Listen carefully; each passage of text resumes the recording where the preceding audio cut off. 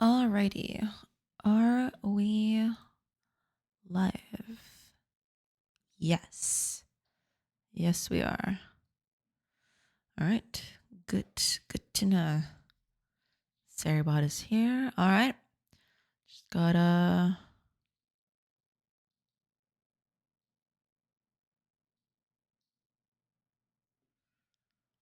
wait for the ads to get started then so we can get going. I guess.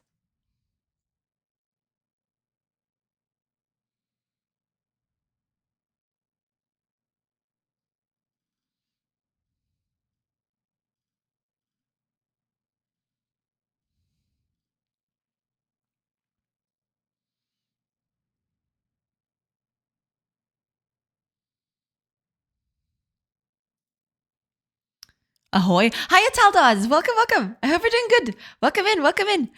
All right, let me run these ads then. Welcome in. I hope you're doing good. Welcome. All right, ads are in progress. Fantastic. Cool. Just have to wait the 3 minutes of pain and torture of this ad break, and then we can get going. Yeah, it's all good. Should be good to go.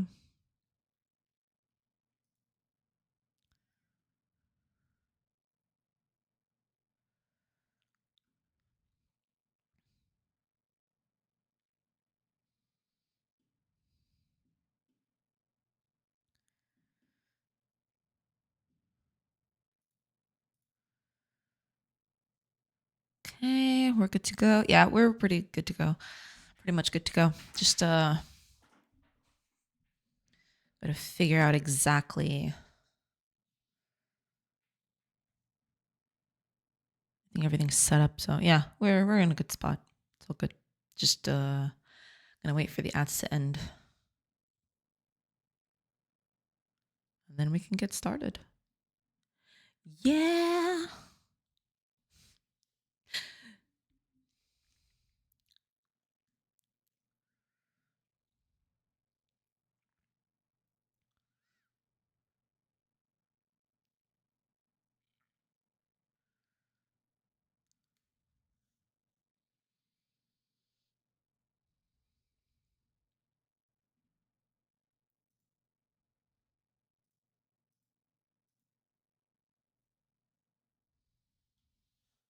Yeah.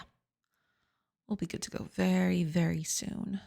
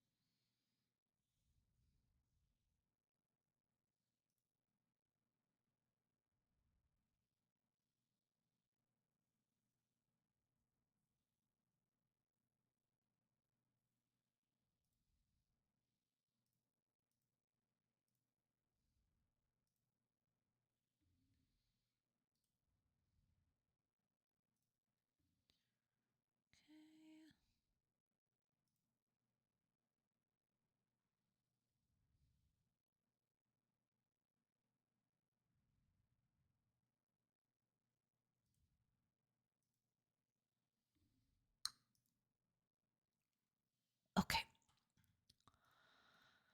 Just getting caught up with everything. But yeah. We're good. Okay. Let me get back to it. Oh, okay. Ads are over.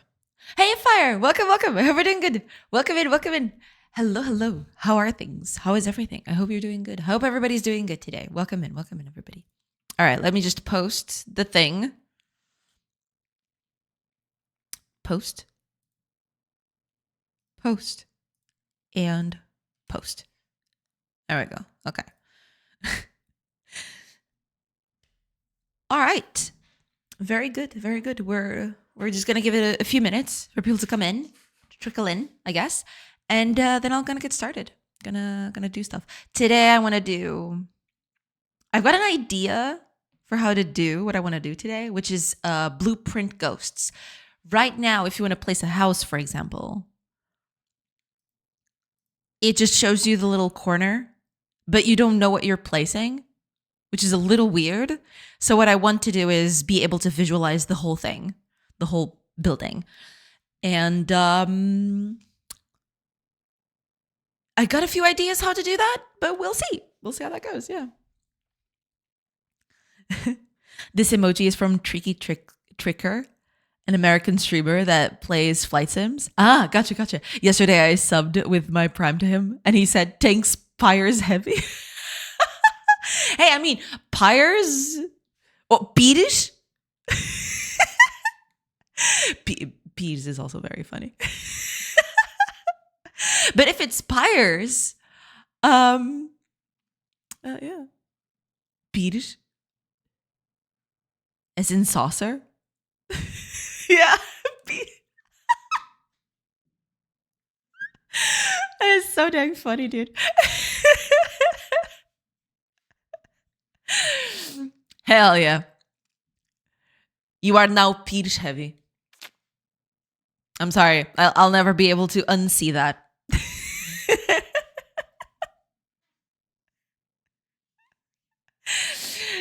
Oh, man. Incredible. Actually incredible. Sorry. Hi, Ravena. Welcome in. I hope you're doing good. Welcome. Hello. Welcome in, everybody. Oh, and Reef. Boa tarde, mestre João Almeida. Boa tarde. Hello, Reef. Welcome. I hope everybody's doing good today. Hi. Welcome in. I'm cool with you referring to me as Pires. Yeah. I mean, I'm not going to do that. I'm still going to call you Fire. But it is a damn funny name.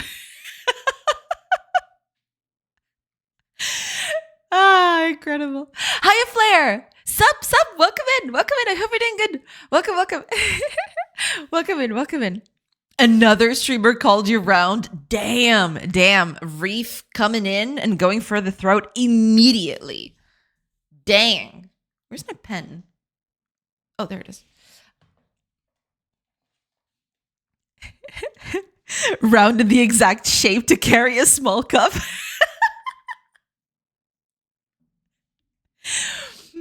That is so damn funny.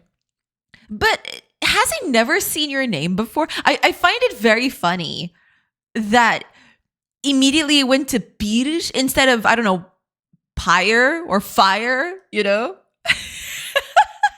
It's very funny. Oh, man. I love it so much. 10 out of 10. No notes. Doing good? Probably not. Why not? Hopefully. Showed Grove at a convention and it didn't go great. People didn't get it or like it. I see. That really sucks. But I mean, it could just be you were unlucky with the people you got. You know, it might just be that, you know, people at that convention weren't your target audience in a way. So it might not be indicative of the, you know, of people at large, of course. He mentioned me several times in the past and always correctly. He just decided to go for the throat in that one. Okay, gotcha. Their fault. I mean, yeah, seems unlikely, but possible. It is very possible. Yeah. I mean, you know, you could just have a string of bad luck and having a lot of people at once that don't get the game or didn't like it or anything. But that doesn't mean that people at large will not like it, right? So yeah, hopefully you'll you know, it sucks. It does suck. I do get that for sure. It does demoralize you a little bit, but you know, hopefully things will turn around. Yeah.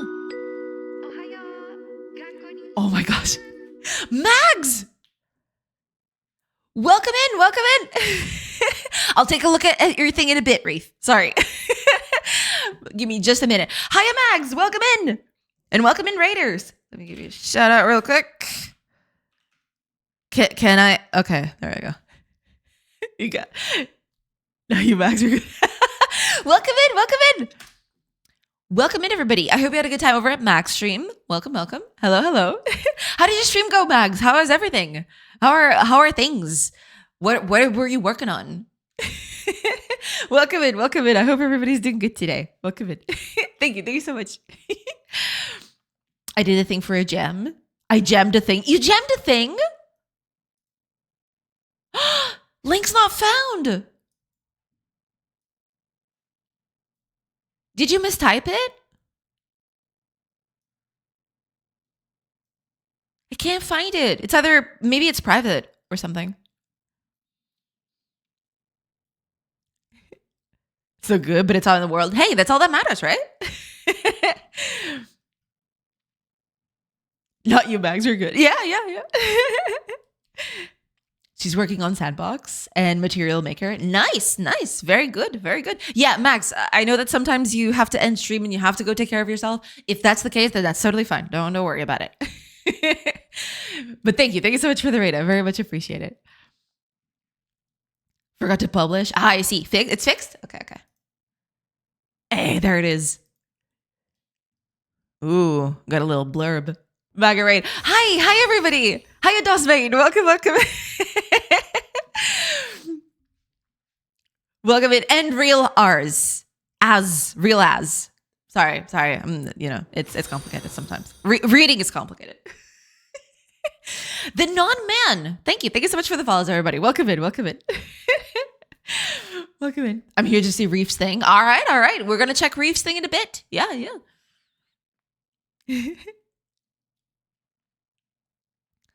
Just Oz is fine. All right. So that's Oz. Got it. Thank you so much for clarifying that. Welcome in. Disclaimer, Mrs. Got it. All right.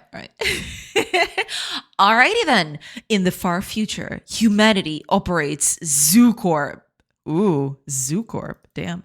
Commercial alien zoos where extraterrestrial species cataloged by the Colonial Defense Forces are grown in sealed vats inside each enclosure and displayed to tourists. Damn. Brutal. Thank you so much for the bits. Thank you so much, Stas. Thank you. Welcome in. During a routine system update, a buffer overflow in the central breeding controller. Oh boy, don't you love it when buffer overflows happen in the central breeding controller? That sucks. Causes every vat to enter an uninterrupted reproductive loop. The vats overflow. The enclosures fill beyond capacity. The aliens break free. Ooh. By the time you arrive, the zoo is already lost. Aliens of every species roam the entire facility. You are a Zoo Corp containment officer armed with MP35. MP. I like that you added the MP. Just in case. Yeah. It's not MP. It's MP. Right? Get it right. A CDF-derived nano rifle whose smart ammunition reassembles in the clip before firing.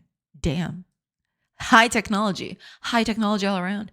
A direct descendant of the adaptive weapons technology developed for CDF soldiers in their engineered bodies. Your mission? Fight through the overrun zoo, locate the breached enclosures, and destroy the vats inside. Each vat is the source of one alien species. Destroy it, and that species stops spawning. All right.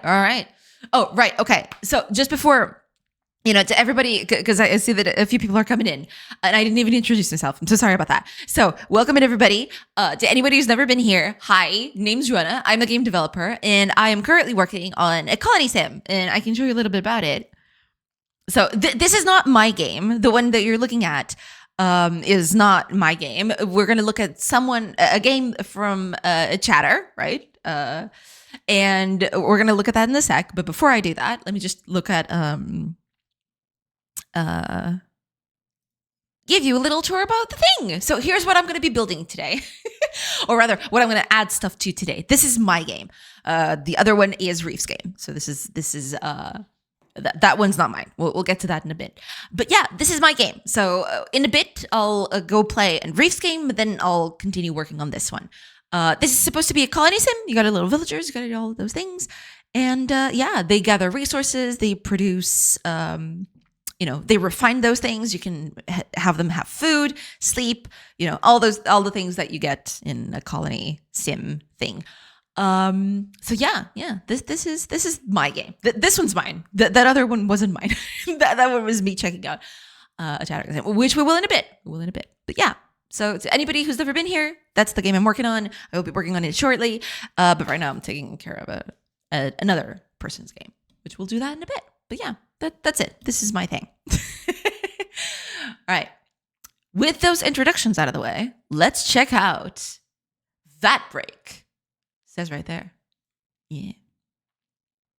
Run the game. All right, I should probably hold on. Does this have sound, Rafe? If it does, I'll have. Okay, give me a second. Where's my music?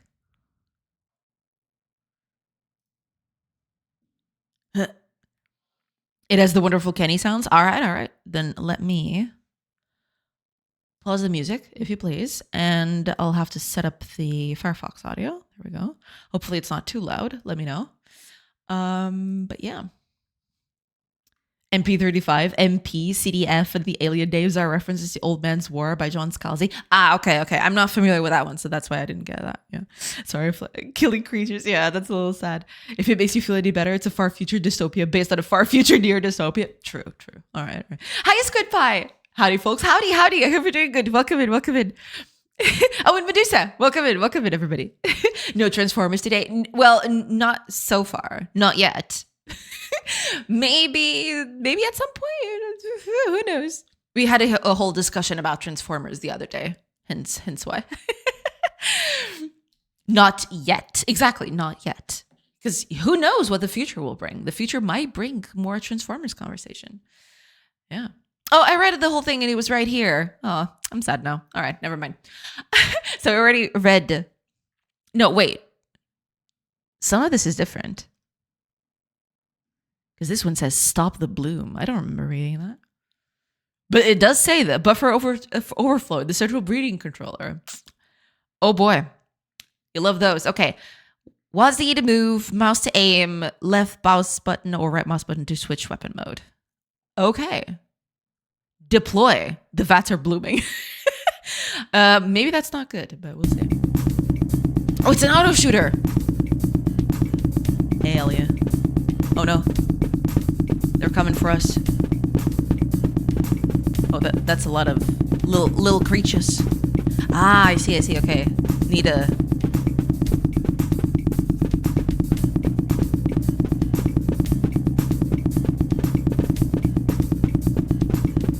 That one was following me for a while, but... Yeah, let's try to get back in there. See if we can contain at least one before I meet my untimely demise. Oh, that's bad.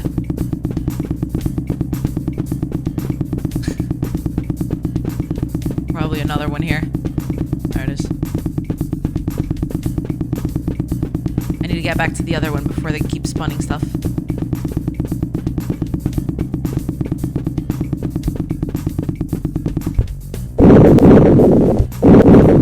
Oh, the ball. Couple me.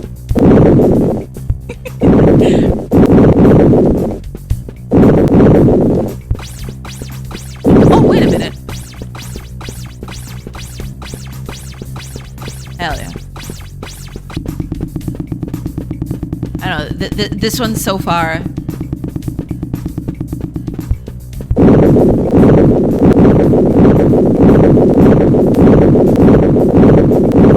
Okay, got another one.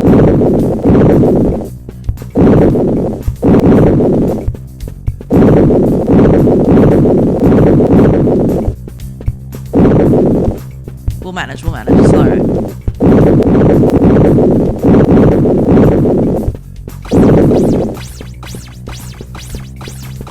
That one spawned right next to me. Kinda...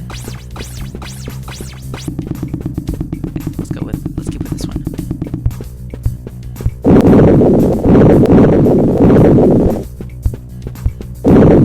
Wait, did that just disappear?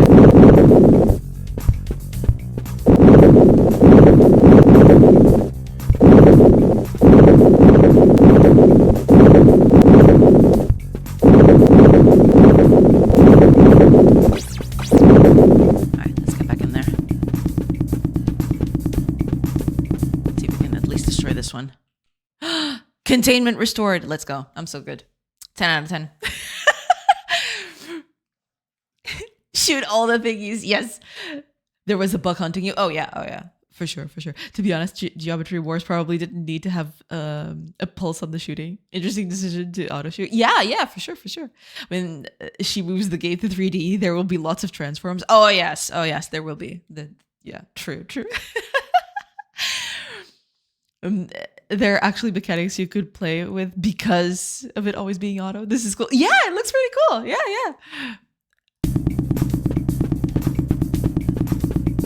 Let's try to do a speed run. Now that I know more or less how this works. I think one of them just got absolutely destroyed.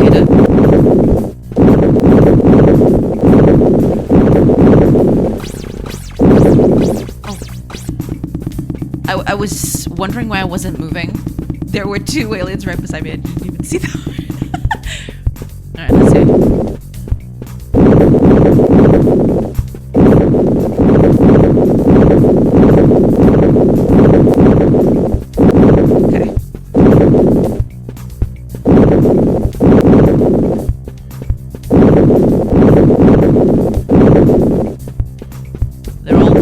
Gotta stop it.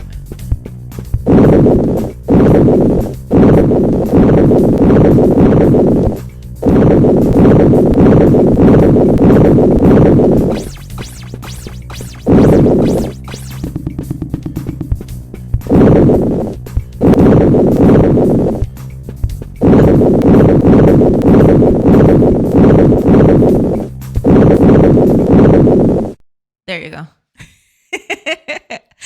That was way faster this time. That was way faster. There will be 3D Ave confirmed. I mean, it already has some 3D-ness to it at some point. Yeah. It needs better balancing, but for less than 10 hours of work, I think it's okay. It's super cool, yeah. I can definitely see you adding more stuff to this and becoming even more, having even more stuff to do. Yeah, this is a great game. I like it. I like it so much. GG. The timer didn't reset. Yeah, I did notice. Yeah, the timer over here didn't reset. That's okay. Don't worry about it. It's all good. Yeah, but this is looking pretty cool. I like it. I like it a lot. Yeah. You got some very nice stuff going on here. Yeah. Pretty cool. Well, that was Vat Break, everybody, from Reef, right there in chat. But that was pretty good. Congrats, Reef. That's awesome. All right, let's bring back the musique, la musique. Oh, right. Okay, turn it off. There we go. Yeah, but that's looking pretty good. Well, to anyone who wants to check it out, here's a link again. Reminds me of the old Flash games from the early internet days. A good time of killer for those boring days. Absolutely, yeah. Definitely brings back those vibes for sure. It was for that gem I showed last week. Yeah, I remember you mentioning that. Yes, I do remember that. Very cool. You don't have a link to the gem here, do you? I wanted to open it, but I don't think it does. But yeah. You should put it here where the for what gem it was for. Because it's always useful information for people to know the rules and stuff. Yeah. Other than that, yeah. Doing good. This was pretty cool. Yeah. Jammy whammy. Yeah, for sure. Here we go. Thank you. I'll add a bunch to the page. Yeah, for sure. You should. It's always useful to know that information. Yeah, so here's the gem. It was the tins gem. Yeah. And the genre rule was it's a zoo with a bunch of other added things. You should one of the fun things you should add in Reef is the gem and then the modifiers that you actually added in. The optional challenges, because they have a bunch of optional stuff here, I think. Yeah, they have a bunch of these. So yeah, you should put that in because that's cool information to put in there. Yeah. Jams are fun. Jams are very fun. Yes. I do, at some point, I do miss, making smaller games. I mean, to be fair, it's me. I don't do small games. But I do smaller games, I guess. But yeah. Just, One of these days, I'll get back to a game jam or something because those are fun. My problem with game jams is that sometimes, you know, first of all, I just don't have the time. It's just a thing. I don't have a lot of time because I got a bunch of stuff going on, especially now, especially at the moment. But yeah, I got a game to do. That's the thing. It's just I feel bad stopping making a game for a game jam. You know what I mean? But yeah, other than that, it's all good. It's all good. I sent in 10 minutes before the deadline. Gotcha. It's totally fine. It's totally fine. Just saying that, if you want to add more stuff to this. Wait, was the deadline today? When was the deadline? Did you just finish this? Is that what's happening?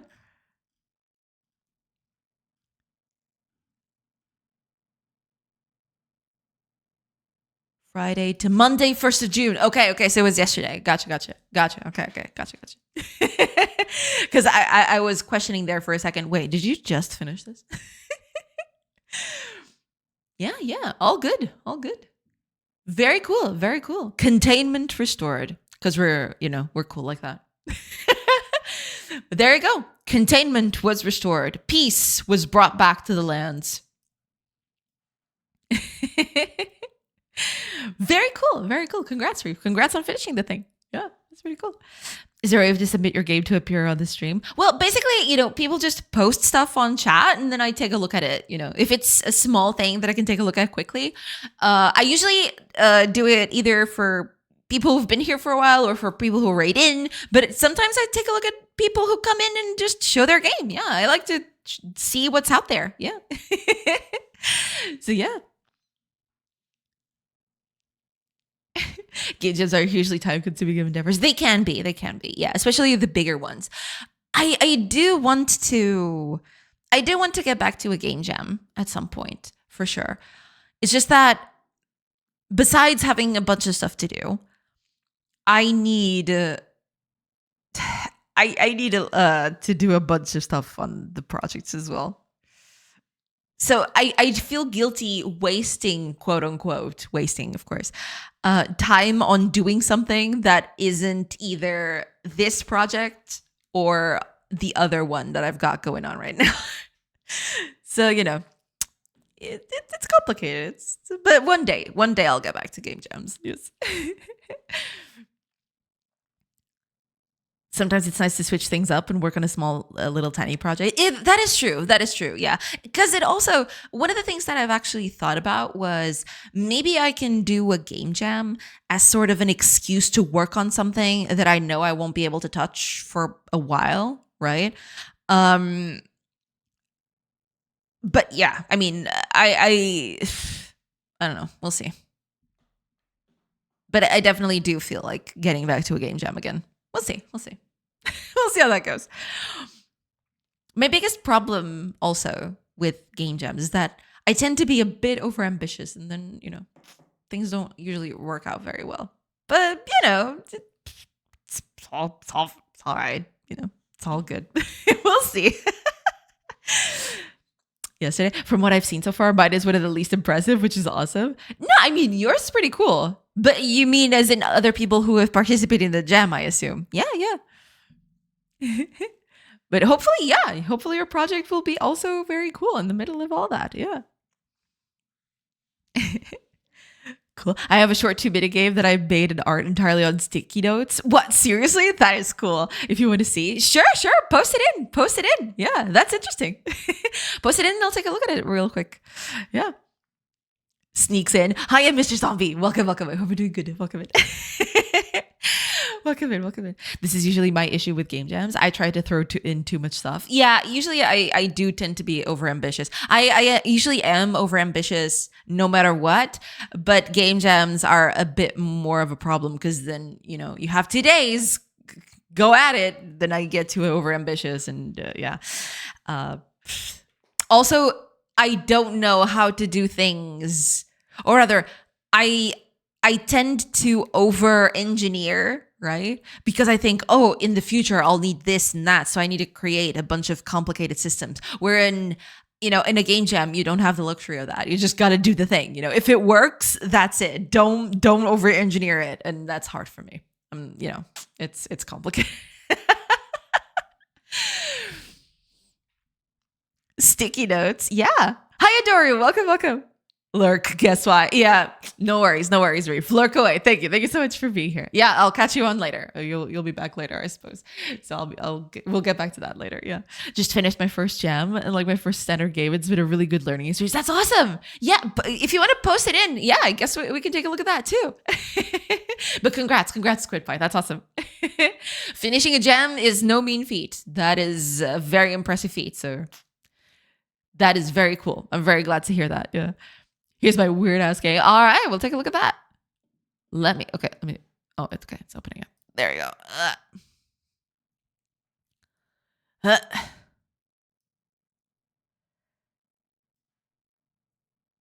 Just.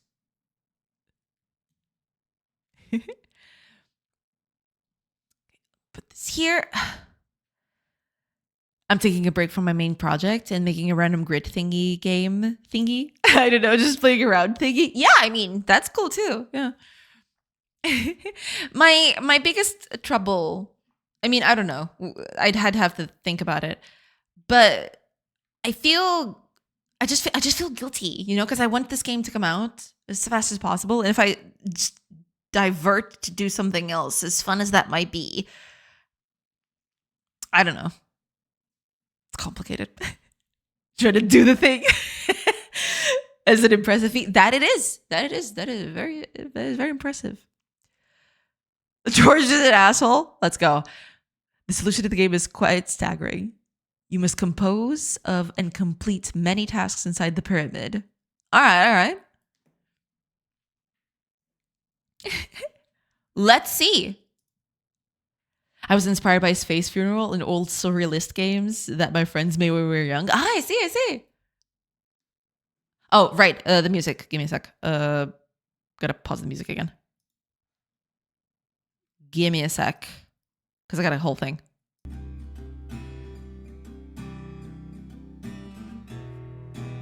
Little guitar riff. That's cool. Leifs.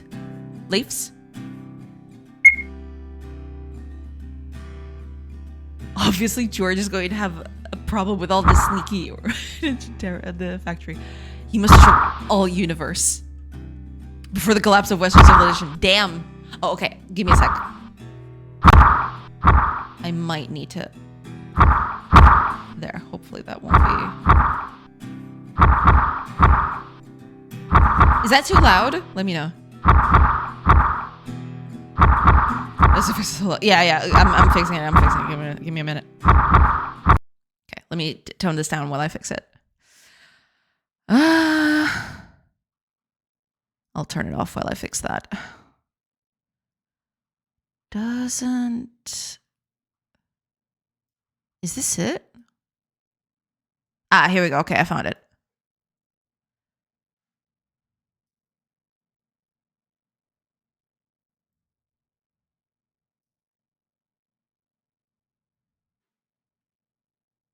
There we go. Hopefully that fixes it.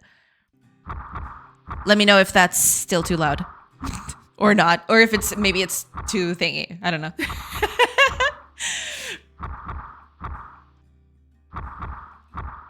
Made the music on my guitar. Nice. There's only 2 tracks. That's fine. That's totally fine. Why does this feel it has comedy? That might be, yeah. That's fixes so loud.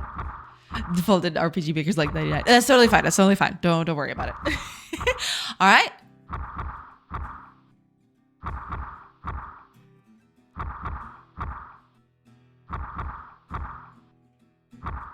Oh, they're coming for me. Okay, gotcha. Let's see. Can I? Oh, there's a button here. Okay. There we go. Okay. Don't even think about it. Oh, it let me in anyway. The future is a found abysmal potted plant. Okay, they're coming for me. Can't let them reach me. Please keep your pocketbook. I have no time for your games. Leif's mama waits in the pyramid. All right. Let's visit Leif's mom in the pyramid.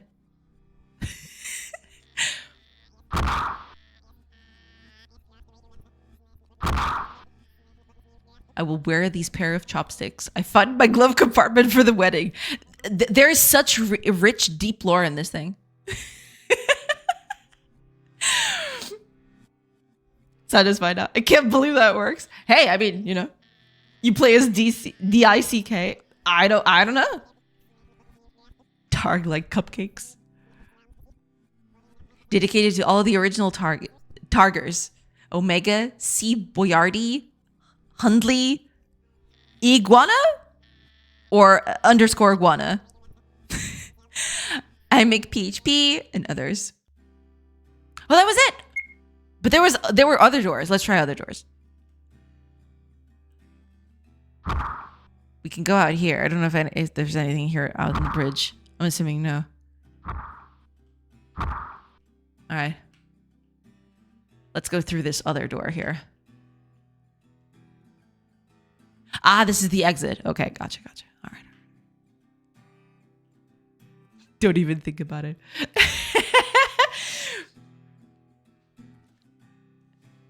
There's a slightly different music track where, with some lovely vocals from me. I see. That was a trip. The other door just goes back outside the house. Gotcha. I was in a creative flow and wanted to make something stupid to get my creative flow going again. Hey, I mean, you know, that's totally fine. You know, being experimental sometimes can give you a bunch of other ideas that you can incorporate in your projects. Yeah, that's pretty cool. Rip Targ. Or is it Tar 6? Maybe it's Tar 6. But it does says Targ here, so I'm assuming this is Tar 6. Or Targ instead. My bad. But yeah, that was pretty cool. It is now safe to turn off your browser. Okay, so that's the exit thing. All right. Well, there you go. Little experimental thing from DOS. Yeah. It's definitely open to interpretation. Thank you for playing my silly game. Absolutely. It's totally fine. Thank you so much for submitting it in. All right. There you go. That was the final Targ. There you go. From DOS main. AAA. Hell yeah. Alrighty. Okay, let me just get everything back to what it was and get the music back on. Okay, I think we're good. Yeah. Okay. Get that out of the way. Put the music back on. There we go. Okay. Yeah. That's it. Yeah. So, after doing all of that, I'm going to work on this one because this one's mine. This is the thing that I am working on. It's got a grid. It's got all of the things. So today, before everybody came in, I was explaining a little bit what I'm going to do work on today. But it's basically just there is a way for you to build a house instead of placing it brick by brick. There is this thing where you can place a house entirely. So there's a blueprint for a house, which is this thing. But right now, as you can see, there's just a corner here set up, and you don't know exactly what you're doing or what you're placing. You know that eventually it gets to light bit, but you don't, a player who comes in doesn't understand what this is, right? That's the corner of the house. If you place it right there, it'll just create a house from that corner upwards and rightwards. But this is kind of dumb and silly. It doesn't give the player the information they need to place the thing, right? So what I want to do is try to make a sort of ghost of the whole house that I can use to place in the world so that people know what they're placing, right? So that they know what the blueprint is all about. I've got a few ideas for this, so I am going to check and see if that works or not. But yeah, we'll see. But I've got a few ideas to work it through. I will need a starter bit for this, but yeah. I love Colony Sims. Yeah, so do I. Yeah. Oh, hiya, Coffee. Welcome. Yo. Welcome in. I'm here after a while. Welcome in. You haven't updated the game so much. Welcome back, Coffee. Yeah, I've updated a little bit. I've added a few things to it. Just your average little things. Welcome in, welcome in. Ghost buildings. Yeah, ghost buildings. But yeah, the fact is, just placing the corner is a bit iffy. It doesn't give you all that much information about what exactly you're placing, which is a bit bad, right? You want to be a little more, informative with with what you want to add in. So what I'm going to do is, or rather, my initial solution is I have the textures of the things that I'm going to be placing, right? I have the textures all up here of all the things that I can place. For example, we got the wall, you got, beds and roofs and all of that. So my idea would be to create a texture, a big one, right? And then draw all the bits and pieces onto it, right? And then use that texture to place the building on the world, or rather to give you the ghost, before everything else gets built in. That's the initial idea. Don't know if that's going to work, but that's the idea for now. We'll see. Yeah, average little things. Yeah, exactly. I don't know when you were here last, Coffee, but things have changed a little bit here and there. Just a little bit of UI here and there. Exactly. Just the small things, all the smallest things. So my current idea would be, because I have no idea. I'm fairly certain that Godot allows for that, right? But I haven't even researched it. I didn't have even a time for that.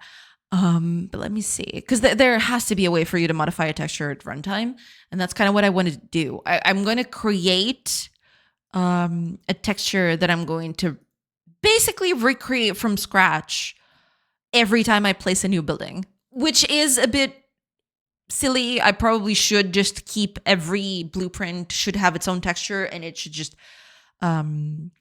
keep that for the game, for the whole game. But we'll see. Let me see. There has to be a way for me to change the texture, right? Just write to a texture and then reuse it. So let's see here. Texture 2D. That's kind of what I want.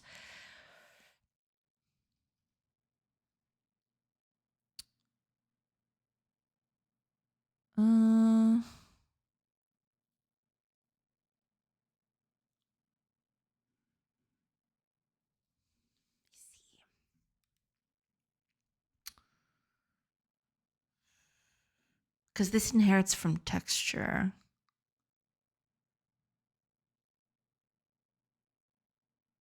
Base class for all. So texture is the base class for all texture types. I am assuming common texture types of texture 2D. So this is what I would want. I want a texture 2D on this thing. Now, is there a way to write to it? Texture works by registering an image in the video hardware, which can then be used in 3D models. Textures are often created by loading them from a file. Yes, but I want to create one from scratch. Can I do that? Texture 2D is a base for other resources. It cannot be used directly, right? So I'd have to create, let me think.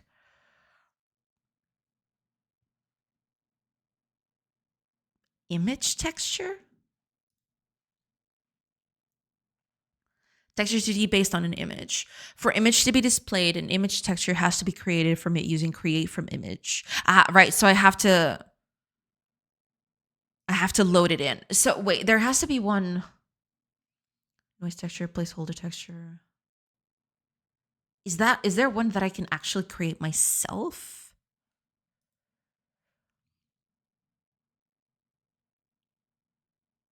Textures that can be created.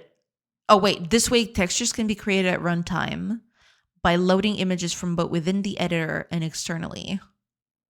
Yes, but I want to create one by compositing instead. An image texture is not meant to be operated from within the editor interface directly and is mostly useful for rendering images on screen dynamically via code. If you need to generate images procedurally from within the editor, not exactly. What I need to do is a collage. That's what I need. How do I do that? Okay, let me search, see if I can find something here.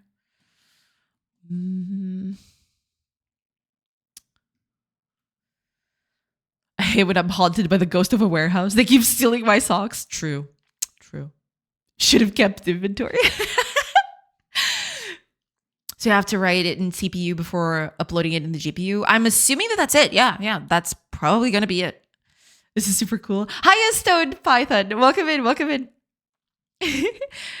I'm building a dwarf fortress style sim with the American mafia at the core. I'm interested to see how you approach this. Mine is a raw dog, C++, no engine. Nice. Well, in my case, I'm using C# and Godot, but at the end of the day, we're probably doing the same thing, only in different engines, I suppose. I really enjoy working with Godot. Great engine. Also mess around a bit with Love 2D. I haven't tried Love 2D yet. At some point I might, but I've never actually touched it. Yeah. Sounds awesome. Yeah, it does. Yeah. C# is goated. I really like C#. Yeah. I'm just using C++ for max granular control. That makes sense. Yeah. I mean, I also used C++ before I started on with C#. I basically am just using C# at the moment because that's what I've worked on the most over my career. And, that's literally just it. That's why. Okay, let me see. To be modifiable at runtime from a script, a texture needs to be an image texture. So one of these. Set image replaces the texture's data with a new image. Can I update? The texture has to be created using create from image or initialized first with set image method before it can be updated. How do I combine them though? Oh, image texture has set pixels, or do they all have set pixels? How does that work? Pixel opaque, blah, blah, blah. But none of them have, or at least set image, but none of them have set pixels, do they? Unless, what is this? Native image data type contains image data which can be converted to an image texture and provides commonly used image processing methods. Wait, so I create an image and then I load it with image texture. Is that it? Just blend, blit rectangle. Okay, this is what I need, kinda, sorta. Compress, convert, create, flip, fill rectangle, get data, get pixel, resize, set pixel. Okay, so I need to create an image, load it using image texture, I'm assuming, and then, right, exactly, okay, image, create an image texture from that, and then use that as my texture. Okay, so that's gonna be it. All right, cool. We'll see how that goes. But yeah. I've used C++ with SFML a bit. I made a small little roguelike thing in Pong. Oh, that's cool. Yeah. Back in my time, I was using C++ with SDL directly and just raw OpenGL at the time. It was a while ago. So yeah. I kind of miss it. But, I've been so accustomed to C# that, nowadays I just use it for everything. But yeah, at some point, yeah, I might get back to C++. I don't know. Just trying it something out. I might try to do Godot directly with C++. I do know that it's possible. I just don't know exactly how, but, maybe at some point. Who knows? Want to see the map and stuff? Sure, yeah. It's super cool. No promo. Game's not even close. I just want to share something cool with you. Absolutely. Post it in. We'll take a look at it. Yeah, sure. I like looking at stuff that other people are working on. For sure. Raw OpenGL. Yeah. I was just raw OpenGLing on that one. Yeah. I don't think the code survived though. I'll have to check my old drives to see if I got the code still in there somewhere. But yeah, I was just raw OpenGLing all up in that business. Yeah. Hi Egbo, welcome. I hate that Godot C# doesn't have as much documentation as GDScript. Usually what I do is just I just look at the GDScript thing and basically it's just to convert the method names to camel case and you're golden. I've never felt like I really needed something specific to to C# directly, because it's just it's just GDScript but with added things here and there. So yeah. I mean, it would be nice, but I never felt an actual visceral need for it. I get by with the GDScript a little bit. I've heard the new C++ is cool. I've not been keeping up with C++ at all. I need to do that at some point. Yeah. When are you rewriting this in C++? Oh man, don't even joke about that. I hope I don't have to do that. But let's not even go into that. I get scared. Hey Medusa. It's like C++ 20 now. Oh man, I don't even know what C++ I was at the moment. It didn't even have a number. Or at least I wasn't aware that there was a number attached to it. So maybe, yeah, maybe I'm showing my age a bit there. But yeah. Yeah. Stream save, just a quick video. It ends at 10-15 seconds. Just forgot to end it. That's totally fine. Don't worry about it. All right, let's take a quick glance. Just, there we go. Huh. Oh, right. It's super tiny. Give me a sec. Oh, yeah. I just have to increase the window and then we should be golden. All right. There we go. We can just... Ah! Nice. I've seen this before. There's another person in chat who is working on... with... Cutie? Is that the way to say, or is it just QT? I don't know. But anyway. Yeah. This looking good. Got your regions and stuff.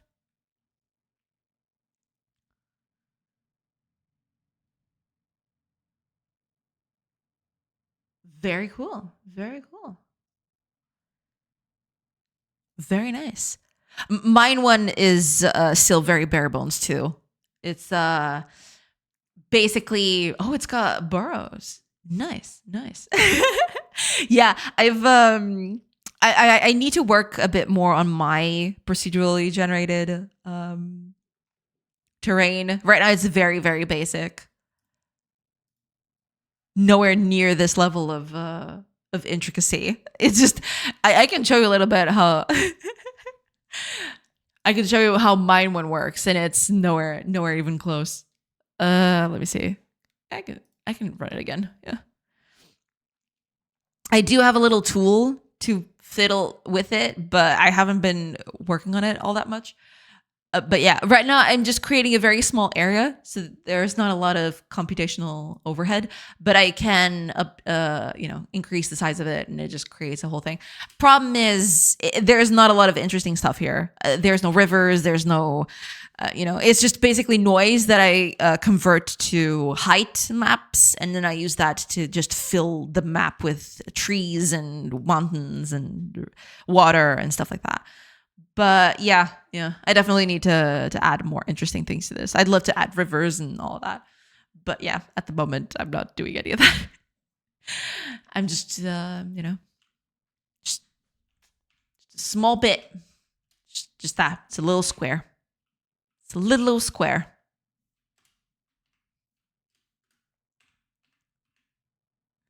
But yeah, that's pretty much it. And then, then it gets into the game proper. It's just, the layer is there for you to create the world and do all of those things. But at the moment, there's not a lot to it. It's just, yeah, just creates a map and that's it.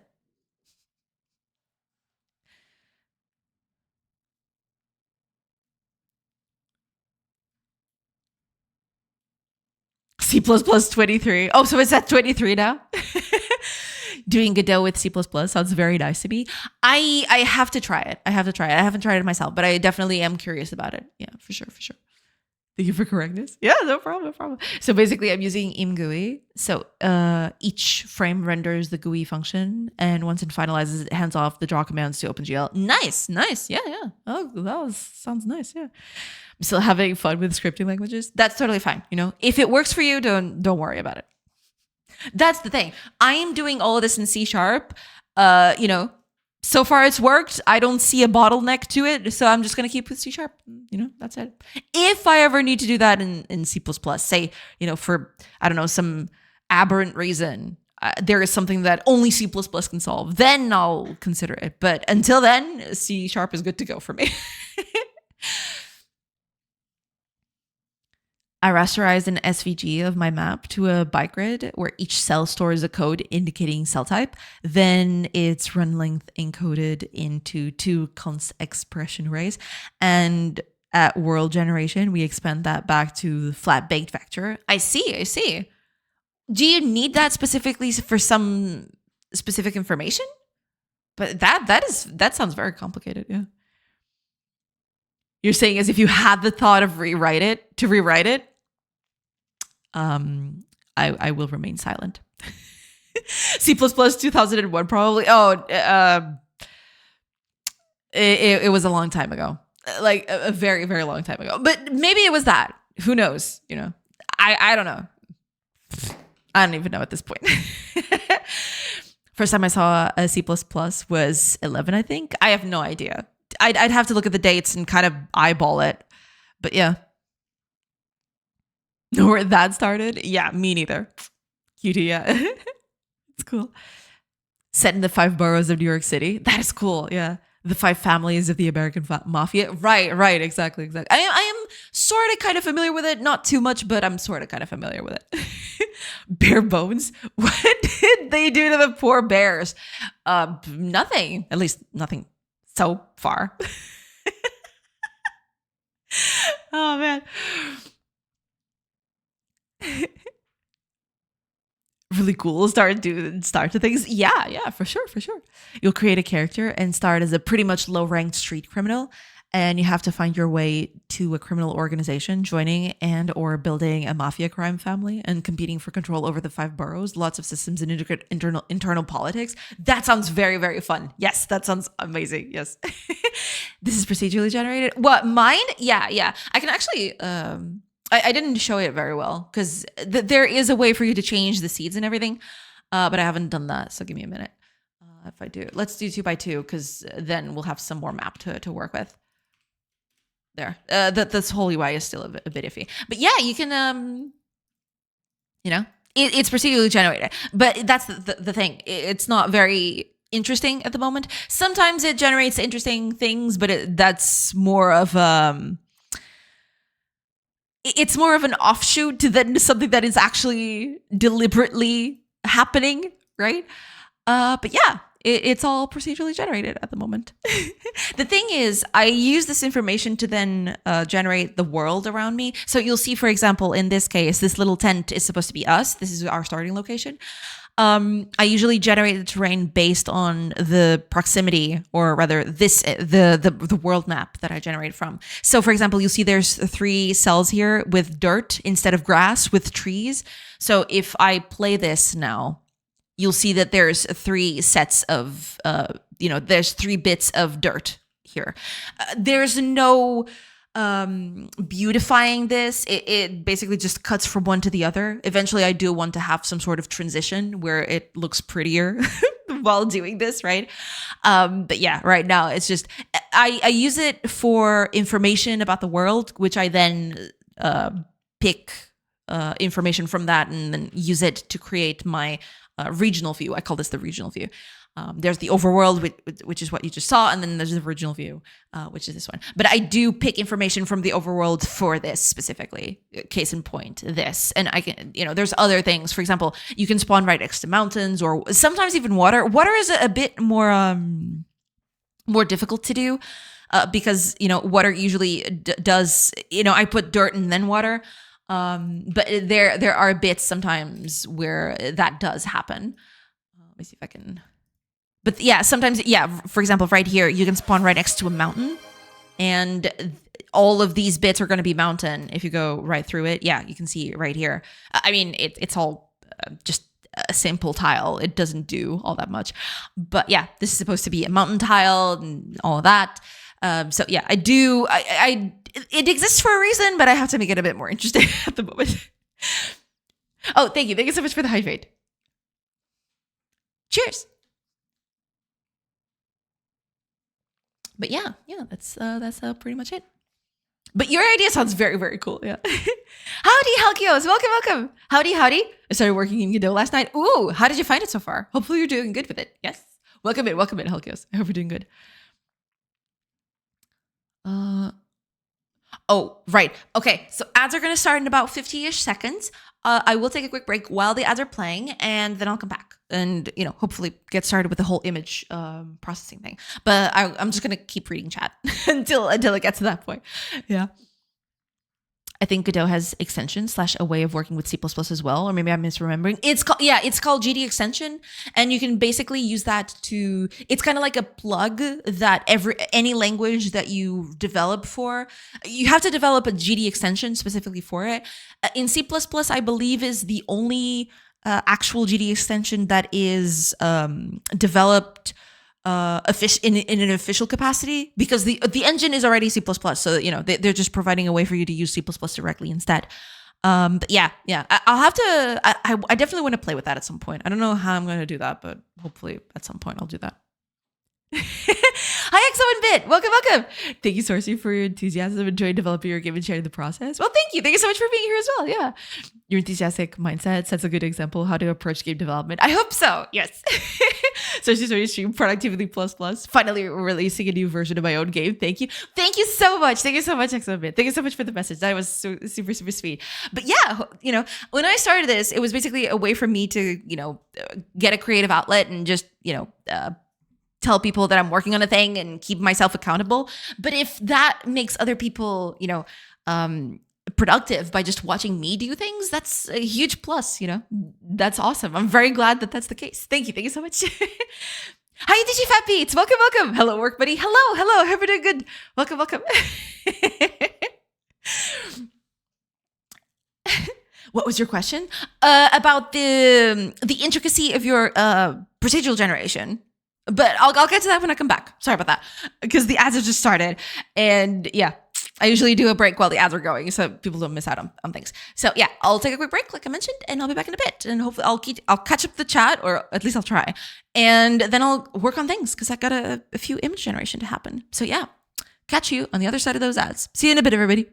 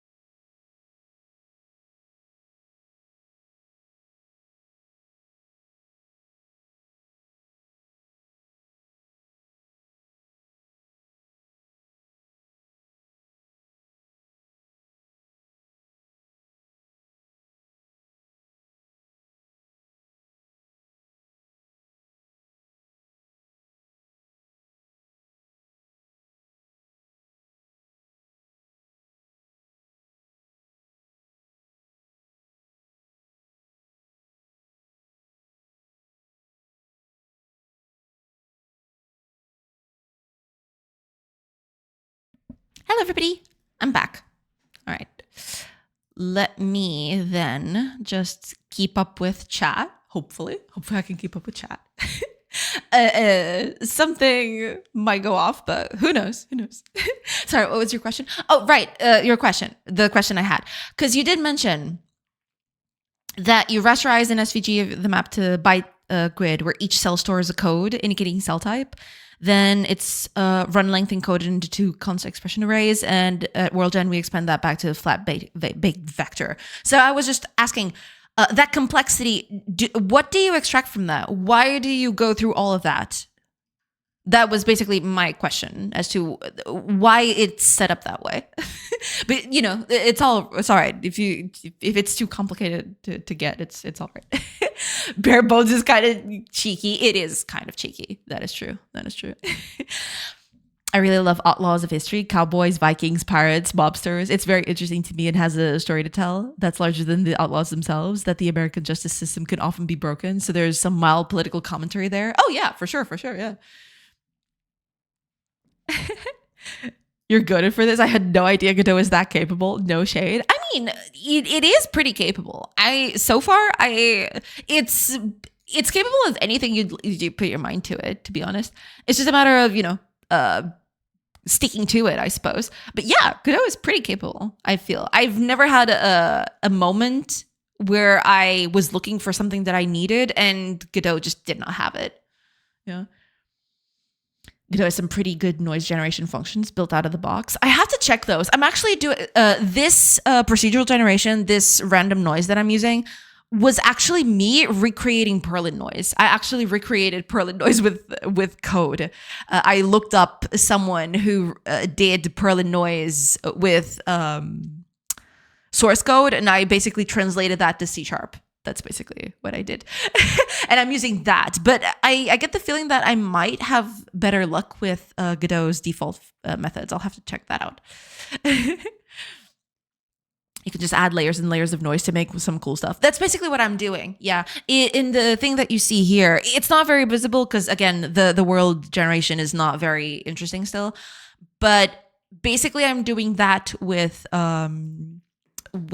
placing the world levels.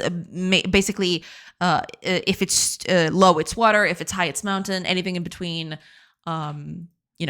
gets to be grass or dirt or anything like that.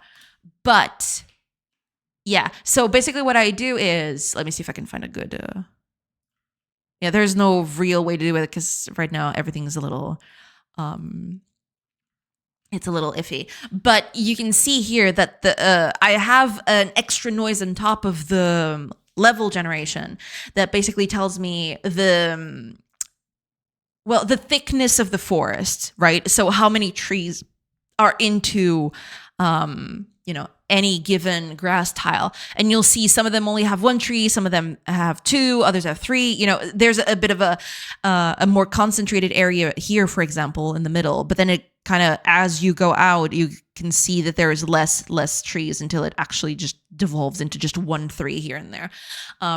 So there's a bit more of there's a second noise on top of this. It's not very intricate, but yeah, it does do that. But I have to make it better at some point. Yeah. We call that emergent features. Exactly. I don't know what it is, actually. It could just be me. Hey, could be. Yeah, for sure. I've been interested in C++ with Godot, but not interested enough. That my biggest problem is that I don't know exactly what the setup is, and at this moment I don't have the time or the resources to do that. I am currently working on making this into a playtest so that I can actually give to people. But yeah, I'm not gonna, if anything, I'll do that on my next project. I think this one's gonna stay with C# for the foreseeable future, if not for the whole future, actually. But yeah, we'll see. At some point, I'd like to try Godot with C++, maybe for a game jam.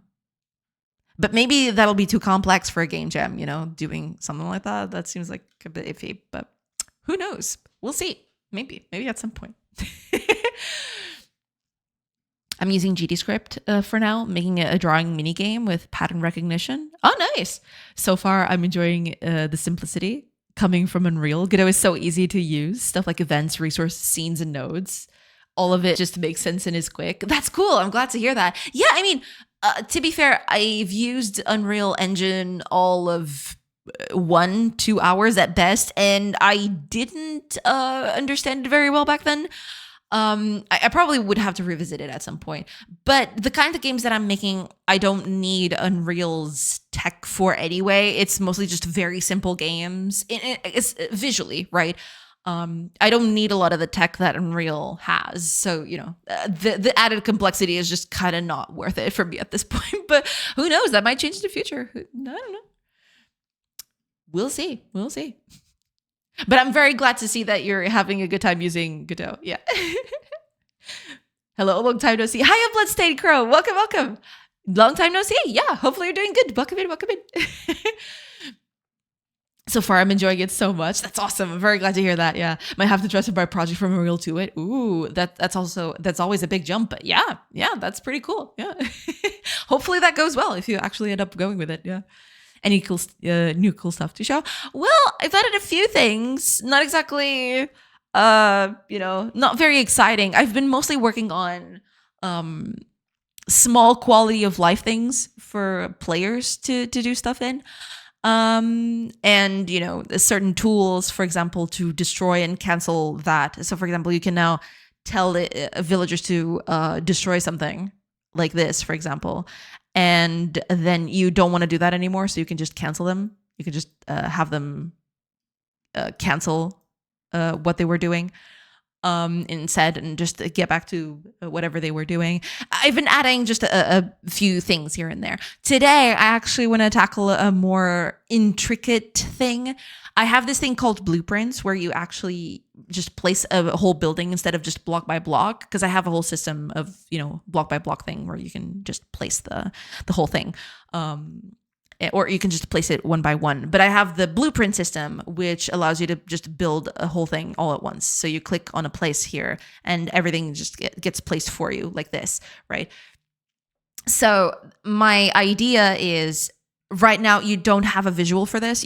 When you're doing that, you just see a little cursor here in the corner, and that doesn't tell you a lot. That doesn't tell you what you're building, where you're building it, what kind of space it'll occupy. It's very, very, very silly. So what I want to do is I'm going to try to create a sort of a ghost of the whole building, kind of like a visualizer for the whole blueprint, so you can see what you're placing. But yeah, need to work on that. That's what I'm going to work on today, hopefully.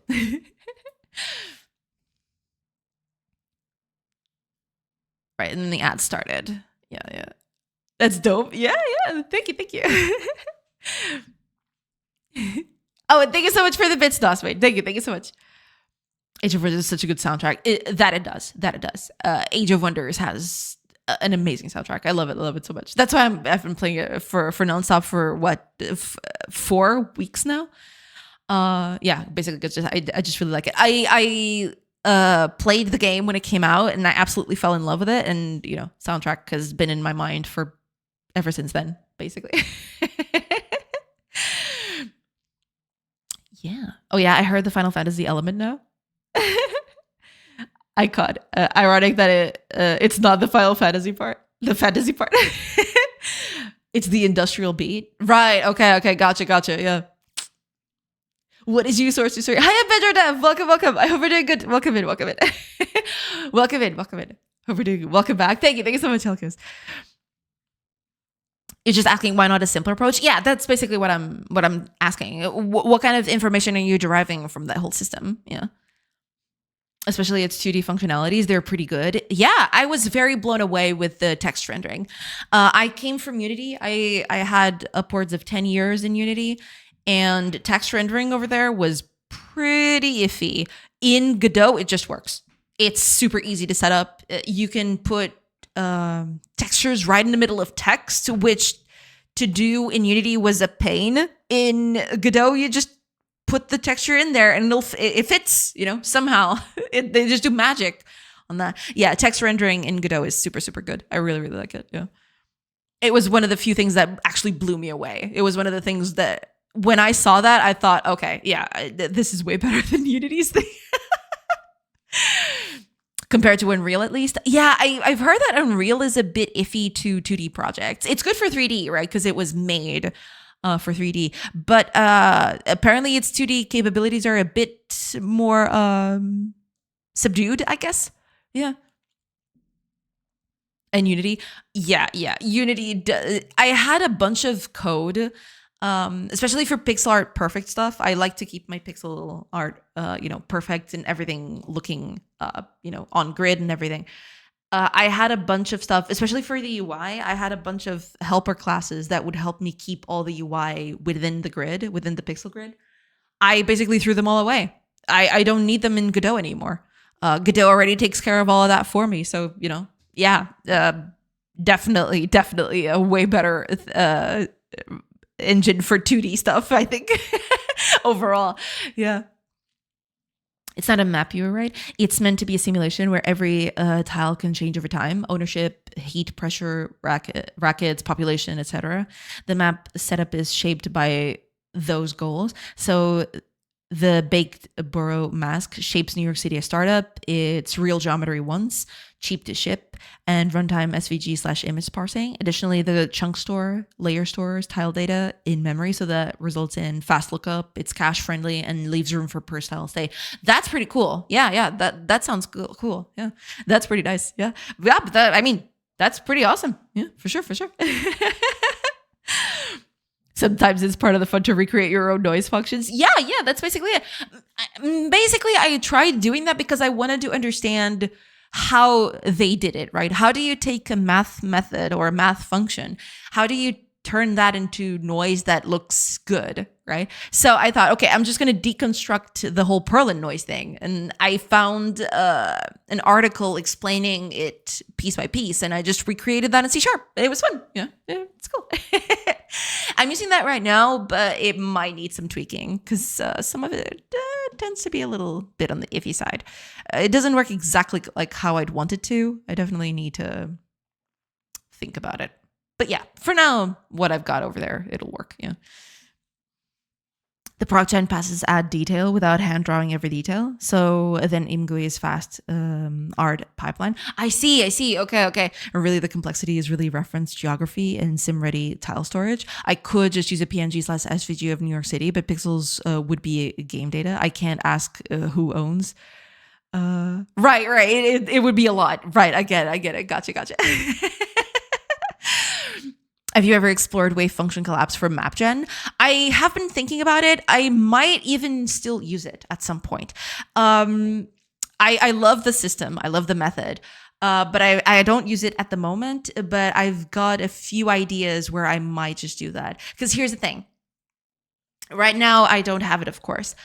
But I'd like for buildings to be a bit more procedural than this. Say, for example, instead of building a house like this, a fixed house, what I'd like to do is kind of almost like a Sim City thing. You'd basically just drag onto a zone and it would become a house, right? And then the procedural system would create a house within that space that you've given it. So I was thinking maybe doing that through wave function collapse would be cool, because then I'd be able to set up, given something like, okay, you need to have, a house with beds, I don't know, some sort of little patio if you've got enough space. But I'd like to do procedural housing blocks instead of just, a fixed house like this. Partially, the reason why I decided to do houses using blocks instead of just plopping the whole thing was basically me preparing for that. Eventually, I do want to just, instead of just drawing a house whole cloth, you just drag into a zone and it'll try to fit a house in there. That's basically the current status of the thing. I'm basically trying to do that. But yeah, I think that wave function collapse might be good for that. So I have been researching that a little bit, but that's way in the future. I don't know exactly how that's going to work. But that would be something that I'd really like to explore at some point. But yeah, for now, it's just, it's full houses and that's it, Yeah, we'll see. We'll see how that goes. So basically, we store the world as a grid of sim datas first and draw it second because this is closer to Dwarf Fortress where the tiles need to change, not a picture of New York City, basically. That makes sense. That makes total sense. Yeah, for sure. Yeah. I say that's what game jams are for, but I'd say a lot of things really. Yeah, a lot of things are good for game jams. That is true. That is very true. It just works. Oh, I've actually reached the end of chat. Let's go. Surprise stream. Let's go. Welcome, Index. Welcome. I hope you're doing good. Welcome. welcome. I hope you're doing good. And it's surprise stream. Yeah. Actually, it's not that much of a surprise stream. It's just a stream. But yeah. Welcome in. I hope you're doing good. Welcome. But yeah, I have been researching a lot of that. I also have been researching what they call L systems. It's basically a grammatical approach to creating spaces or buildings, right? You give them sort of basic blocks to build with, and then it'll create bigger shapes using those basic blocks.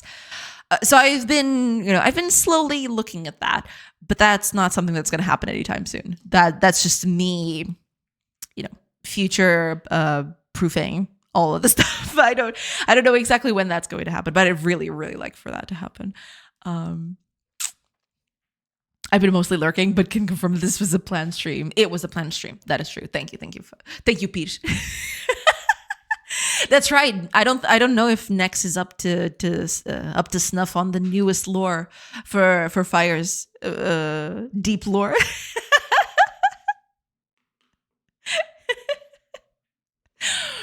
Yeah. So there's some new deep lore for Fire. It is true. Where? Oh man. All right, let me keep going then, because I was researching this. Let's see. I kind of want to.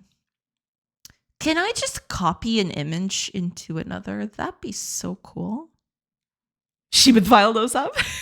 Basically, Fire got called Peach instead of Fire Heavy, got called Peach Heavy in a stream. So there you go. So canonically, Fire can also be called Peach.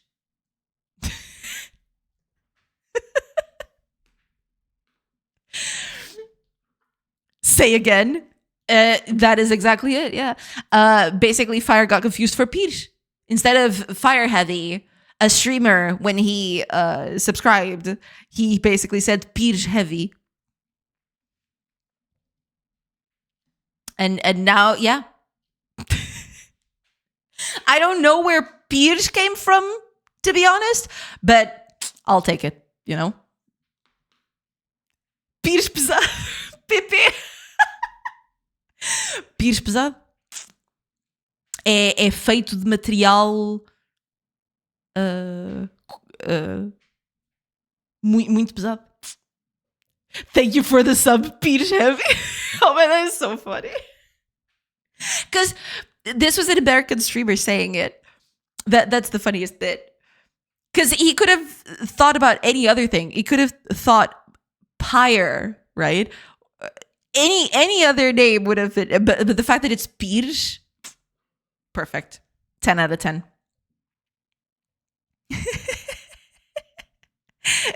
Oh man. So good.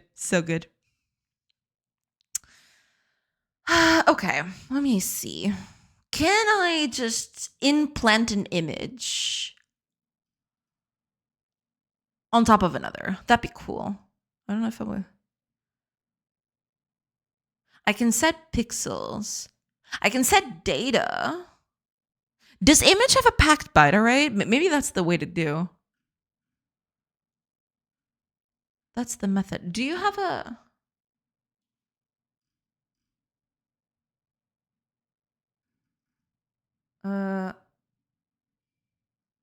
texture. Maybe it's here. Oh, it doesn't say. That's iffy. Oh, right, it's right there. Never mind. Okay, but let's start with the basics then. I'm gonna try. The first thing I'm gonna do is I'm gonna create the image, and I am going to create a texture based on that. And we'll see where that goes. So let me get over to the code here. Let me just... Okay, where's my code? There it is. Okay. So when you're placing a blueprint, we're going to need two things. Well, at least two things, I feel. Because we'll need to load... Or rather, we need to create an image. And then we have to turn it into a texture. So I feel like we're going to need both of those things. So image, blueprint image, and we're going to need texture. Not 2D, it's just texture, right? No, image texture, that's right. Image texture, blueprint texture. There we go. So whenever we select something right here, right, that'd be the start. Because I'm doing this, right? I'm loading sprites for all this stuff and all that. But that's not what I want specifically. What I want to do then, this is going to be where I start the whole thing. Let me actually do a... Okay. So I need to create an image directly.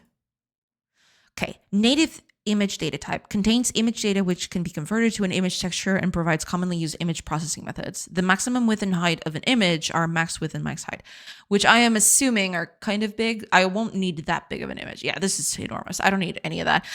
I mean, at best, let me see. How big would I need an image to be at this point? Because there's only one blueprint, so, you know, it doesn't even matter.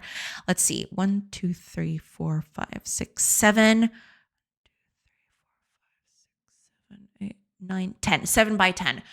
So let's say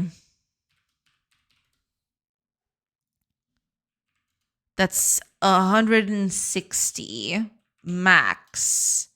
Let's do 256 by 256 for now. I think that's the best thing to go. Image, let's say new image. Do we have to set up the size? Do we not set up the size immediately?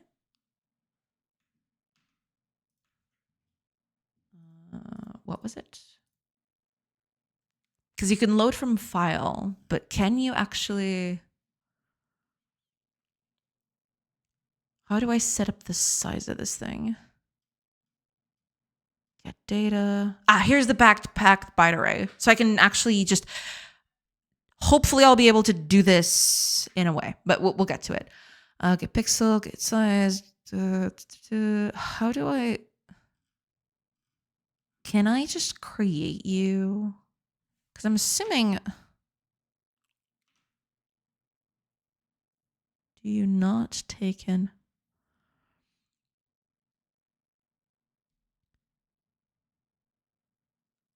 Methods that modify the image data cannot be used on VRAM compressed images. Use decompress to convert the image. Yeah, whatever. That doesn't matter.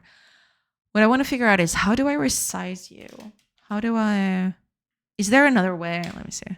What kind of constructors do you have, actually? Do you not have constructors? Pointer. So that's it. Okay. Okay. Get size. Get data size. Can I resize to power of 2? Maybe I should just call resize?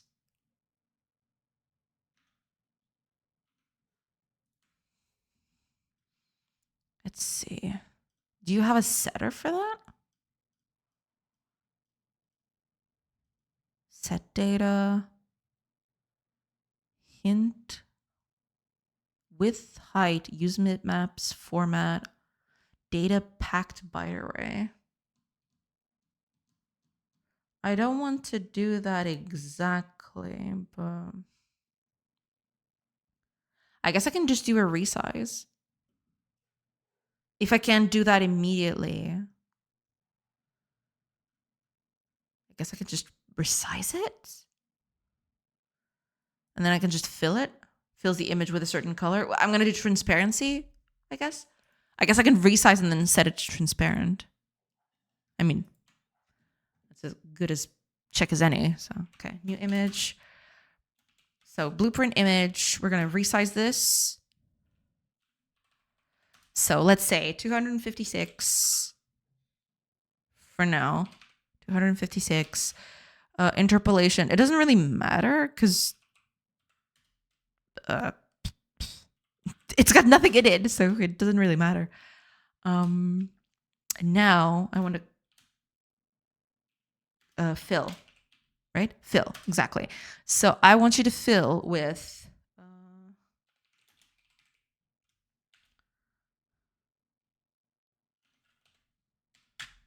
transparency. Cool. And we'll see where we'll go from there. Yeah. Oh, Arya! Welcome in. I hope you're doing good. Long time no see. Yes, welcome in. I hope you're doing good. Do you know if you remember? Yes, I do. Yes, welcome in. How are your game going? It's been like 8 months. Damn, it's been quite a bit. Yeah, that's true. Welcome back, Arya. I hope you're doing good. Welcome.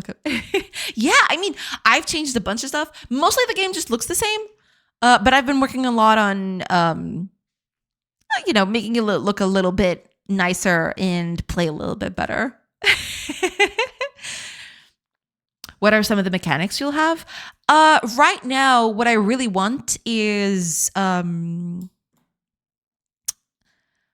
the big thing about the game is that you set up your own village. So the mechanics are basically going to be maintaining your village so that they create the resources needed for all of them to live comfortably, right? But after that, what I want to do, I can't show you this very well on this particular build. I had this on previous builds, but eventually I want you to be able to go to other locations, say, for example, other villages, or explore the wider world, right? And you'd be able to get into combat in those situations. So you'll be able to trade and get into turn-based combat and all of that. I had that in a previous build. I can actually... there's an older build that can actually show you with all that stuff in it. It is very old though. Just be prepared because it's a fairly old build. Let me see. Is this one working okay? Eventually, I just stopped doing that because the whole setup for traveling to other locations and doing combat and all that was kind of taking time away from the colony sim aspect of it, which is what the players will start with at the beginning. Eventually I had to throw that to the side. But eventually I want to bring all of this back. But the idea is, so this is an older build. This is like a year ago build. So that's why it all looks very funky. The idea would be that you've got your own village, right? And, excuse all the placeholder art and stuff. And the colors are kind of different. But yeah, the idea would be that you set up your village and eventually your villagers will be able to keep themselves working on autopilot, right? You'll eventually set up the village in a way where you don't have to be there 24/7 anymore.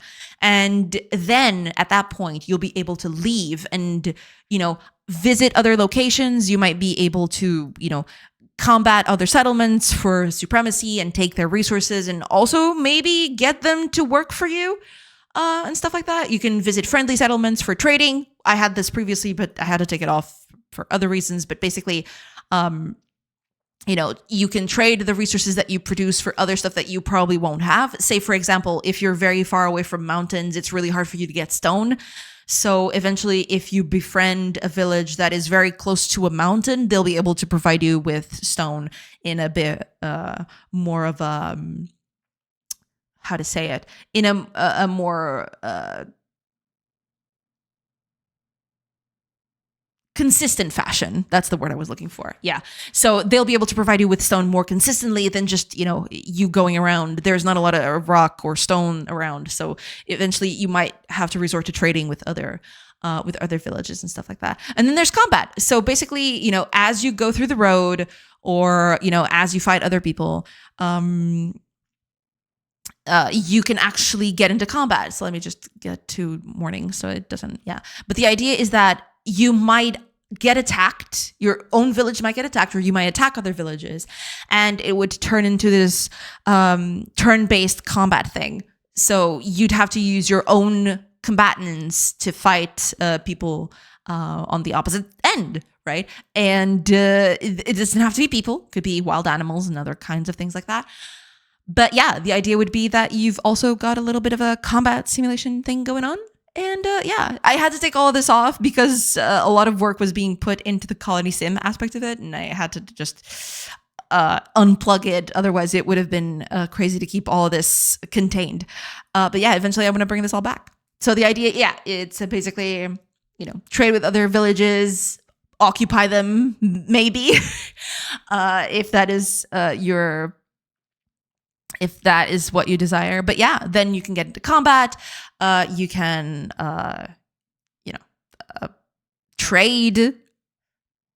But yeah, that's mostly going to be it. You'll have a whole kind of small ecosystem happening. But yeah. Eventually, I'll bring this all back. I do miss the time when this was in. Problem is that this was getting a bit too complex to just set it all up and put it all in place. So yeah, eventually I had to drop it, which is a bit sad. But yeah, eventually I'll bring it back. It's all right. It's all good. Also, this RNG is actually kicking my ass. But hopefully we win. Hopefully.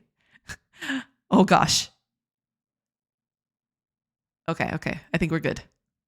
There you go. Okay. Pretty close, but we got it. But yeah, so the idea would be to have a more of an intricate thing going on. Of course, I want the colony sim aspect of it to be the most intricate by far, but I want to add the sort of RPG aspect to it where you can actually go out and use, you know, your strongest warriors to. You don't even have to just go towards villages, right? You can actually explore the wilderness, and you might find interesting stuff in there, ruins of past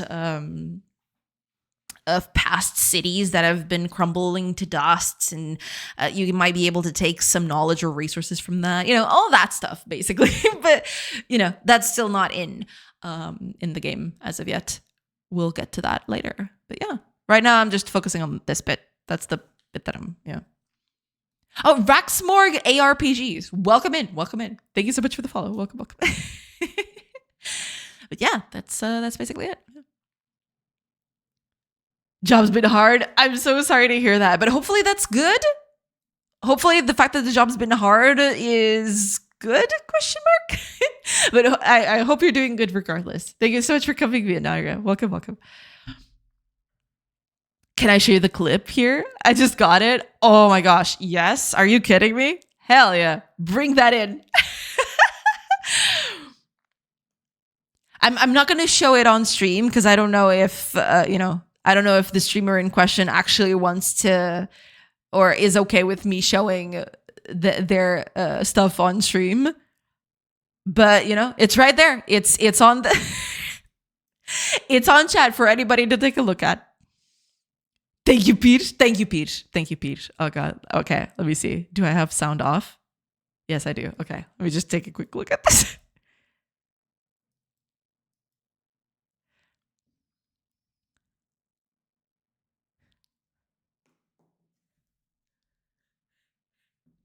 Beat him. Let's go.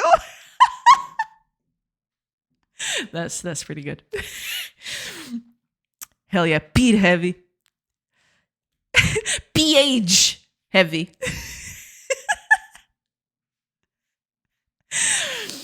Oh my gosh. Wait. Beat heavy. There you go. It is canon now. There is no going back. Oh man. Okay. I just want to do something because I got the blueprint right here. Oh man, this is gonna suck. But okay, so my idea is I've got the image right here. What I want to do is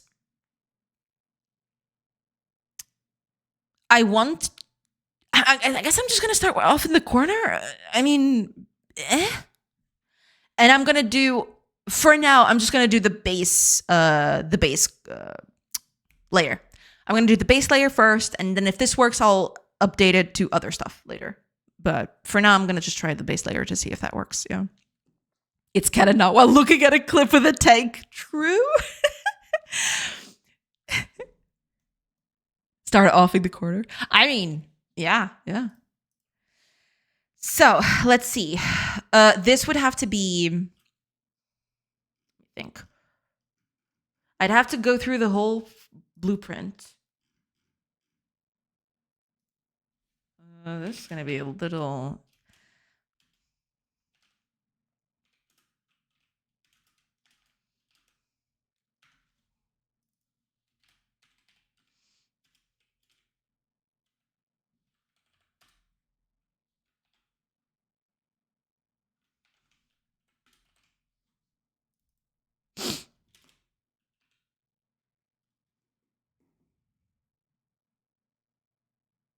No, wait.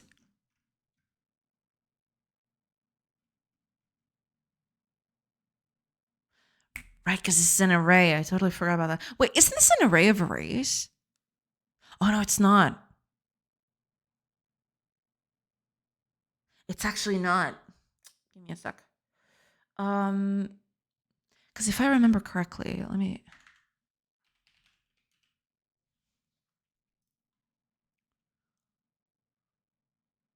I need to fetch these sizes instead. Oh, no, wait, it's... Z... X, Y. Yeah, because I do this because of the levels thing. Okay. How do I find the size of one of the... Pin that. Pin that too. Because there is a way to do that, isn't there?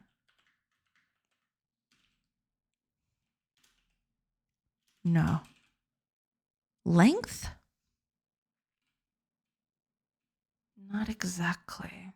Get length. Dimension. This is what I want. Gets a 32-bit integer that represents the number of elements in the specified dimension. Okay, so I want to get length of 0 because Z is 0. Then I'm going to do this for X and Y as well.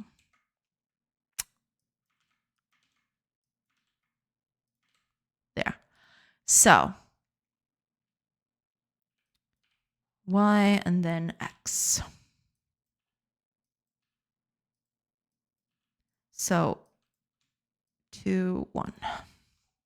Oh, so this is, there we go.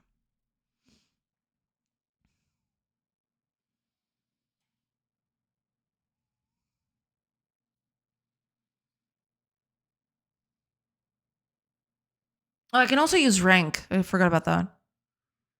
Yeah, I totally forgot. Yeah. What did the corner do to deserve this fate? Well, it's the corner. That's how it goes. Array of arrays. What you really need is a linked list of linked lists. Oh man, that'd be crazy. Is that a 3D list? It's basically a multi-dimensional array. It's a 3D matrix, kinda. That's basically it. Yeah. There might be better ways of doing this, but that's how I got it at the end of it. So now that I've got all this, I know, it's 3 for loops inside of each other, but that's okay. So all I need to do is I need to know exactly what kind, because this is a frame type thing. This basically just tells me what is at that location. Current frame type is going to be building blueprint at Z add XY. Because it's organized like this because of the way I've set up stuff, but you know, that might change later. That's fine. Okay, so this just basically gives me the type of block that is at that location. Now, to do this, I need to fetch the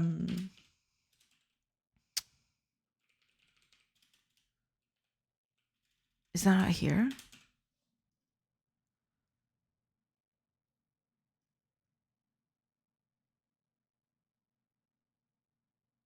Data registry. No, wait, it's not. Because render registry shouldn't be here.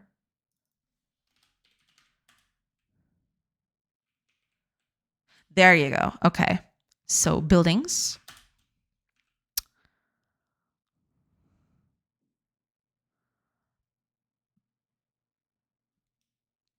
Get building render data of my current frame type.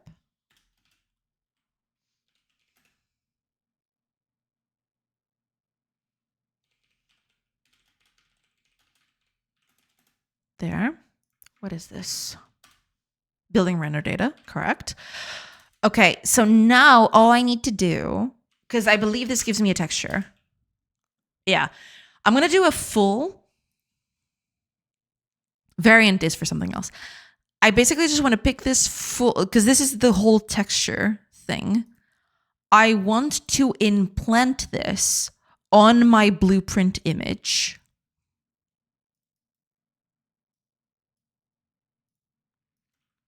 Also, this should get created right here instead. I don't want to create this every time. I just want to create it once and then fill it up as I need. Cool.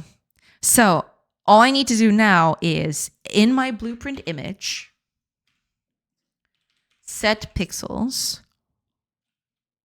Wait. Can I do a rectangle? Can I just set data? So width will be width, height,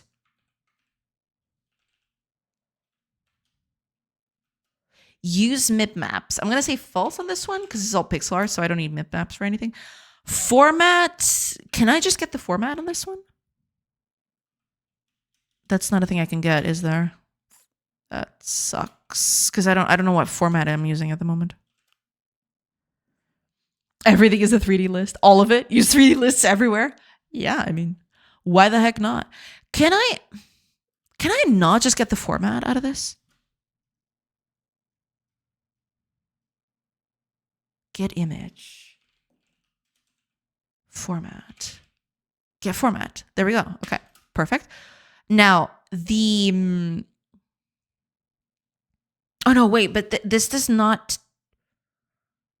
This is just setting the data. I want to replace it at a certain point. So that's not exactly what I'm looking for. That's not what I'm looking for. I want to... I don't want to set the data. More, I want to... Where'd I put it? Here. I want to...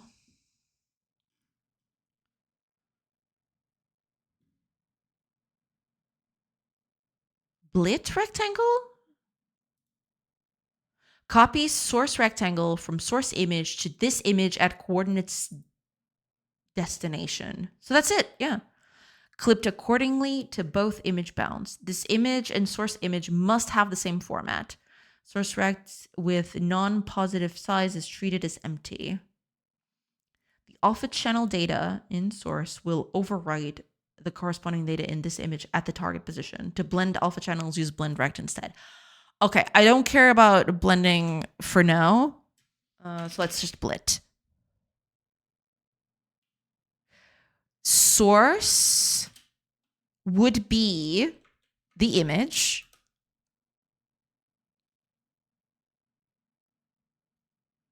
source rectangle, it would be the whole thing. Can I... What is this? No.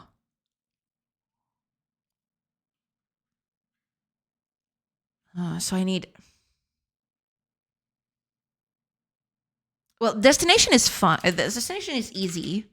Vector 2i.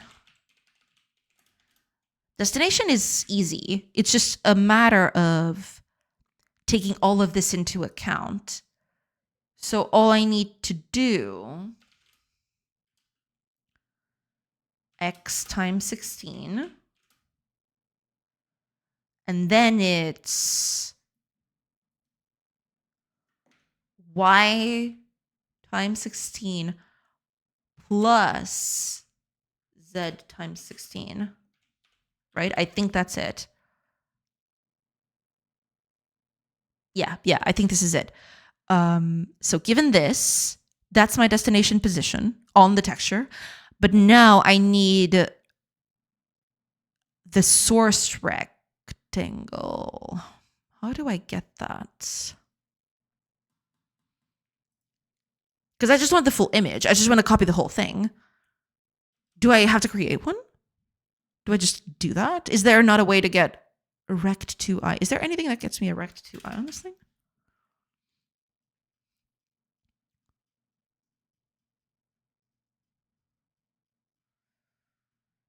Doesn't look like it. All right, I guess we just create I guess we just create a thing, I suppose. No, it's not factor 2i. Rect 2i. Right? It's a rect 2i that it needs. Yes. Okay. So source is going to be a new rect 2i. What does this need? Position and size. So it would be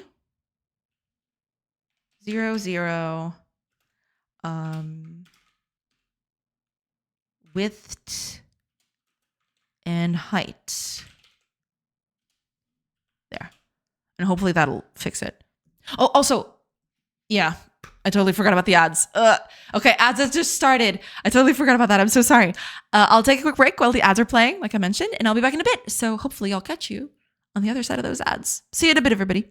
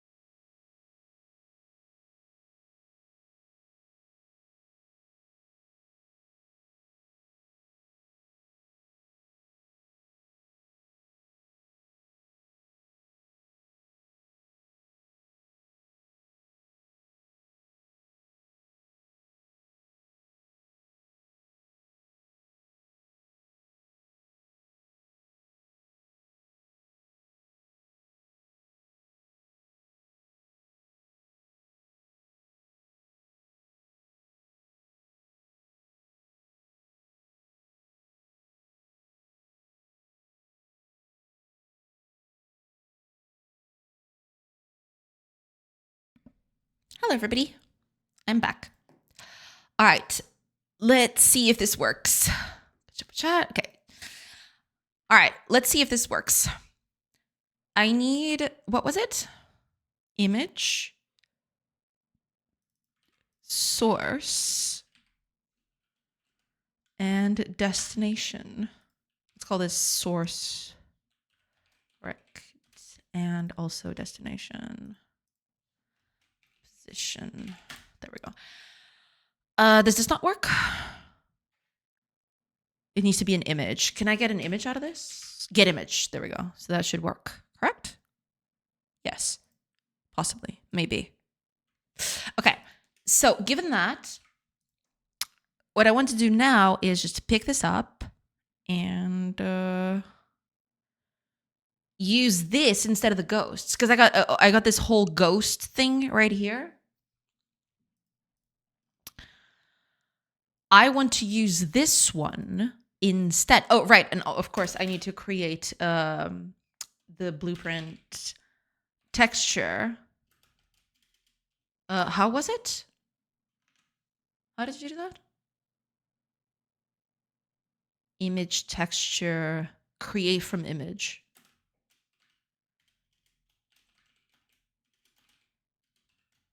There we go. Create from image. So create from the image that we just made. So now we've got the texture right here. All we need to do is put that on the ghost. Right? That should work. There.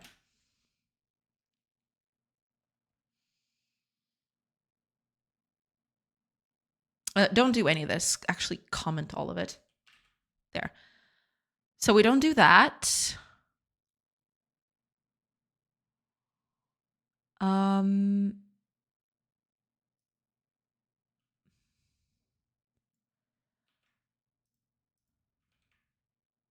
that should be it. Right? Yes? Maybe? Sorta? Kinda? I don't know. Hi, Stolen! Welcome, welcome. I hope we're doing good. Welcome in, welcome in. Welcome, welcome. I hope you're doing good. All right. Is that going to be it? Maybe? Yeah. That should work, I think. Let's see. Let's see if that works. We're going to put it through its paces. Likewise. Thank you, thank you. How's life? Doing good, doing good. It's all good. It's all good. Just trying to get stuff done. Okay. Moment of truth. Ooh, okay. Errors. Lots of errors. What's going on? Cannot resize image before creating it. Use set data first. Okay.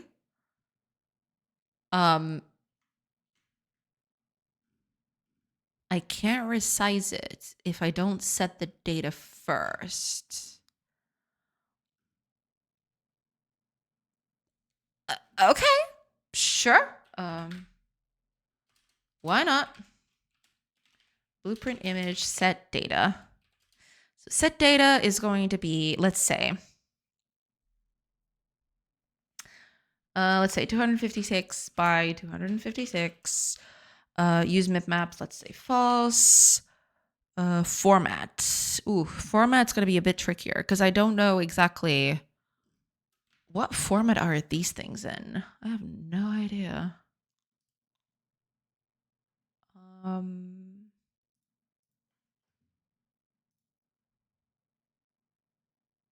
RGBA8. Is that a thing? Is that an option?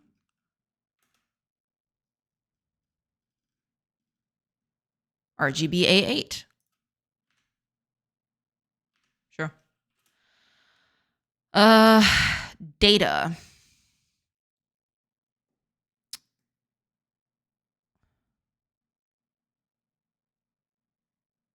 Do I need to set up data on it?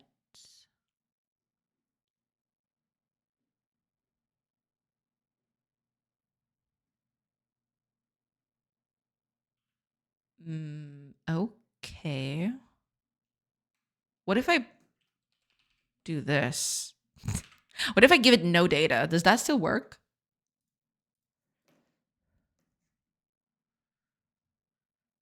I don't know, but we're going to find out.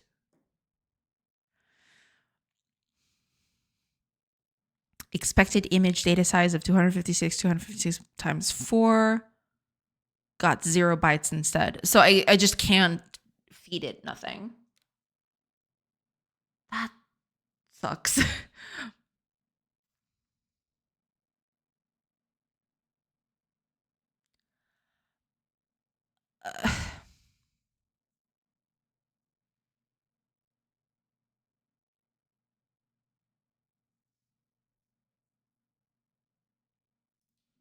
Okay, sure.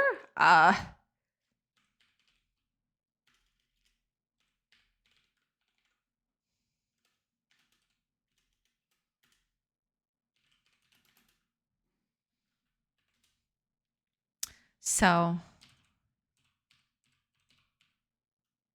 oh, oops. Do I not have? Oh, my numlock is off, I think. Oops. Never mind that. I mean, I'm not going to fill it up with anything. I don't want anything to be filled in there anyway. So it's whatever. All right, let's try that again. Okay, no errors so far. That's good. Okay.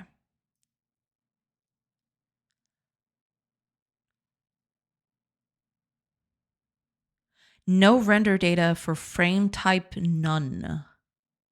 Well, yeah, of course there isn't. If it's none, you should just not do that. All right. Fine.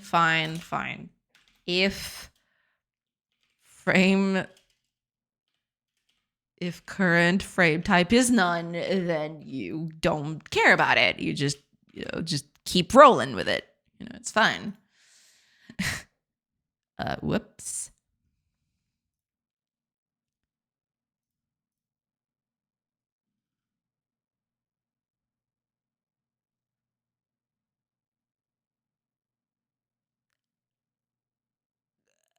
That's close, I think. Close enough. Not exactly, but close enough. Let's do something.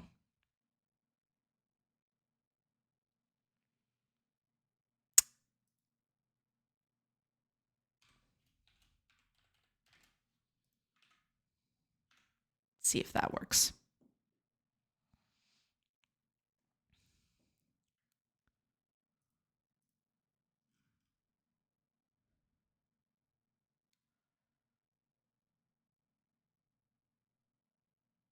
That doesn't seem like it works either. But okay, actually make it larger. Just a tiny bit, just so we can see what the heck is going on. But it seems like it's kind of working. Okay, there's nothing in there for some reason. Okay, what is going on here?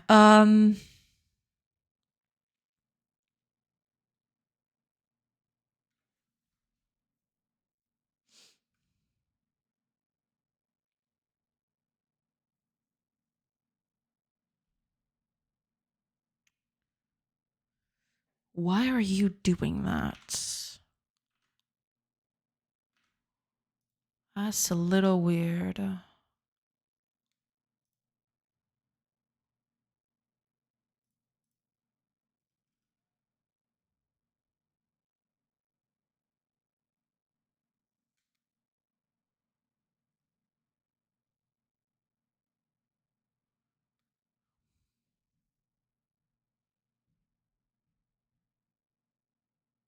Oh, unless...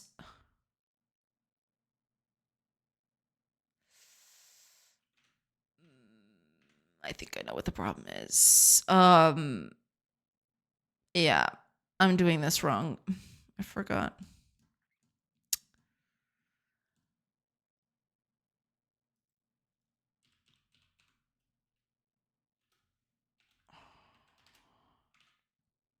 No, actually, no, that's not here. It's here.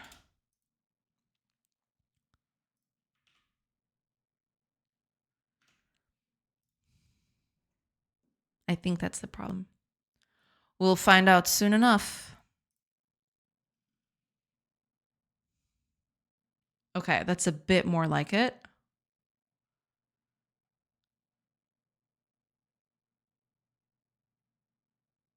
Still weird.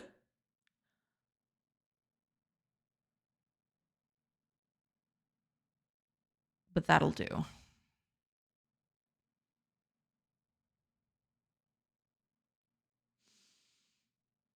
Sort of, kind of.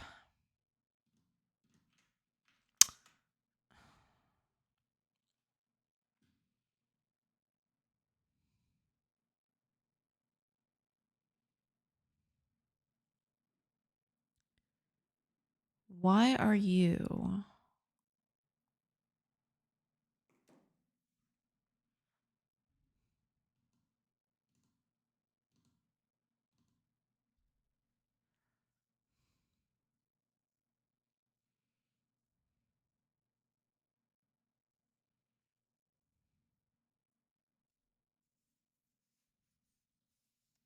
Oh, actually, I'm doing this all wrong. Y needs to start at this.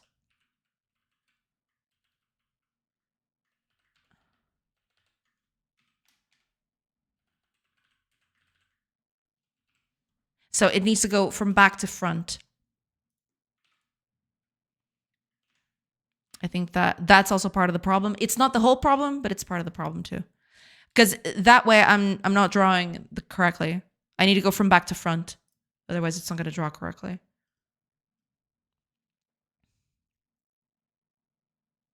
Okay.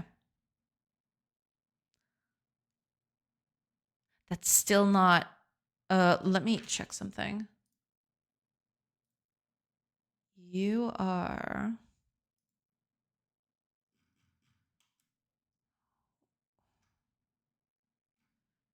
None of this is you. Are you that? Yes.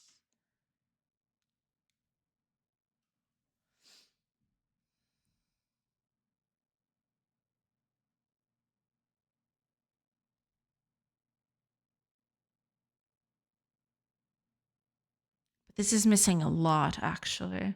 It's missing 2 whole levels of things, if I got that correctly. Well, it's not aligned correctly, but we'll get to it.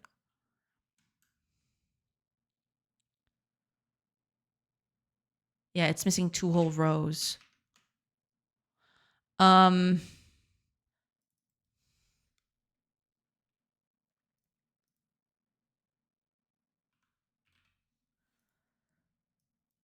Because 0 always goes 1 upward. But that's still not going to be it. I still need to tweak this a bit further. That's not enough. So yeah, that gets me this, which is still not correct, but...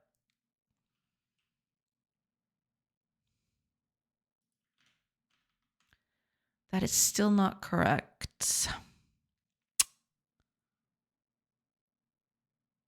Hmm.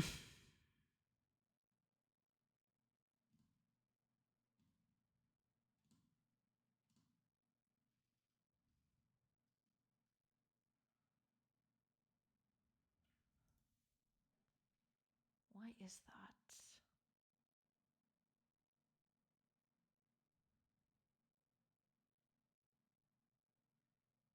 Is it because it's downward? Is that what?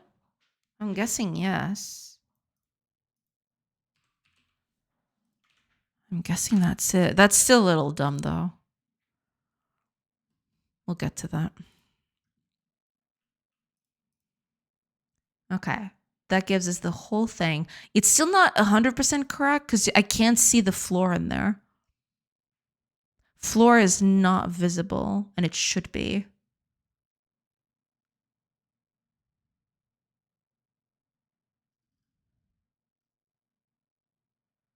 Yeah, the floor is not visible there.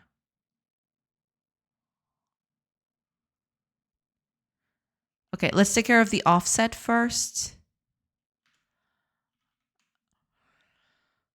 And then we'll get to that.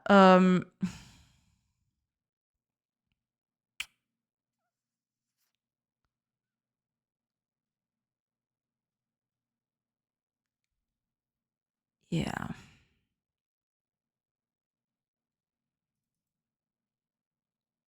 I need to change this.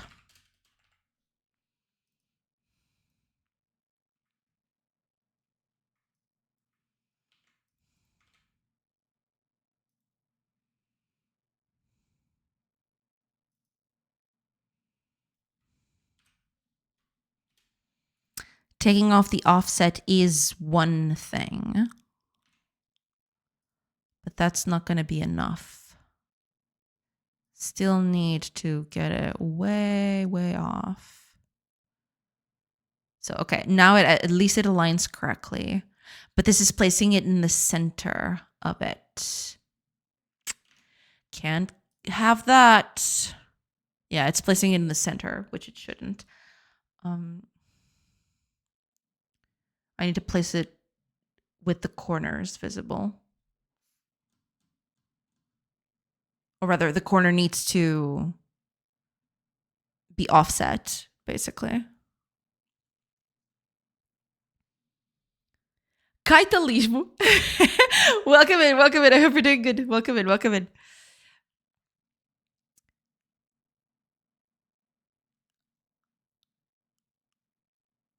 I need this to... I need this to be offsetted instead of just being sent. Wait, can I do that? If I go here.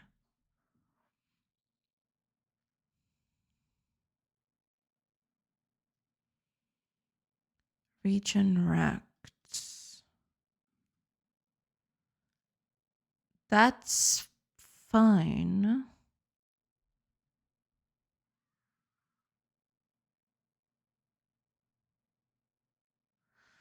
But that's the thing, isn't it? If I put you...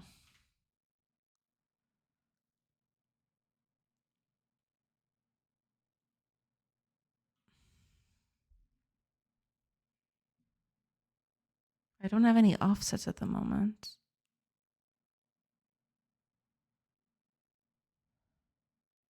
Yeah.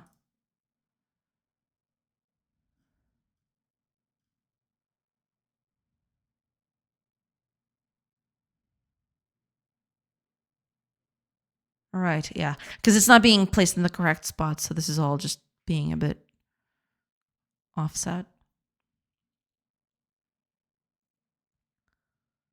I need this.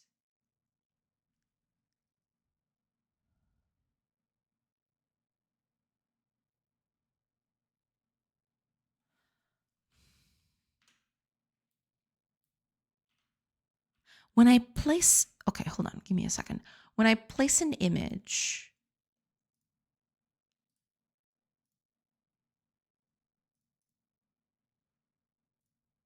Whatever, it doesn't matter. Oh, it uses the center position.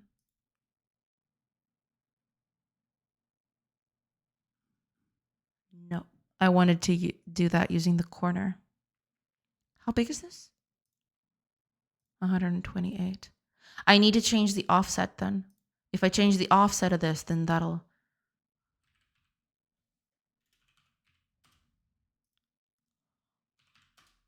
Well, minus 64.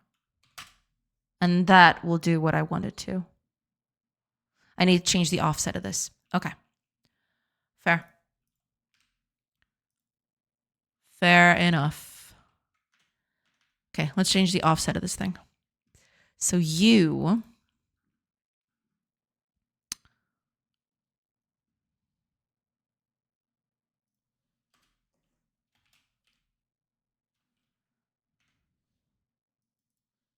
offset is going to be the size of the texture itself, or the image, doesn't really matter. Get width divided by 2, and also get height divided by 2. Also, this needs to be negative. The y needs to be negative.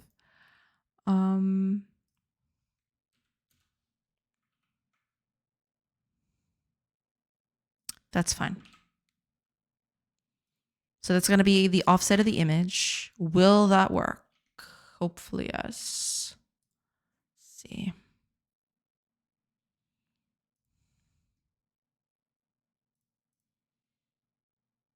Okay, something's off. Something is way, way off.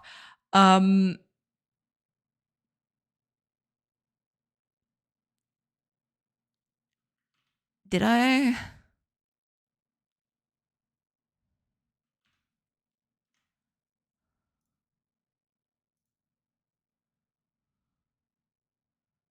Oh, wait, the offset. Did I change the offset? Oh, I might have changed that.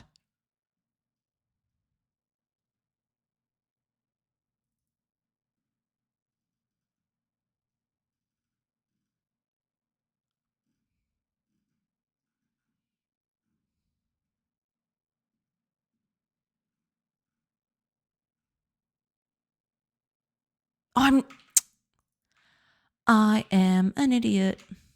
Never mind. Okay. Wrong variable.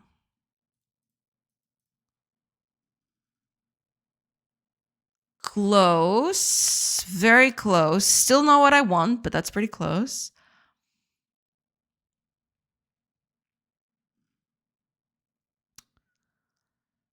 That is pretty close.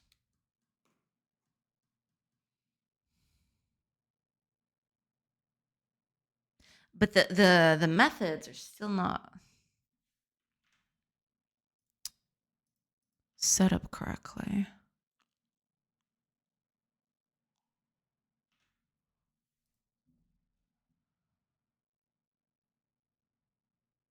Right, this will have to be, okay. This will have to be minus or plus 16.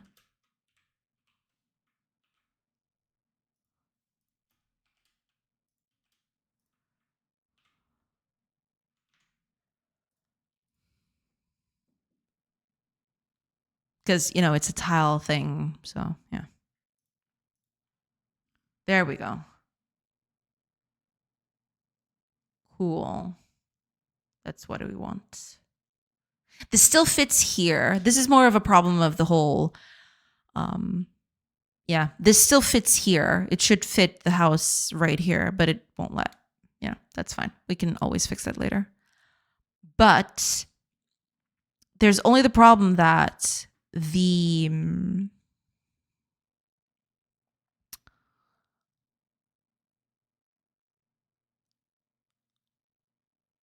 it's not rendering correctly because I don't see the floor. You see the wall, but you don't see the floor parts of it, which is weird. Let me do, okay, let's take the Z out of the equation, or rather, let's do this, see what that looks like.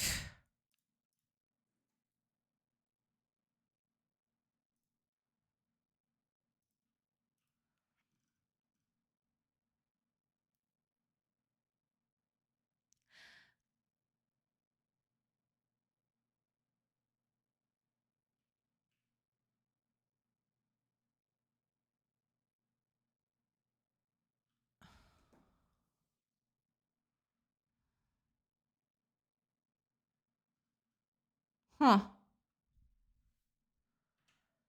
Interesting. How interesting.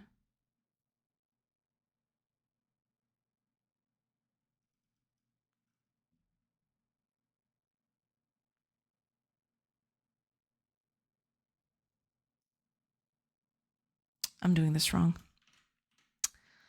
Never mind. Never mind. I got it wrong. I got it wrong. I'm sorry.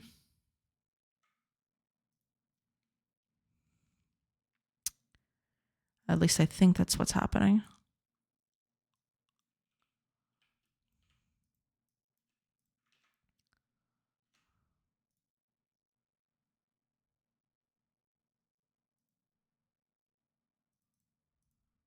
There we go.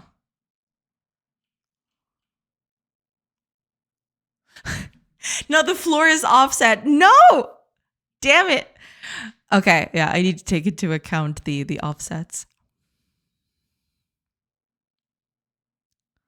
Forgot about that. Because these do have offsets, right? Right. They pull stuff down. I guess that's why everything was looking a bit iffy there. Because I'm assuming floor has no offset to speak of.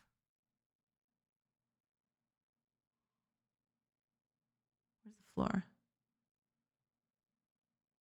Ah, here it is.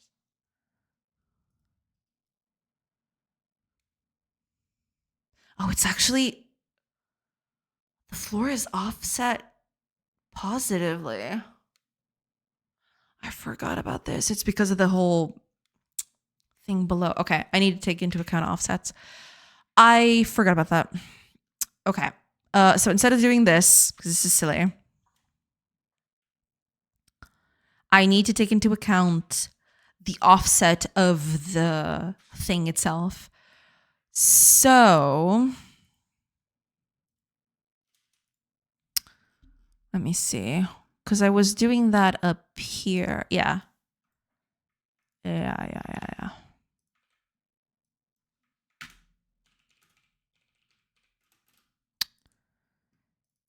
But that's not what I want, is it? I want full.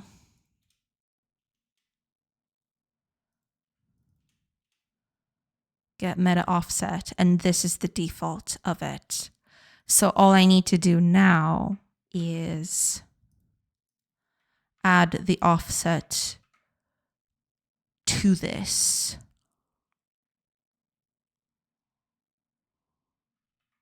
Right? The destination position is going to be that plus the offset of the texture itself.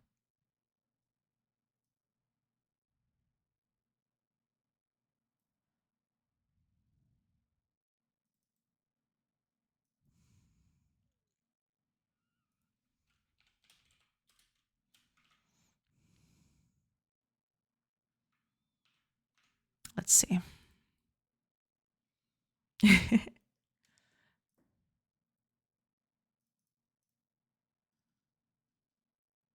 Okay, I can see the floor, which is good. Offsets are still not working correctly, though. Do I need to... I think I need to... I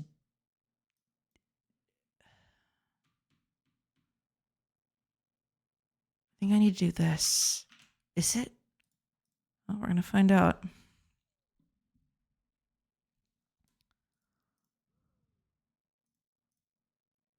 No, that's even worse. Okay, never mind. Okay, let me take a quick look at this. So the offset of the floor is 8. It goes up because the floor is in the upper part. It's right here instead. Correct.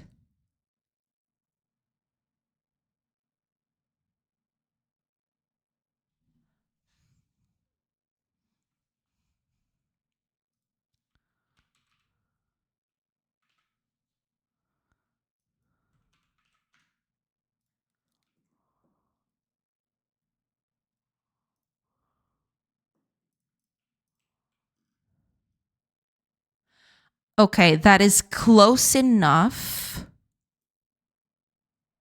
No, that's actually it. Yeah, I've got it now. All I need to do is change the offset a little bit. I need to offset it a little bit based on the whole changes to everything.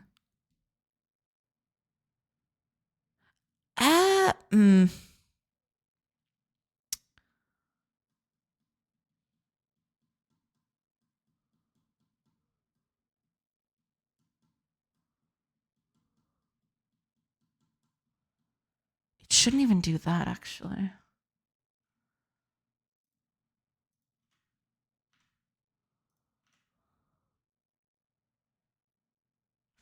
Right, yeah.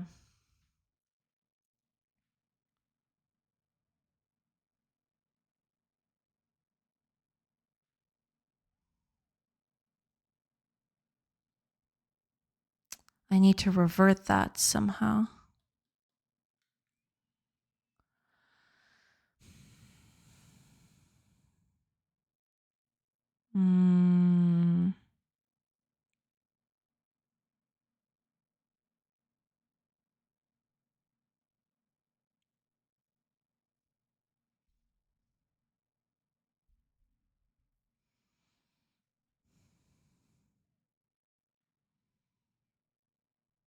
Because the way I'm doing it,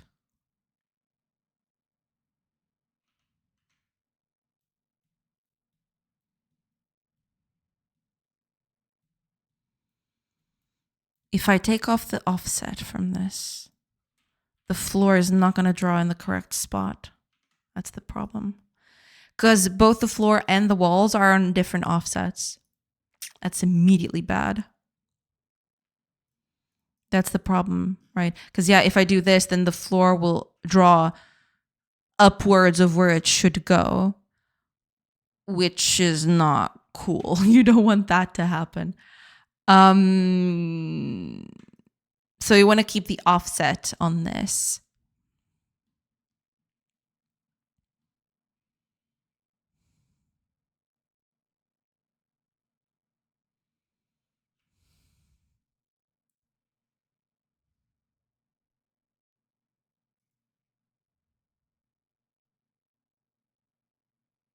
But you also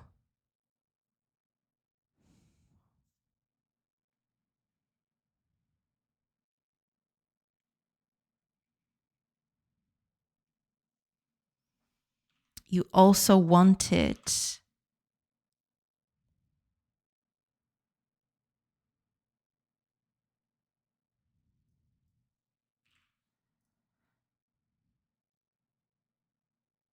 to go up a bit.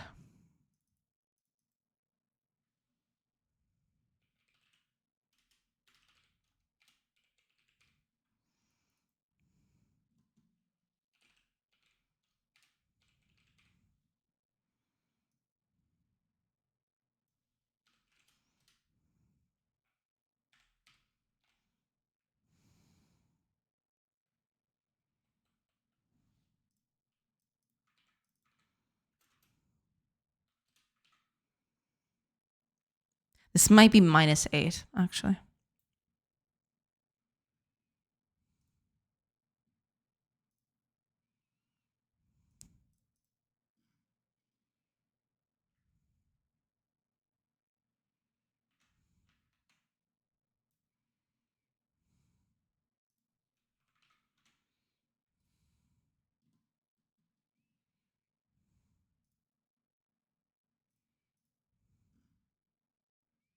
There we go.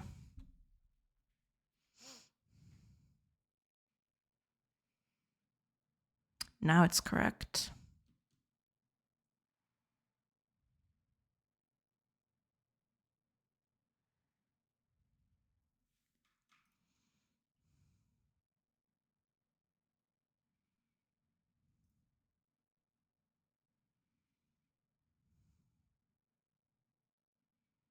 I really need to make this a bit more performant in the future. But for now, we'll just...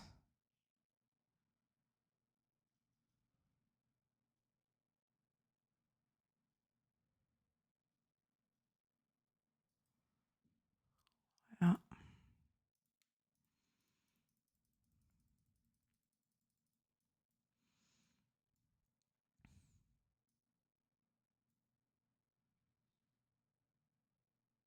Did I run out of stones? Is that the problem? There. Have all the stones. That should give you plenty enough to build with. Hopefully. I mean, to be fair, it is 2 houses. Maybe there's not enough stone for all of it. All right, all right. What was that?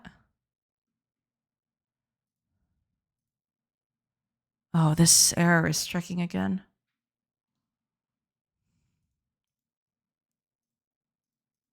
This only happens sometimes, and I have yet to figure out why this happens. Man, I really need to fix that. I don't know exactly what causes it, though. That's the problem. And it doesn't happen all the time, which makes it even worse to figure out. Oh, well. Hi, Ariadon. Welcome, welcome. I hope you're doing good. Welcome in, welcome in. Got a stack? Well, a few, yes. Highest coding guy, welcome in. Yeah, I got a few stacks. Yeah. They're all in state machines. Let's see it. The state machine? I mean, sure. I meant for that error. Oh, the stack for the error. I know exactly what causes it. I don't know why it happens. Does that make sense? The call stack. Right. I'm sorry about that. What's happening is at some point the vector size is not correspondent to what I expect it to be. So I know where that happens. I even noted that down. It's basically here.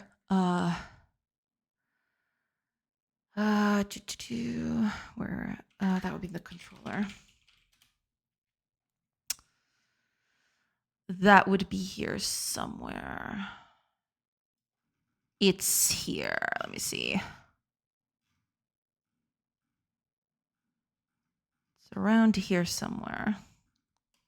I'll know it when I see it.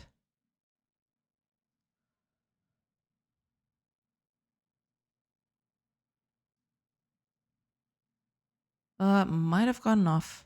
Oh, I think it's further down, actually. Here it is. So the problem here is I'm carrying resources and I'm searching for stuff within a vector, right? Because basically this is kind of like a data object that tells me, okay, these are the positions that you're going to use. These are the entities that you need to interact with. And then I got in both cases, I got origins and destinations, right? Problem is, apparently, somehow, I don't know how, these vectors or these arrays, they don't match in size. But they should. I mean, when I'm entering the position for one, I'm entering the position for all of them, right? I am populating these arrays all at the same time and at the same pace. So something is fishy here. I don't know exactly when it happens. It's very rare. It's super rare when this happens. But there are some very big corner cases where these arrays don't match. And yeah, but it doesn't happen all the time. That's the problem. It's hard to catch because it's very rare. It happens, I don't know, once every day, and I run this game a fair amount of times. But yeah, they should probably has the bug. Yeah, I'll have to check exactly what the code does at that point. But yeah, I haven't caught the bug yet because it's hard to catch. And when I catch it, I usually am not in the position to go and debug it further, right? I'm not usually running a debug executable when I'm doing that. I'm just running the game as is.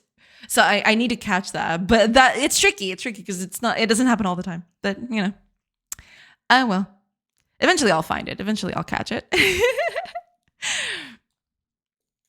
It's not. I don't know if it's a mutating vector size. It's just that I am assuming that if a vector has 10 positions, all vectors related to that have 10 positions in them, right? There's 10 entries in all vectors associated, but that doesn't happen somehow. Sometimes some of them just don't have enough positions in them, which is weird. So yeah, I'll have to see exactly how I'm filling them up. Maybe there's some edge corner case over there that just doing that. I don't know. Data redundancy errors are the best. Oh yeah. It's pretty bad. Yeah. Throw a check at the top for when they don't match in size and break. Yeah, I'll have to do that. Yeah, maybe even throw what's the thing? kind of like well, it's already doing that because I was thinking of throwing an exception, but technically it's already doing that. But I'll have to make some sort of match thing here. Yeah. Somewhere around here, if these don't match, I'll just put up a breakpoint and then I'll see exactly what's happening. Yeah. But yeah.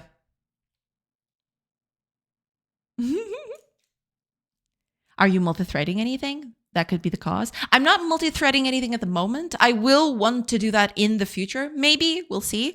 But right now, no. There's no multi-threading in the game at this point. Yeah. Sorry, this is a programming stream, not a sewing stream. Conditional check. Yeah, I'll have to do some sort of like that. Yeah.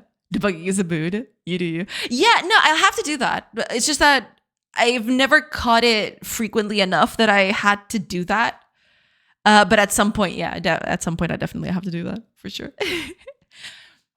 The way I would investigate that is sprinkle tons of cert A-len, B-len around. Yeah, I'll have to do something like that. Possibly because the one place where this happens is here.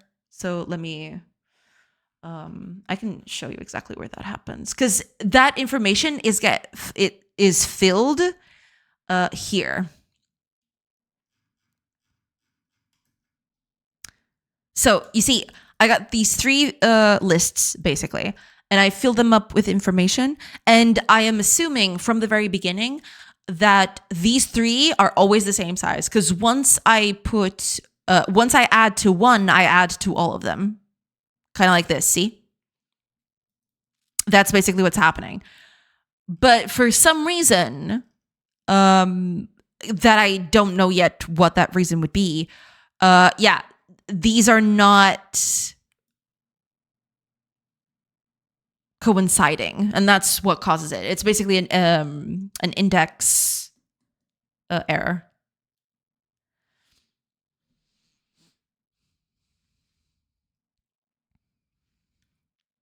After every action that you mutate them. Yeah, I'll have to do something like that for sure. Yeah. I haven't done that yet because that's been a thing in the back of the catalog, but I evidently have to do something like that. Yeah. Action queue queuing, region moves plus animation. Something could be removing itself. Could be. Yeah. Leave it for the players to find. Not exactly. I don't, because this bug is fairly bad. I want to catch it, but yeah. Can you aggravate the entity account to get it to happen more often?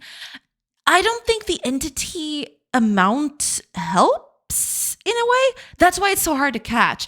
It's something in this code, because this is the only place where this changes, right? This is the only place where this happens.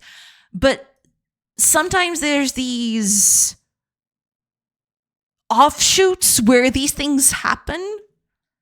But I mean, adding more could definitely try to trigger it more often. Yeah. How much you would have bet?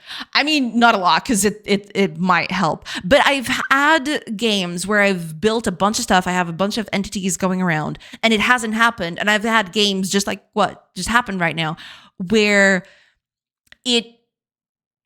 there's not a lot happening, and it still triggered that. So it's probably something in the way that there's probably a corner case that happens. A sub to your channel for a sub to my channel. I'll have to check it. Yeah. But yeah, I'll have to check it later, because this is definitely a very, very bad error on my end. But I'm always filling them up in the same order, right? That's the thing. I don't know exactly.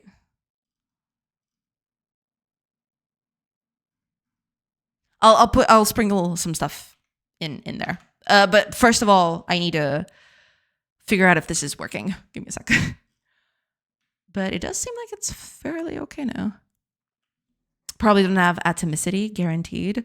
There is probably, yeah, I'm definitely doing something that I'm probably forgetting to make some checks where I'm not filling the information correctly in all specific edge cases and anything like that.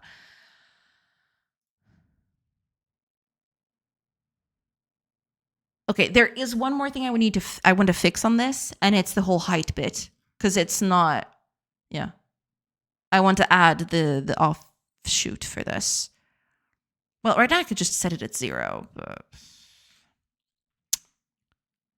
Give me just a minute and I'll fix that, and then I'll get back to this. I'll get back to this later. But first of all, I just want to check it for 0. It doesn't really need that, but yeah. Oh, thank you so much for the follow. So good. Yeah. Thank you. Thank you. Welcome in. Welcome in.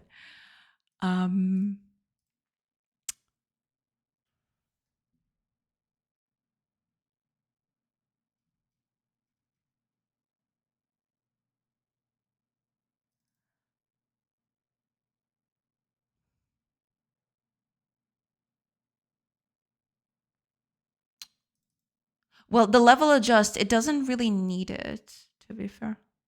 Yeah. I basically, I don't need to do this. I'll just, you.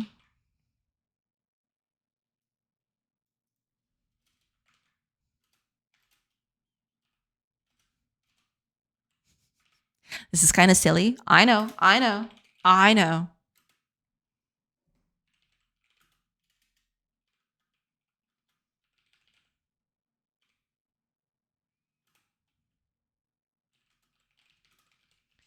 But for now, we're just going to do that.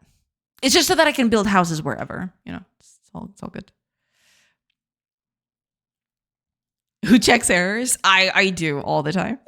That's a deep enough bug for me you're facing. You've earned my follow. Thank you. Haven't looked at C# in a while. Yeah, I mean, it's all right. Eventually I'll get to it. Let me just fix this whole thing and then I'll try to get that to happen. Why does atomicity matter without multiple threads? Or are there tasks or something? Not in this case. No. None of this is multi-threaded or tasks are involved. None of that. Yeah, let's go. Okay. We can finally build houses wherever. Cool.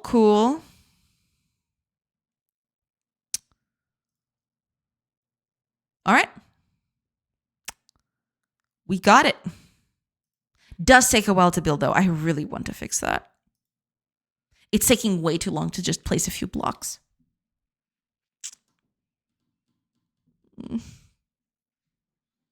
Why does atomicity matter without multiple threads? Or are there tasks or something? I don't know. No. My boss pushed an update today that made walls and buildings invisible on accident. Whoops. Oh, also, ads are starting in about 20-ish seconds. I will take a quick break and then I'll come back. And hopefully I'll get this to, to do all of the things. The atomic issue could be in the same thread, namely removing from one vector but not another. Yeah, I'm not removing from them, but I am setting them all up to be the same size. So I'm clearing them at the beginning and then I'm adding elements to it. So it's probably that. I'm adding, something is happening and it's adding to some but not the others, but I don't know exactly when that would happen. So I'll have to check it out. Yeah.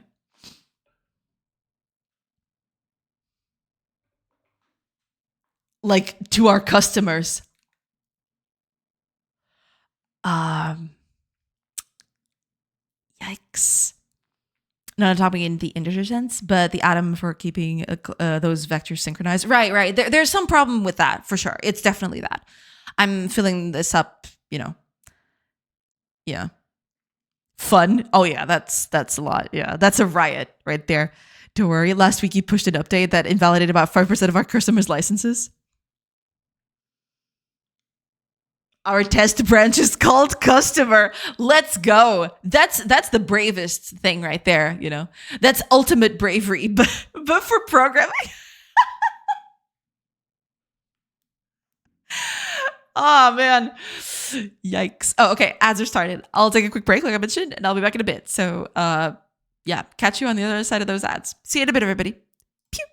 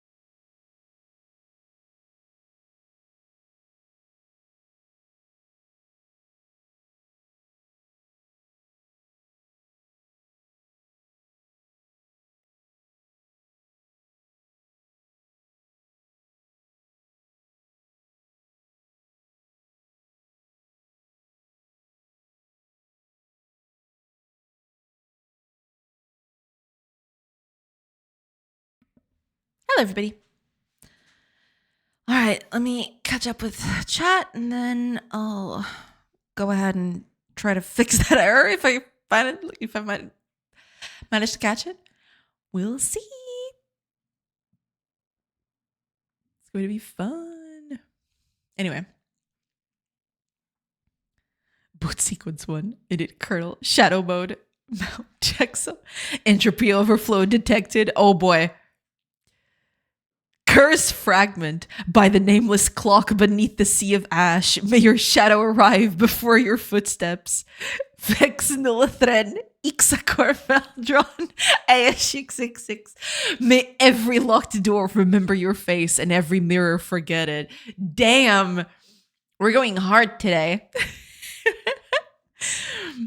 Loading hex. Oh no. May the stars misplace your path. May the dust inherit your map. May the horizon move when you approach. Status active. Oh boy. Eldritch stack trace. Curse invoke. Abyss open. Echo consume. Witness corrupt. Exception. What was buried has learned your address. End of transmission. Damn. That's some apocalyptic chat right there. Welcome back, Fire. I just got here and saw my cat typing on the keyboard. What happened? Apparently the end of the universe happened. And yeah. Or at least it was a message warning of the end of the universe and the corruption of all living things or something. Welcome back, Fire. But that was some ominous messaging right there, I gotta say. That was some ominous messaging right there. Okay, I think this is working correctly, which is good. I probably should get rid of the shadows, though. Shadows are being a bit of a problem. Also, I really need to fix this. It takes way too long to place these things. And I need to figure out why. But kind of don't have the time at the moment, so I guess we're just going to have to do as one must. Yeah, because it is working fairly well. It's just, yeah. Yeah, I'll have to figure this out, yeah. Just your typical Tuesday then. Exactly. Just your typical Tuesday. That is true.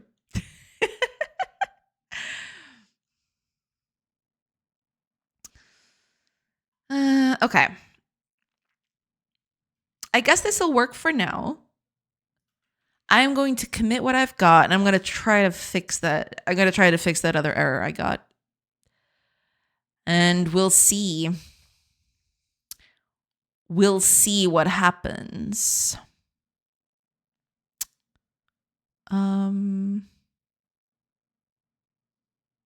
Right, let's just commit first. Let's commit. Okay.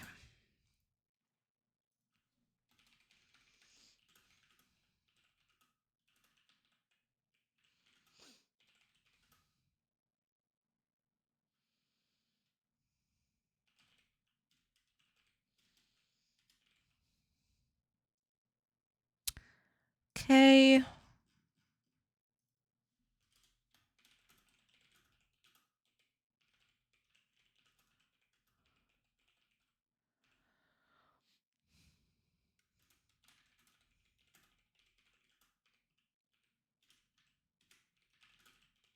Okay. All right. Commit. Cool. Now, let's see. Okay. So in my controller right here, well, I don't need to do it in the controller. I mean, the problem is noticed on the controller, but the problem is here. I am assuming this is it. Actually, let me see if I can have it happen again. Because there's two actions where this might happen.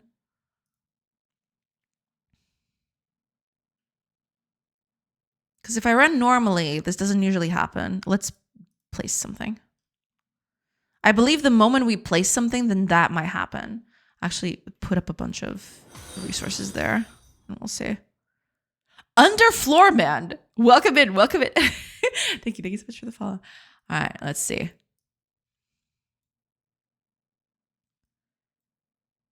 Okay, now it's not happening.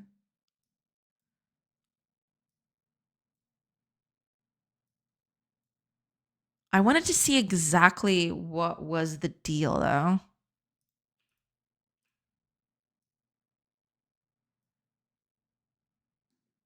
So it didn't happen this time. Let's keep adding until it happens, I guess.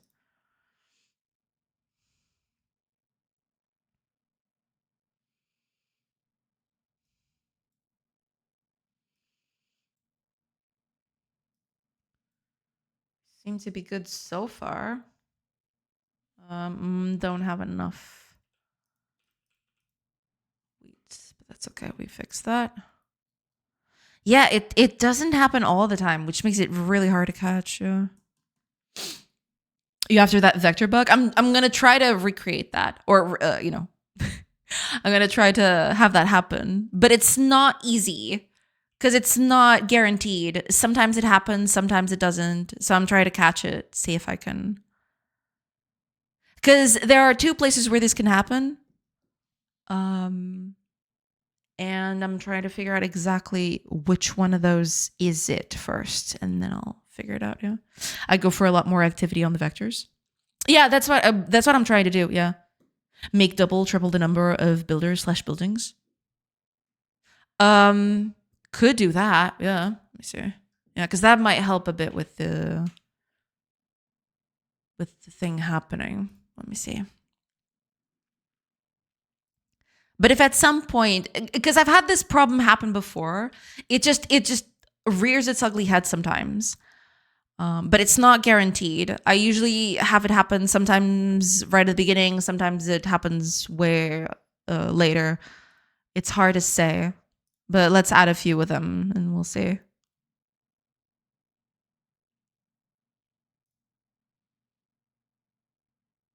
Takes a while to get these things done. I really need to improve this. Yeah. Performance on this thing is not the best. Let's just put it that way. I made it so it happened, not that it was fast or performant at any place. So yeah.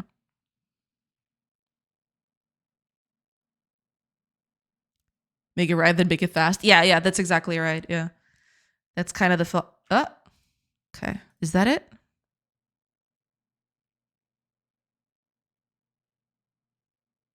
Interesting.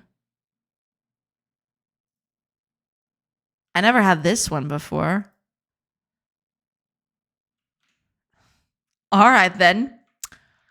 Cool. That's cool. Let's clear that, actually, just in case. Bugs are scared of me.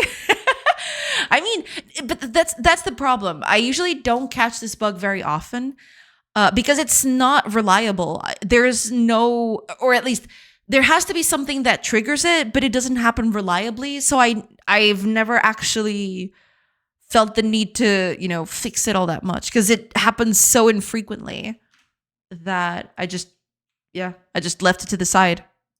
But I really would like for that not to happen while people are playtesting this. That would be tremendously bad.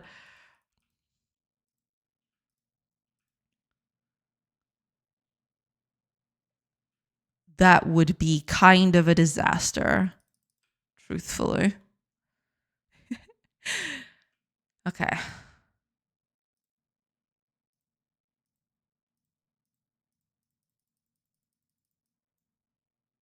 Let's see.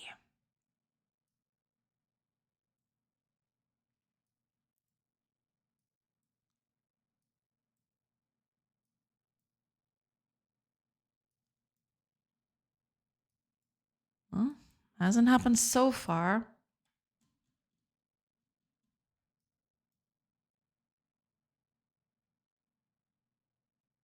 Yeah. Finished the whole thing and it didn't even happen.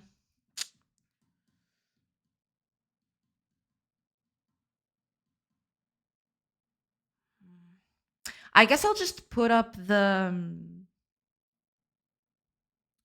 the checks in certain places, and if it happens again, then I'll know what's going on. Yeah. You still have the profiler in Godot C#? Yeah, you still do. Yeah. It's right here. It's not very informative sometimes, but it is there. Yeah.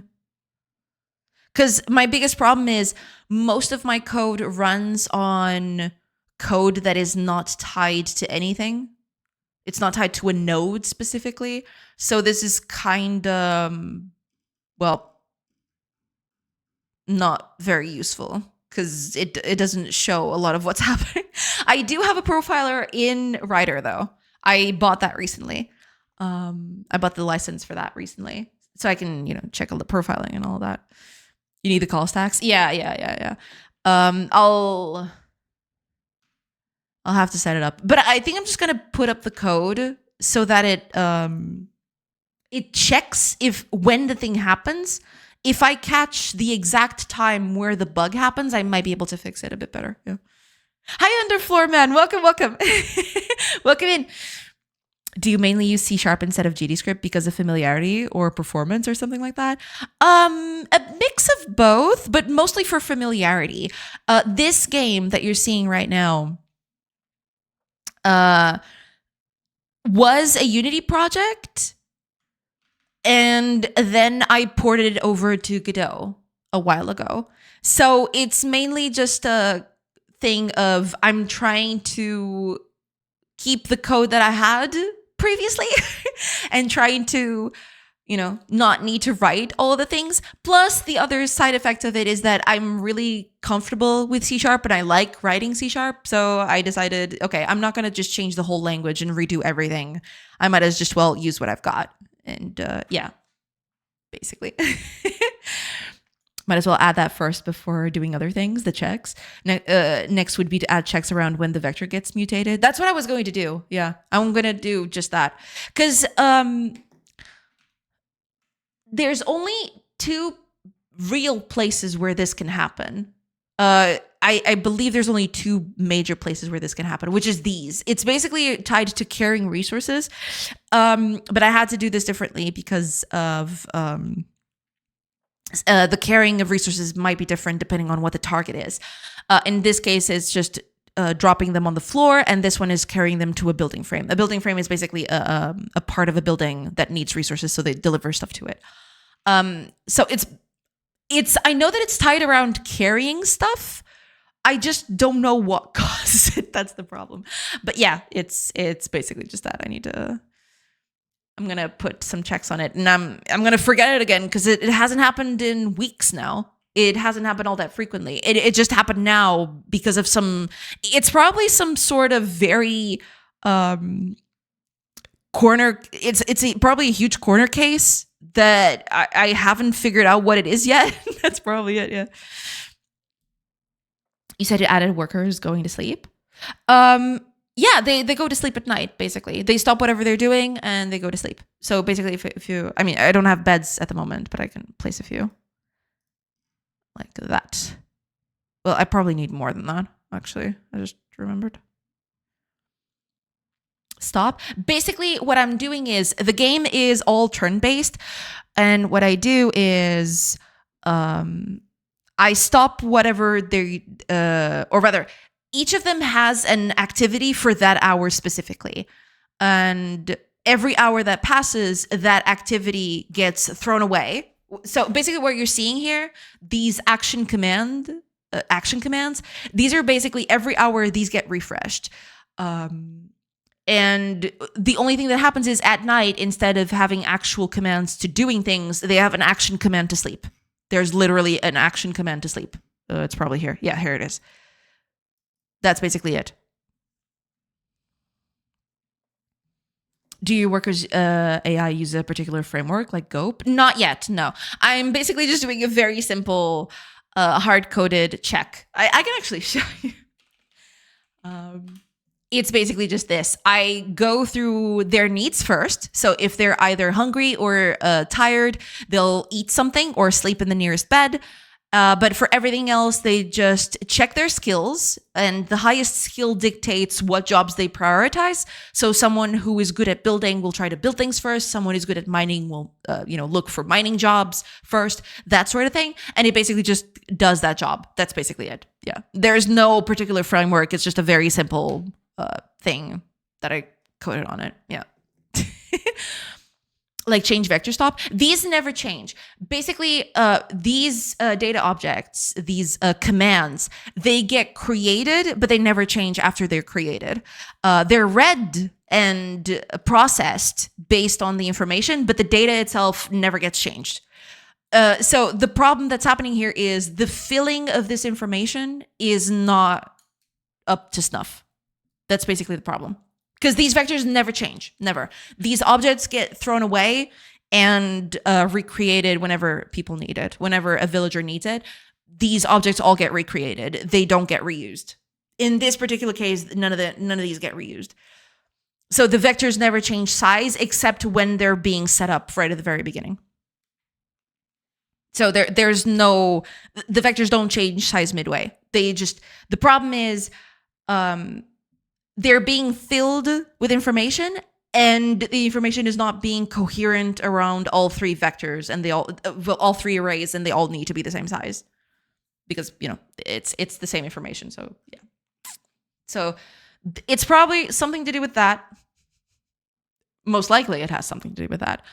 But yeah, I'll have to figure it out and cast that in. Okay, let me see, because there's only these three that can happen when you're carrying stuff, and all of these three have information about the vectors right here. So, and it gets filled in, right? See some stuff like this, and these get filled in, and then they just do not.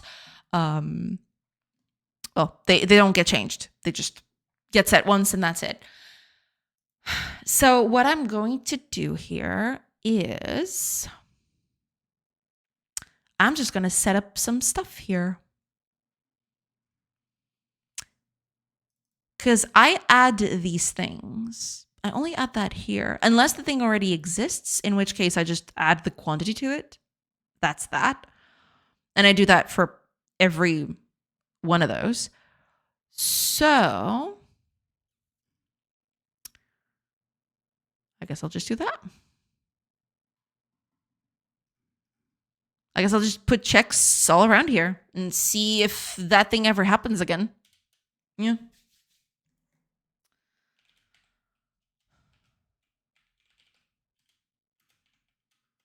That would be count. Yes.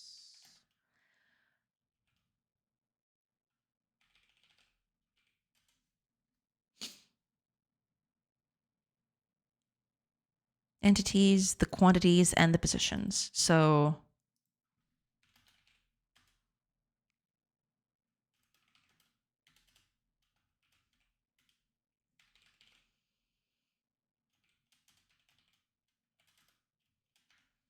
there we go. And then we set up something here. What should we call here? Invalid operation, I guess.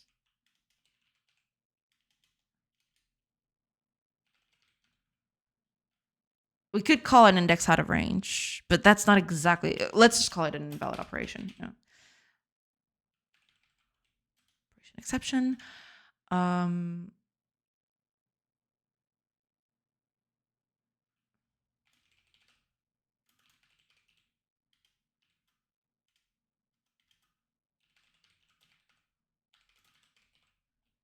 And I'm gonna fill it up with all the information. Yeah. Which I will just do like that. I'll fill it up with.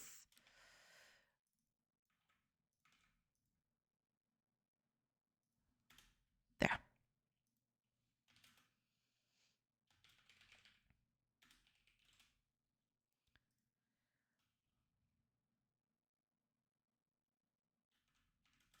Okay, we'll do entities, then quantities.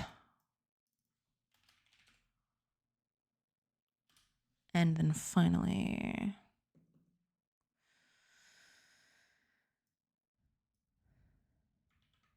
positions.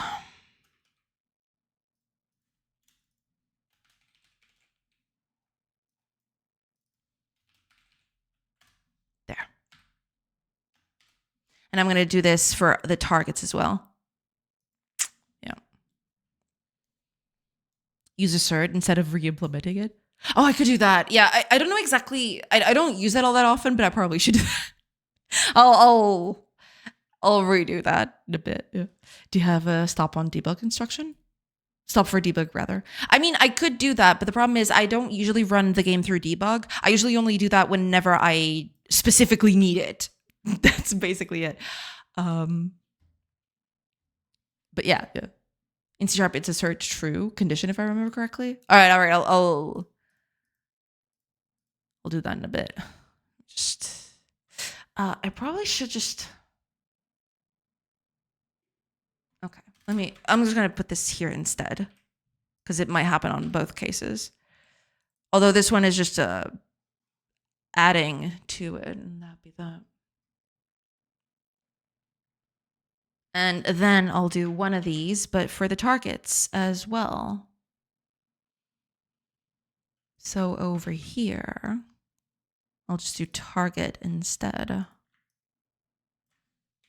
Target.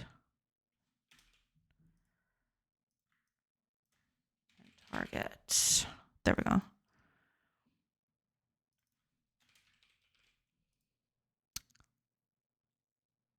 That would do. So our asserts aren't reliable in a lot of languages. They get compiled out of a lot of builds. Could be dangerous. Which language does that? I have no idea. I mean, I usually only use asserts in test builds. Oh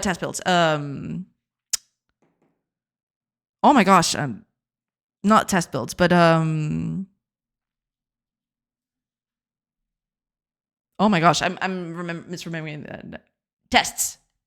In tests, during tests. During tests, I use assert a lot, but not here. Sorgbot summary 180. I've recently added this. Check it out. You ready? You ready, Reef? Aw, yeah. Now you can actually see what you're building. Hells yeah. Yeah, look at that. Hells yeah. Just finished this thing, and I'm trying to catch a bug. Yeah. Debug asserts, sure, but normal ones should stay. C# mono has it, probably what's in Godot. Wait, are you serious? Debug assert does not work in mono. Ah, right, yeah. Debug ones, yeah. And recompiles out asserts. Lots of tool shades, it's common. You guys write tests? I wrote tests for a specific, for my timekeeping methods. Yeah, this whole date time thing that I had going on. I wrote a bunch of stuff for my timekeeping classes. And I caught quite a few bugs this way. It's actually pretty good. Yeah, probably this is already outdated, but whatever. Yeah, I built a bunch of stuff, yeah. It's insane. If I wanted to debug only assert, I would use debug assert. But yeah, I'm probably not going to catch the bugs immediately though. So yeah, we'll see. Okay. Now I want to bring these back.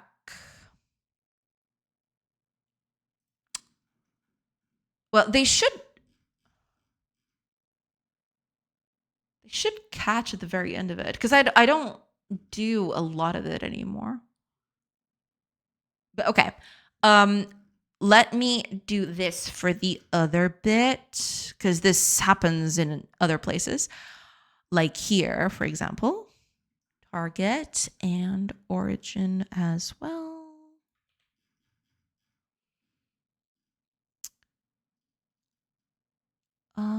Origin is here. And I believe the other one doesn't need it unless... Oh, no, wait. Yes, it does. Oh, I think it might... think I know what it might be. I had this idea recently. Yeah.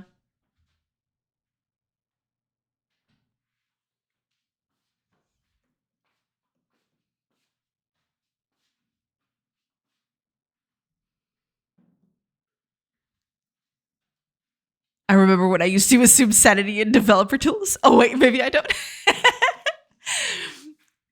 You know, we all go insane a little bit with developer tools here and there.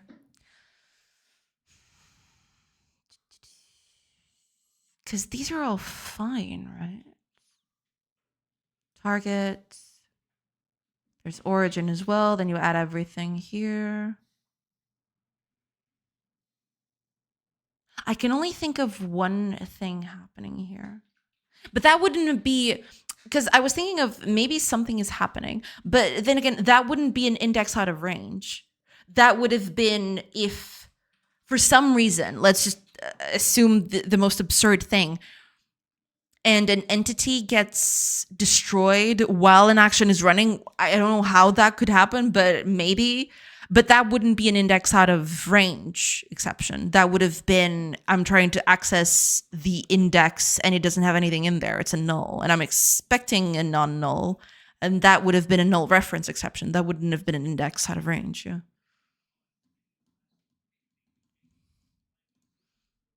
Every girl, I'm assuming it's fine. It's happening, so something isn't fine. That might think it's fine. No, it's definitely happening, right? I am under no assumptions that it's fine for most cases, but then sometimes it's not, which is a problem. So yeah, I'll have to. Yeah. Someplace in the code, your inserter is removing from some and others. It has to be something like that, yeah. But the code is all this. This is the only place where I change this, so it has to be here. This has to be it.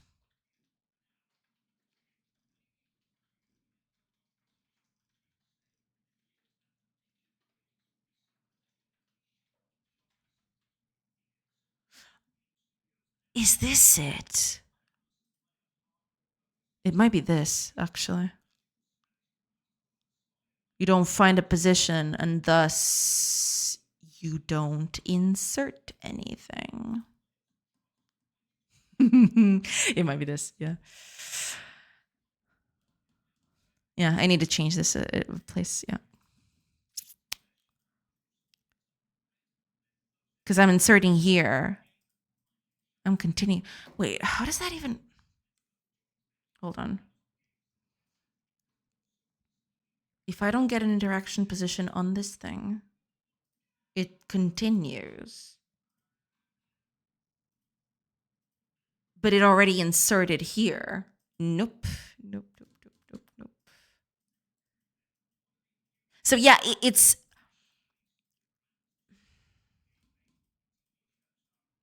only going to happen in very specific things, right? Do I have this in other parts of the code? Let me check. I don't think... Yeah, I still have it here. Yeah, I need to fix this. Is there... Hold on. Can I... Oh, I remember why I did this. Hold on a minute. Because it's not as easy as just putting this up here. Or is it? Is that okay? Maybe it is.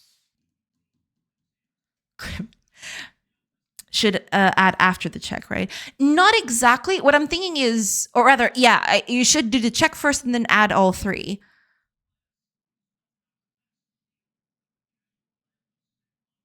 Yeah, it's definitely this.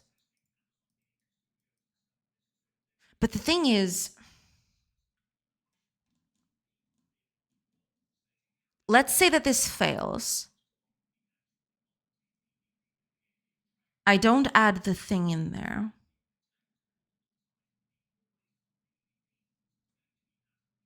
I guess I just...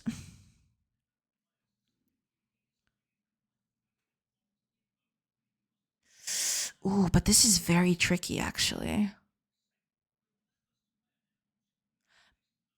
because I'm making a lot of weird assumptions that this was going. This code is from a while ago where none of this could fail.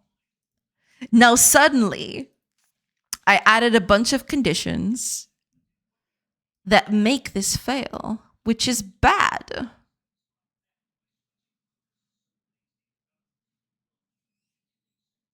It has to be this one. What else would it be? But to fix this, I'm going to need to do a few other things. So give me a second. I can't just assume that the remainder is going to change immediately. Can't do that.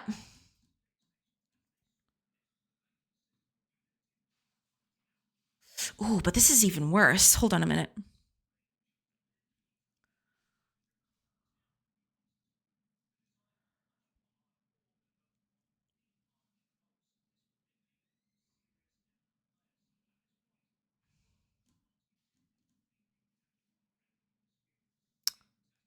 Let me think.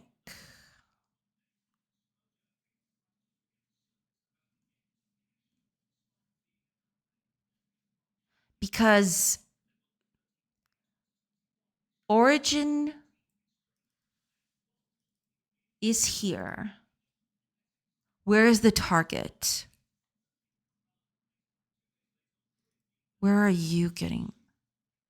I'm going by target first.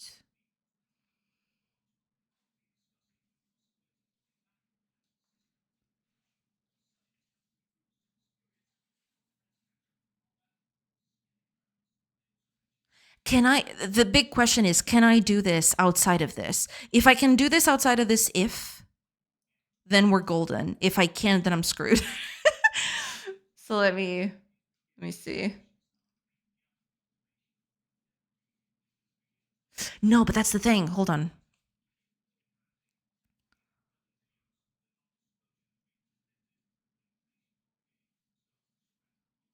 If this is already there, then it doesn't matter. If it isn't, then I have to check.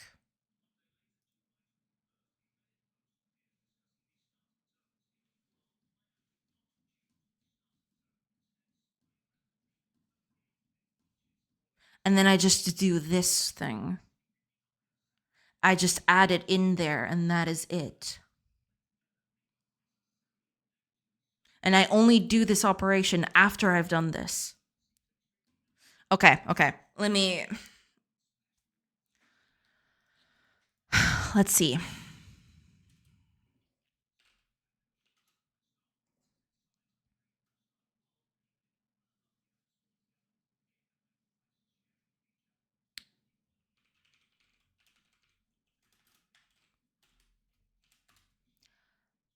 Do I have this?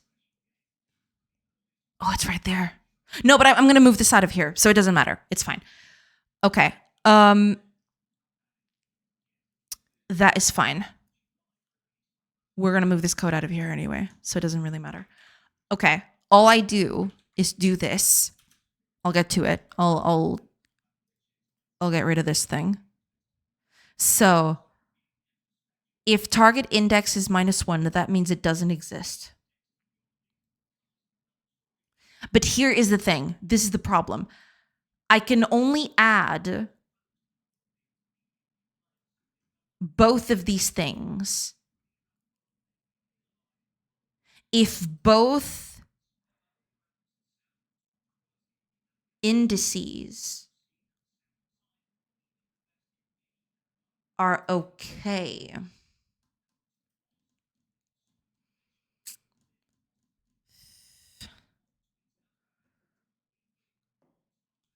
All right, $99 in the code. Squash one, keep debugging. Let's hope the song continues with 98. No, it's never 98.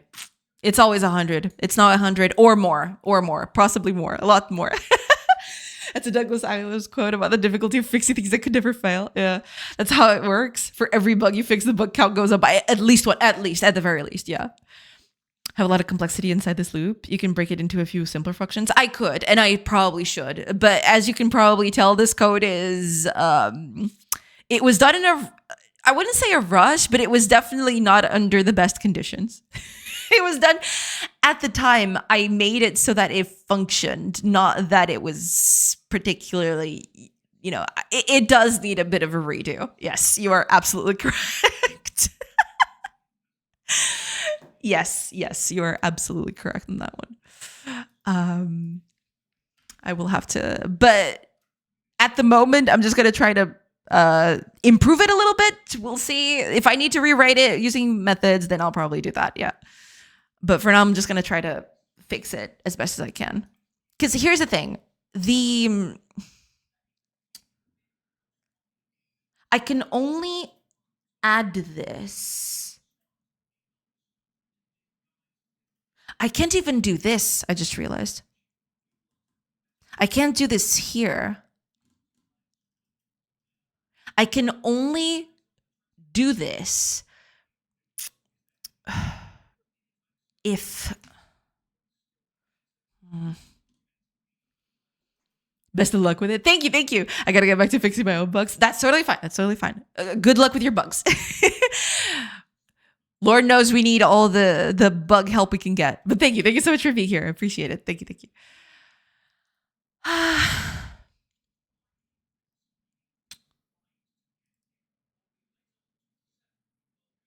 I can only add to this if both are fine. Okay, so here's what we're going to do. I have a target entity right here. So here's what we're going to do.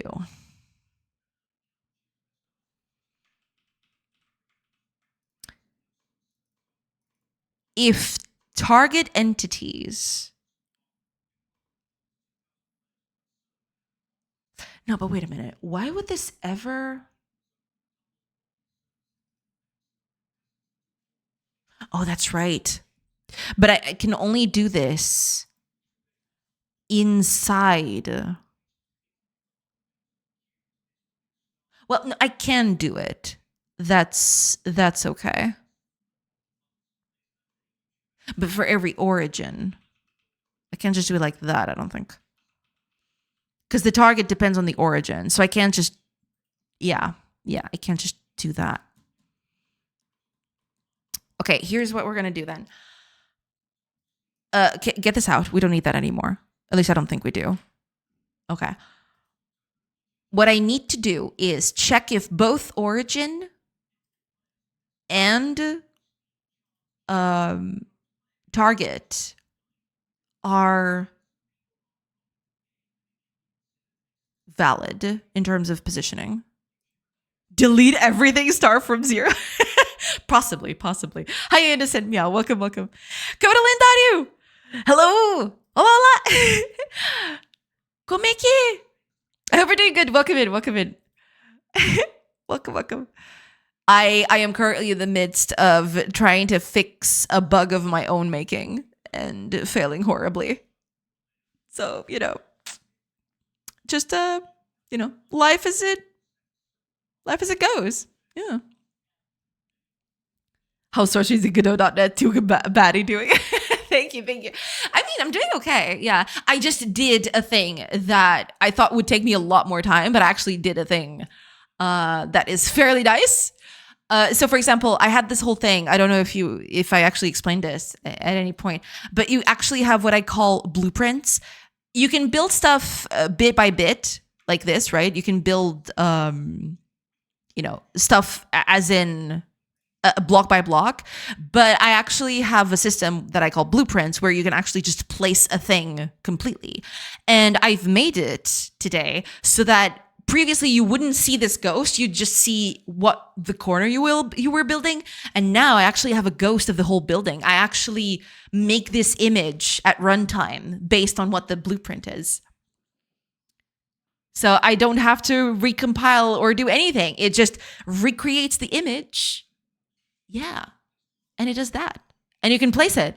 And it just places the thing, and it takes forever because it's not performance. It's not performant nor optimized. It should be, I know. But yeah, can you make custom blueprints? Not at the moment, no. But I want to add that ability in the future. Yes, the idea would be that you'd set up your own blueprints and then you'd be able to place them. Yes, but I don't have that at the moment, sadly. Stream lagged a bit when you clicked. Yeah, it's definitely not doing. It's definitely not. Something is happening here that makes it a bit iffy. I have to fix this. I'm fairly certain that I do a bunch of complex maths when I'm placing buildings, basically for visual aesthetic reasons. Say, for example, the poles. When a pole is next to the ground, it actually adds this little base here. But the system is fairly more complex than that. It actually checks everything around it so that it can, give it the best visual for it. But I need to make that more performant. Right now, it's not performant at all. It lacks the game quite a bit. So I might need to fix that. But yeah, I recently added that. So you can now check what you're placing instead of just guessworking all the thing. But yeah. Woo. Yeah, I need to fix the whole placement thing because that's pretty bad. It takes quite a bit for something so simple. I have to, That's right. After the demo is out, she'll start her custom 3D engine and port the game over. Stop it. Stop it. Stop it. Okay? Just stop. Do not. Okay? Just don't.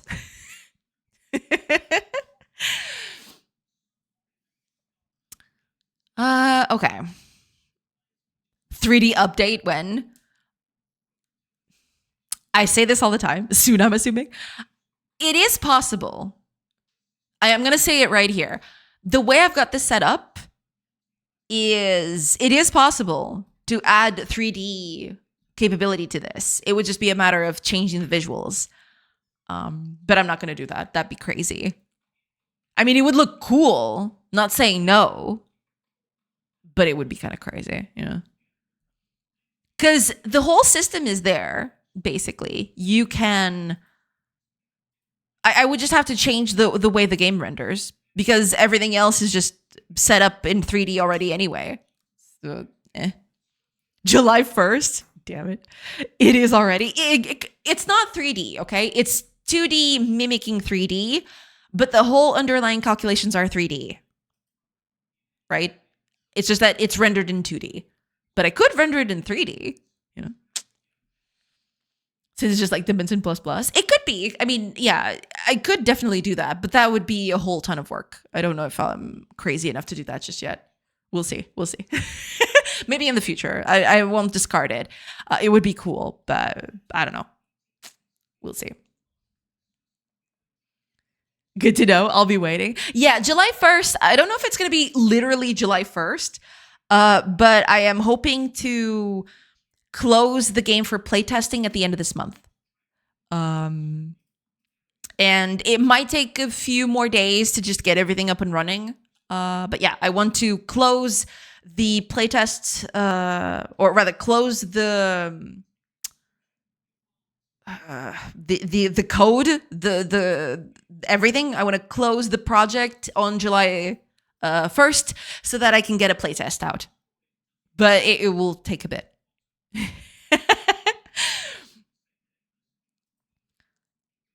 I will be very disappointed if it's not 3D by the end of this month. I will start a riot. No, it's not going to happen. Yeah, 3D is a whole other thing. I mean, I have considered it. It might look cool, right? But I don't think I'm going to do that. That'd be crazy. So yeah. No, I don't think that's going to happen. I don't think. I returned from the land of napping. Ooh, I hope you had a nice nap, Squid Pie. Nice looking houses. Thank you. Okay, I'm collecting people for my riot. Who's with me? Oh no, I'm gonna have a riot in my hands. No.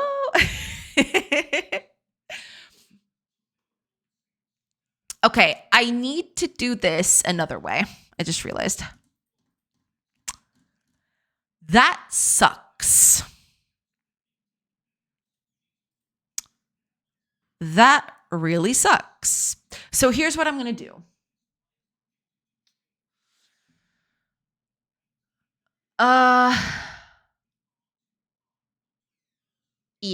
Yeah.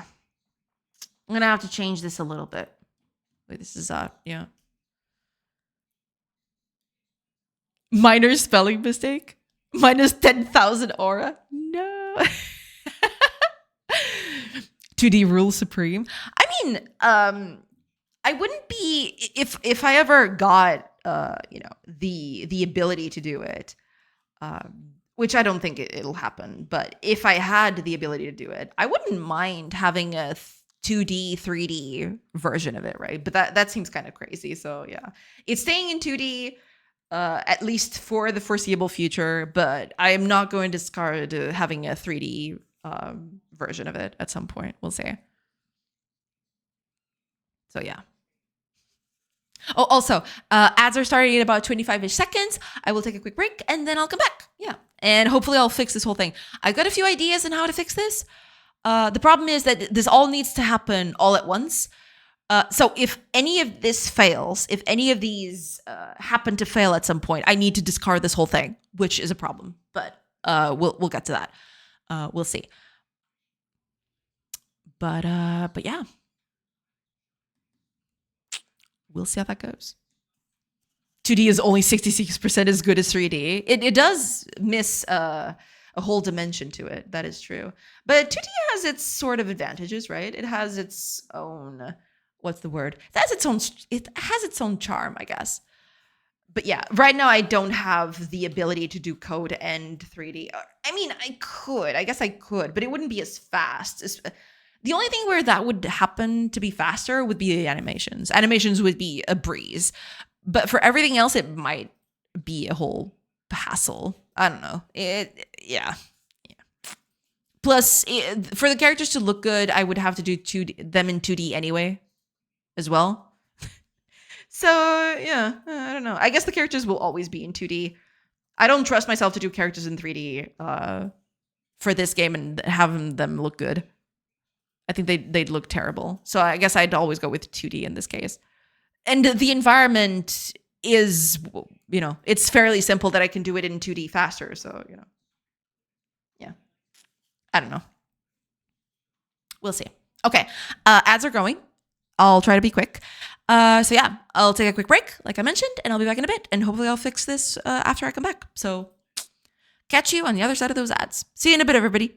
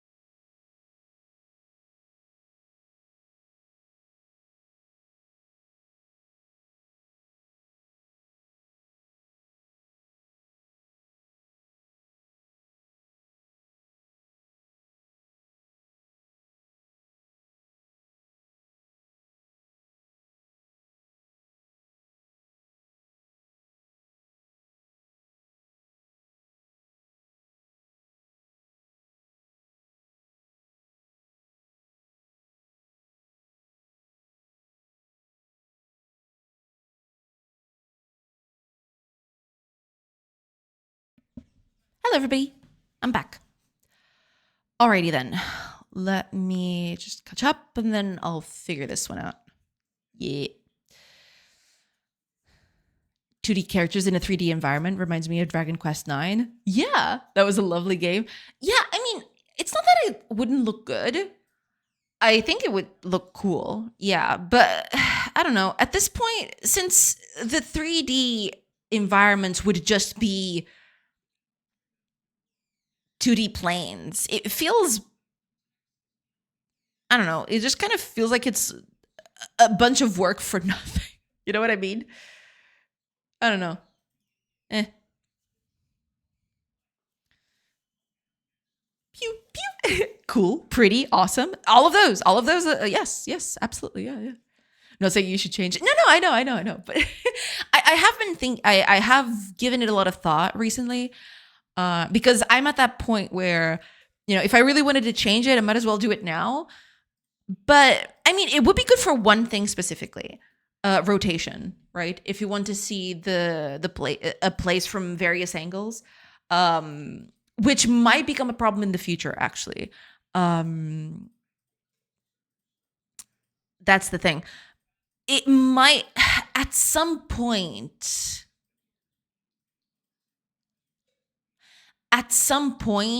it might be harder to see things because of elevation. If I want to add elevation to the game in terms of terrain elevation and all that, it might be a bit trickier. But there is an easy way to rotate in 2D. A lot of games in 2D did that, right? So it's not like it's all that important to make it 3D. It would be if you want to have an unbound camera, but at that point, it doesn't really matter at any point,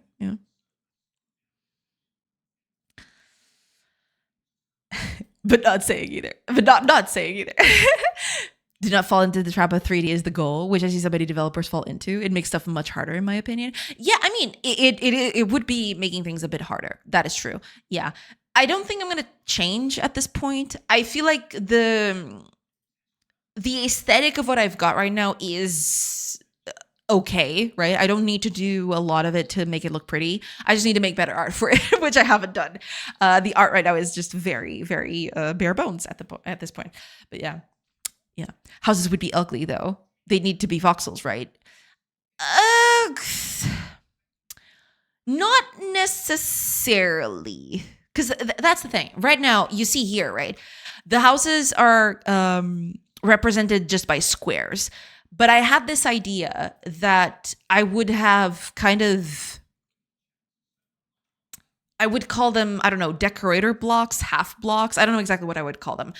But basically, they would just be part of a block that would kind of help with the decoration bit. For example, right here, this rotational bit. I have that in my thing. I don't know. Do I have it open? Oh, I actually have them open here. Yeah, I have that here, for example, right? I've got this where I've got some, round bits. I could definitely just use this as, as a single block, kind of like this, right? And then you'd be able to place them and beautify things a little bit. But I don't know how long it's going to take me to put this back in. I really want to put this back in, though, because this would add a lot to making the buildings look a little less, square. And also, yeah, because everything looks like squares now, which is bad. They look a little bit bad. But I definitely want to bring back these right up, sugar. Decorator tiles that, add a bit of ability to it. Yeah. Oh, Mateus, welcome in. Thank you. Thank you so much for the sub. Thank you so much. Welcome in. I hope we're doing good. Oh, and X29, welcome in. Hello, Sorcery. This is your daily reminder that you're amazing and I love your quality of game you're making. You have been reminded. Thank you. Thank you so much. I very much appreciate that. Thank you so much. Thank you so much for the kind words. I appreciate that. Welcome in, X29. Welcome. Hello, Sorcery. This is your daily reminder that you're amazing and I love the quality game you're making. It also reminded that you about the Steam page. Let's go. Steam page is coming. I will probably only work on it at the end of the month, though. I'm guessing my big thing at the moment is I'm going to take this week to finish the last bits of code that I need. Case in question, that's what I'm doing right now. After that, I'll have about 3 weeks to add art stuff to it. And then I'll do both the Steam page and deliver it to itch.io. Yeah. We'll see. But thank you so much, everybody. Welcome. Possibilities would be too many, I'd imagine. For 3D, I mean, they're more constrained for 2D. I mean, in a way, I think it's about the same. Because I'm thinking, you can see them actually happen here, right? I've got all of this. For example, to make a corner, to make a round corner, I'm basically doing all of this, right? And I put them together like this. And this is a rounded corner, right? Like that. In a way, I mean, sure, it might be a lot of work. So, for example, this would be the inner corner. And I want to add this back in so that you can create kind of like decoration tiles for your stuff. But I don't know. I have to see. I think in the end, it would be the exact same work in terms of number of tiles. So at the end of the day, it's probably going to be the same thing. There is a thing I'm considering at the moment, where I might do the baseline of these buildings in 3D and then I paint over them in 2D. So that would kind of help me alleviate. I've actually tried that before, but I wasn't very successful. But now that I've got a better look at how things are going at the moment, I really am confident that I can do the 3D to 2D pipeline. It would basically be, I would do 3D just for the base, what would you even call that? The base mesh, I guess. I wouldn't even do any sort of decoration on it. But then I'd use that as kind of like my baseline to build everything else. Yeah. I don't know. We'll see. We'll see how that goes. It's going to be a tough thing to tackle, but yeah. Because at the end of the day, right? For example, this is 4 blocks. What you're seeing right here is 4 blocks of things. You've got the inner corner, the outer corner, the beginning of the curving on the bottom side and the beginning of the curving on the left side, right? And these would be 4 things. I would need the same 4 3D models for this to happen. Unless I made a big one. Unless I made this thing a whole 3D model and I just plaster it in instead of just doing 4 different ones like this. So, I think at the end of the day, it would be kind of the same. Yeah. Oh, also, thank you for the hydrate. I think I forgot that. Cheers.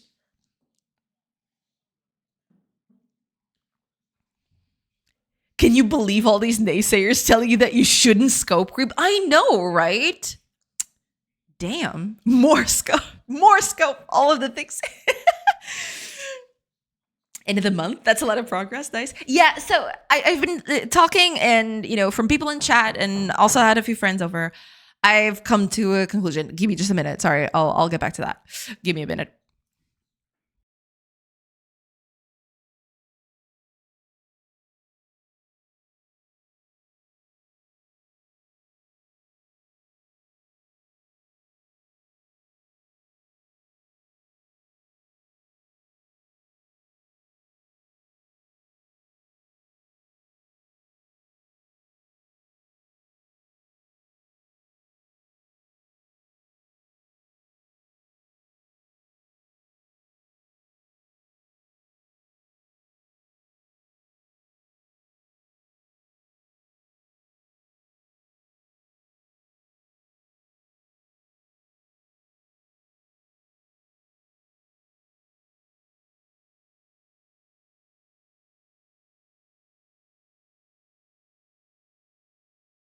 Okay, sorry about that. But what I was saying, between chat and I talked with a few game developers that that I'm friends with, and they basically the thing is one and only, right? The voice is just one. And one of my game dev friends actually told me something that actually resonated a lot with me. He basically told me, listen, it'll never be ready. It'll never be exactly how you planned it. Just release the thing at the end of June. And based on feedback, you can then improve it and you'll keep improving it no matter what, right? But, just try to get it at the end of June. Doesn't matter, You'll keep improving it anyway. So, at least you can get people to test it out early. And that kind of makes sense, I guess. So, yeah. I decided I'll try to make it as best as I can up until the end of June. And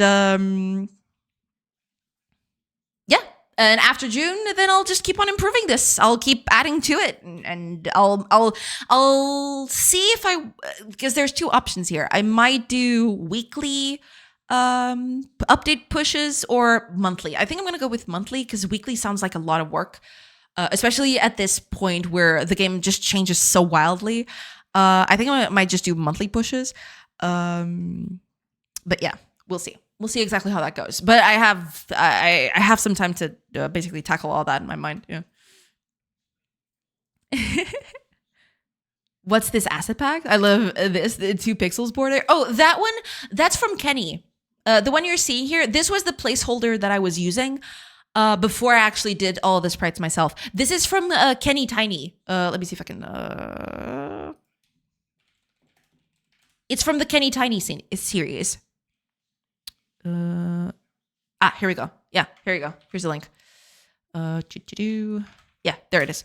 That's the Tiny series from Kenny. They're not exactly like this because I changed the colors a little bit. I made a few changes to all of it, but yeah, it's basically just that, just with different colors. Yeah. I'm thinking about to buy the asset pack from Pixel Boy. I love that style of work with a match 3 and work on a match 3 like game. Pixel Boy, I don't know that one. Let me see.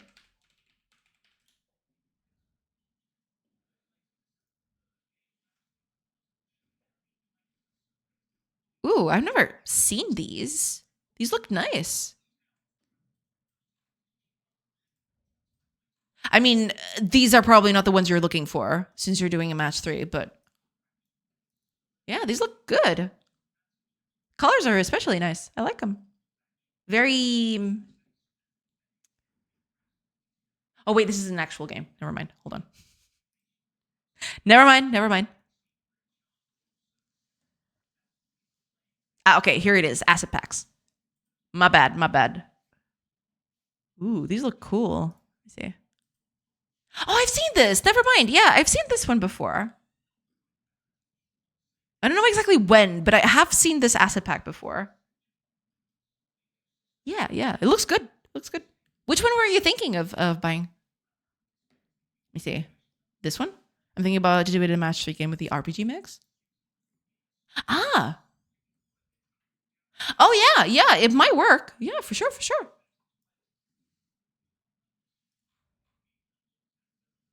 Yeah, this looks good.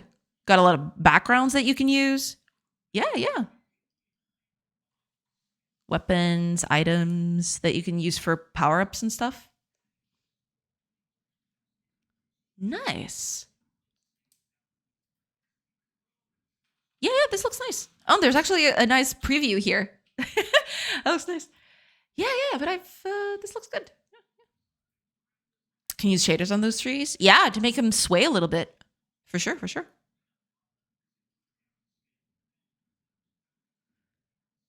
Yeah, looking good. Well, maybe give it a shot, try it out, see if it works. Yeah, but this is from Kenny Tiny. Yeah. You see, that's the point. Yes, thank you, Sorcery Spread. Hello. Oh, let's go work. Welcome in, Ken. I hope you're doing good. Welcome. I love your friend. It will need to be a demo, not early access, right? Yeah, at this point, it's not ready for early access, I don't think. Basically, what I'm going to do is I am going to post the playtest over on itch. I am going to use the assets from the playtest for the Steam page. After a while of being in a playtest, I will add, or eventually, when I feel like it's ready, I'll move the game to early access. But until that happens, it's going to be in a perpetual testing phase.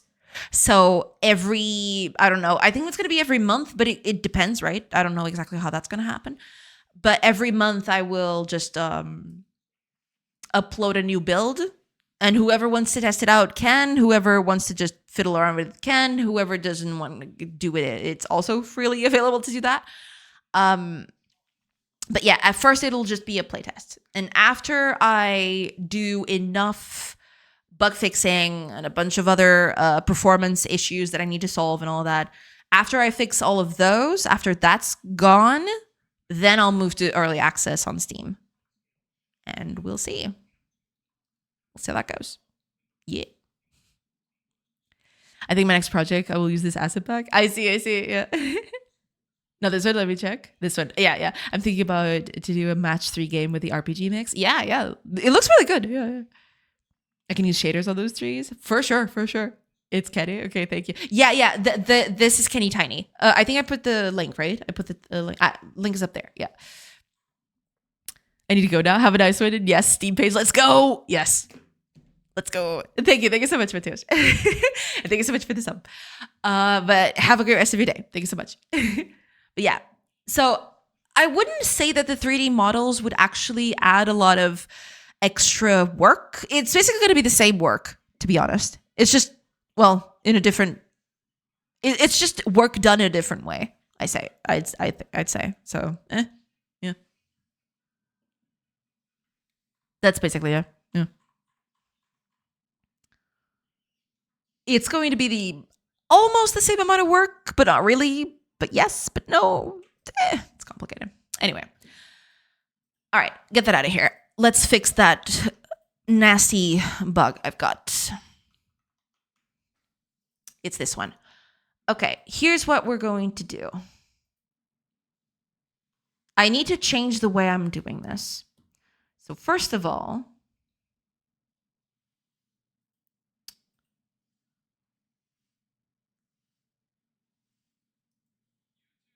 okay, here's what we're going to do then.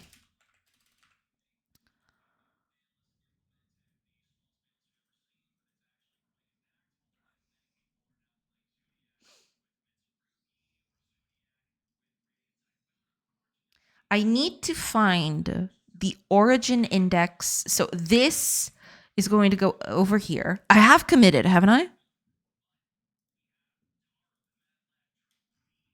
I have committed. Okay. Let me just get rid of this stuff. Okay. I have committed. Let's do a few changes to this. So origin goes here. If it is -1,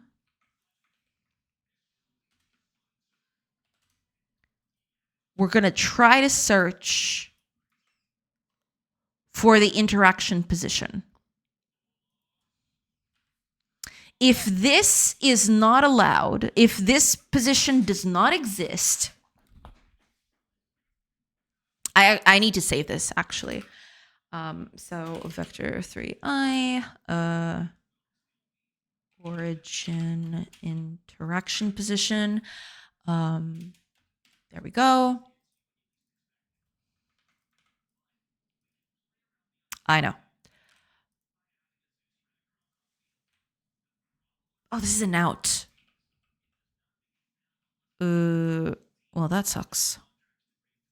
Yeah, I forgot about this. Fine.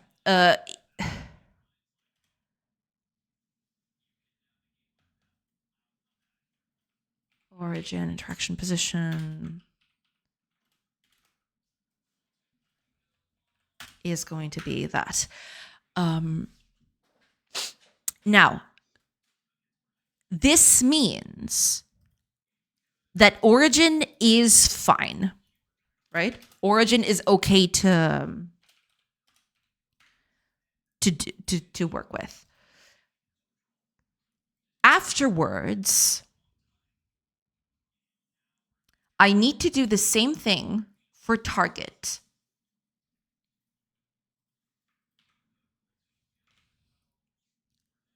I'll get to that. Actually, get that out of here. Right. Yes. And also, what this means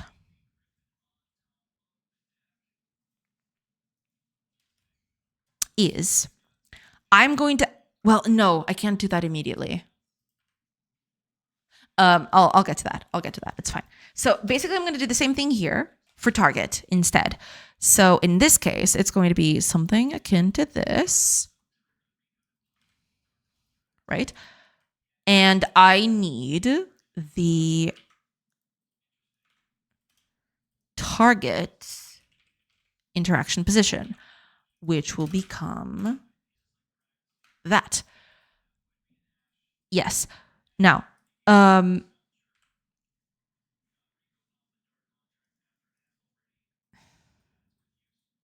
cool. So if either of these fail, then we continue. We can't work this way. Let me think of something. This isn't a continue, actually. If you can't find an interaction position for this origin, you're not continuing. You're just breaking. Or rather, hold on.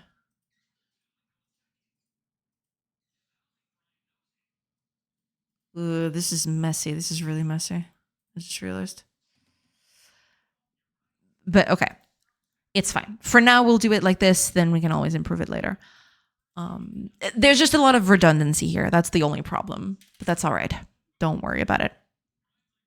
So what this means is if both of these pass, then that means both origin and target are okay to interact with.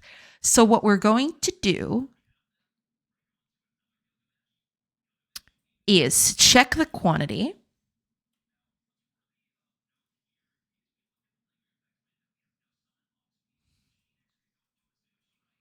Wait, am I actually...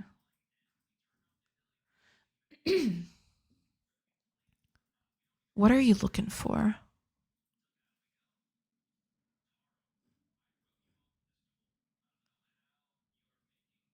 So this is the quantity available.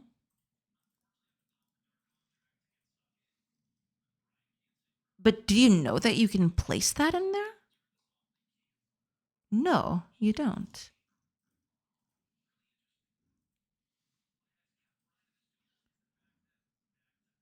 I mean, you would if you changed the way this is done. Oh no, here we go.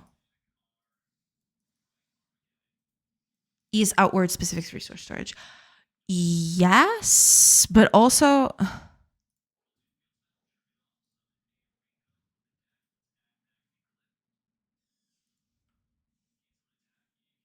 it must have some storable quantity available.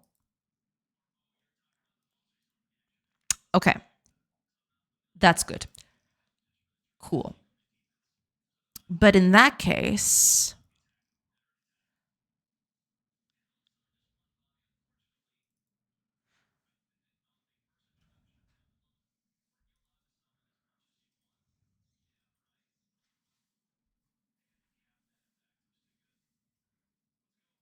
It's the minimum between what remains. So what remains is based on the target.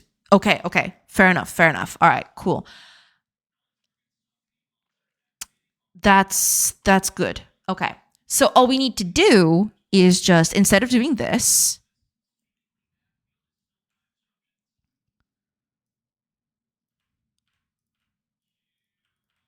we'll just use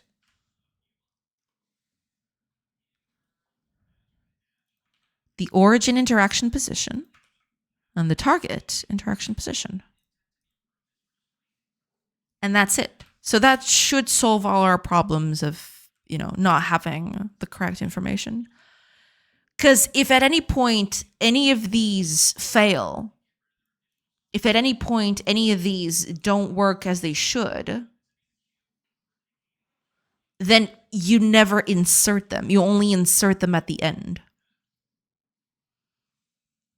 And that's it.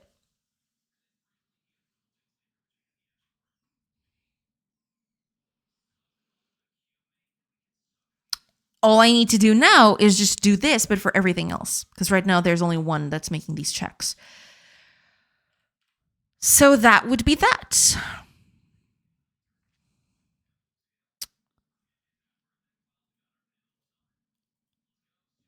Yeah.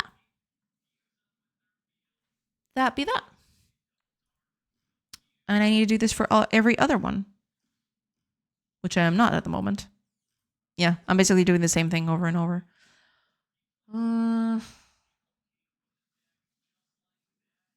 Should I just...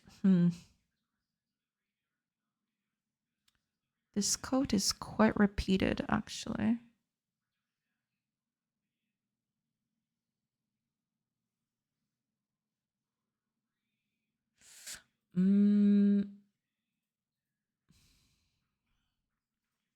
I could just remove this. But the problem is the target and origin.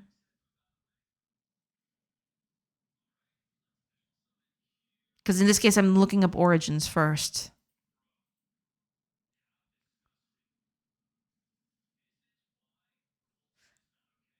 Makes sense in a way. Maybe. Yeah, because you want to pick up the ones that are closest to you. Whereas in this case, if you're carrying towards something that already exists, then yeah, you want to check for piles already. Okay, but let's fix this too.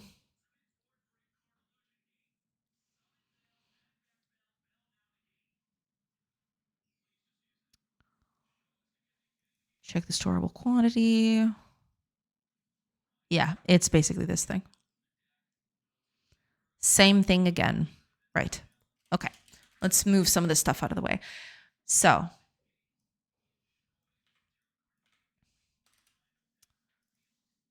Yes. If that is -1, we check for the position. We need a factor 3i, origin, interaction, position, which is going to start with 0 for now. Yes. Yeah. If it doesn't happen, then we keep going. We don't want to. Yeah. Same thing for the target. We'll get to that.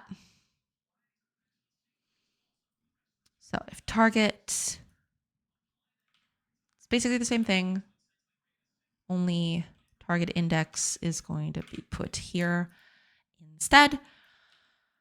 Delete the origin one. We don't care about that one, actually. So this is going to be target as well. Target.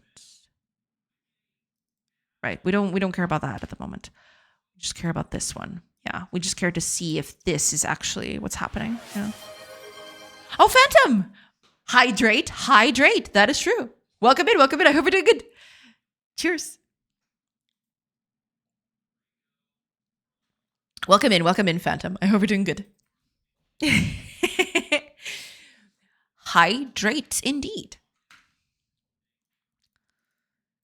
Okay, now that we got this, if we didn't get to this point, then yeah. So we don't care about any of this. We have already checked that, so we don't need to do any of that.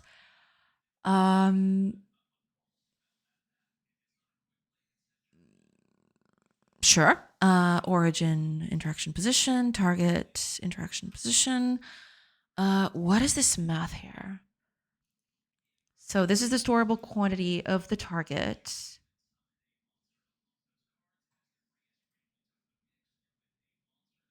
Ah, yes. Okay. Yeah. Because if the target is already there, then we need to check we need to check to see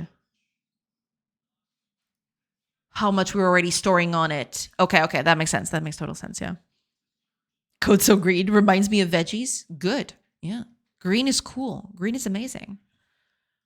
Green is absolutely the best color there is. No joke. Okay, that should work. Ooh, but I still have to fix this one. Oh gosh. Okay. Okay, so this is when the remainder is greater than 0. I need to create new piles to put in there. I am not. Let me see. Are you? Oh, I'm only adding that here, right? So I continue on this one until I find one. So this one's fine, I think. Yeah, this one seems to be fine, at least for now. I'll probably try to ease up on that, but yeah, here it's happening the same. It's the exact same thing happening again. The target is fine, the origin is not. Okay. Yeah. Yeah. All right.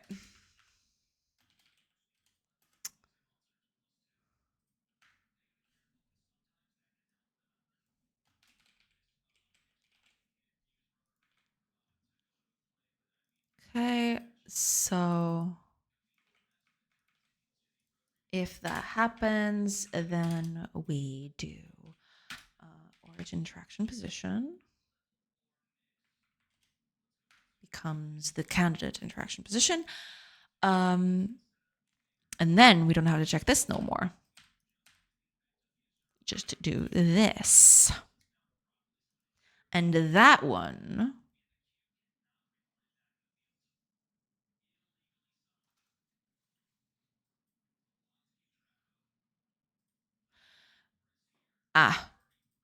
Okay. That's fine. We'll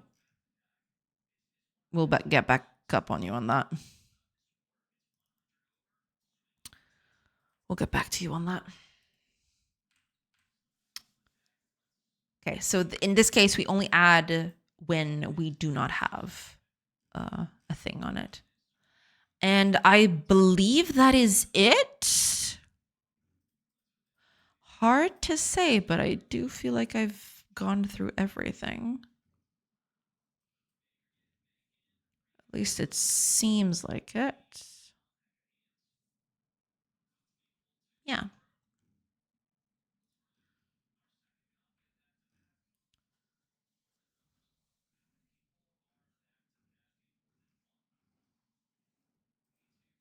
What about this one?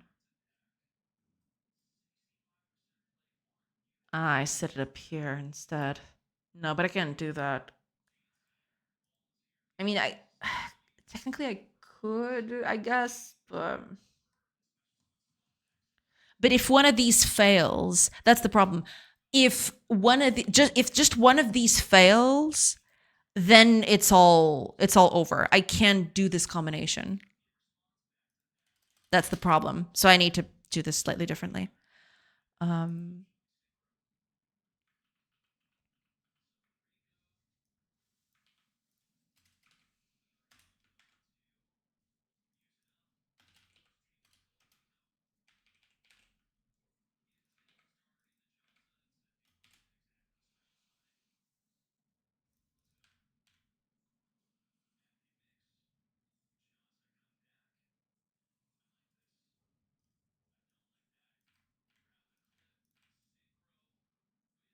Might not be initialized. Yeah.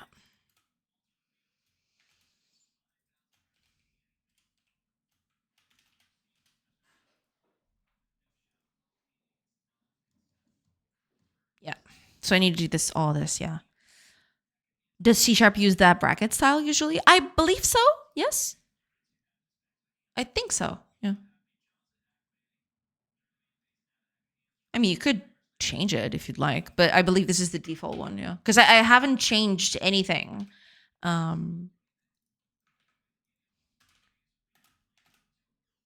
I do believe that that is the case, yes.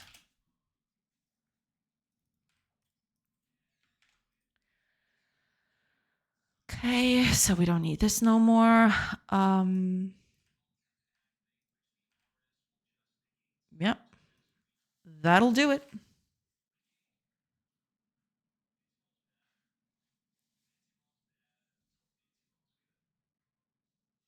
Not sure about this one, but all right.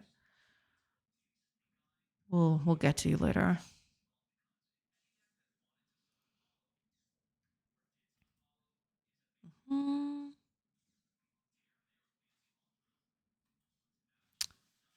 Okay, that might be it. Yeah. Let me just change a few things here.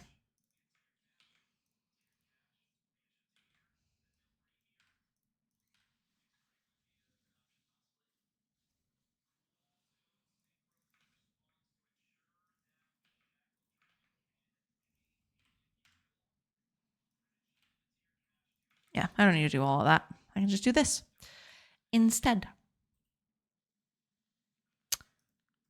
Cool. That's about it, I think.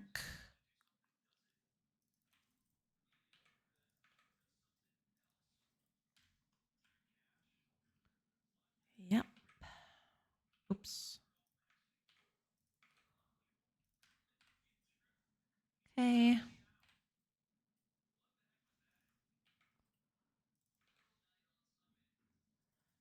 Finally, you.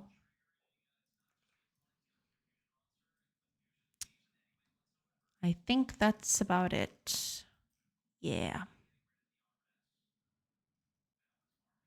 Well, I think that might be the crux of the problem, hopefully. This should fix that at the very least.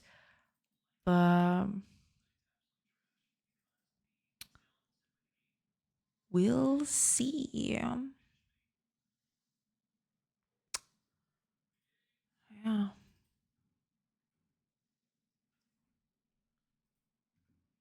Hard to say, but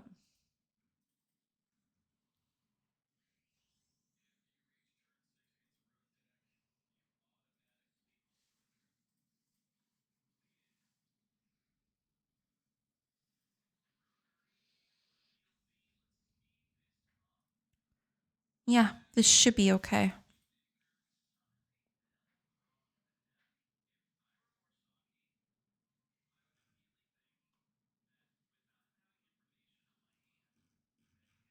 That should fix the problem, hopefully. I mean, it's hard to say, to be honest, but we'll see.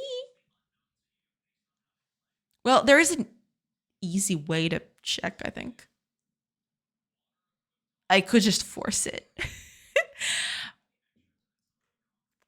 Let me try.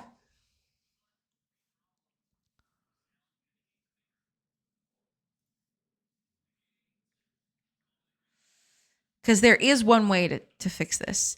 Say, for example, let's just say you've got a setup like this. I just knew that was going to happen. Say now, well, I can't have you over there, can I? Sorry about that. Say I spawn something in here. They do not carry it. It's still there. It shouldn't be there. Why is that ghost in there? It's got no reservations at all anyway. Oh, wait a minute. I know why.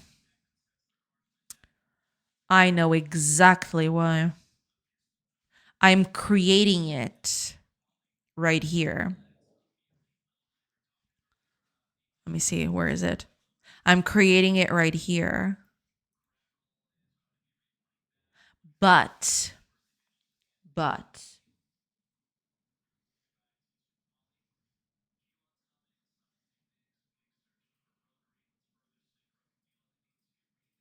this is never set as correct. So it creates it, but it doesn't put anything in there.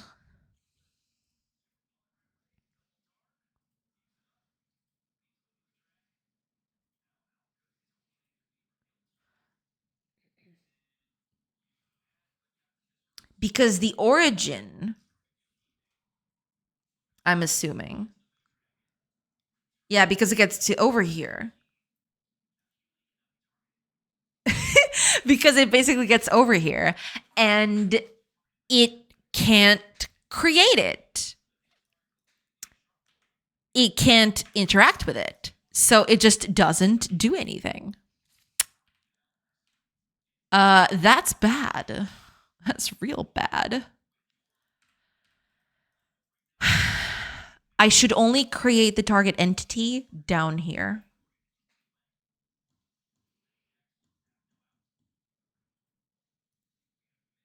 Ooh, but this is going to be tricky. Oh. So there is this slight offshoot that is not good.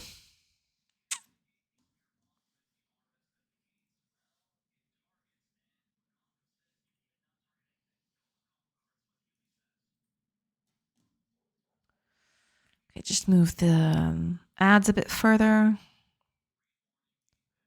I really wanted to try and fix this. Let me see.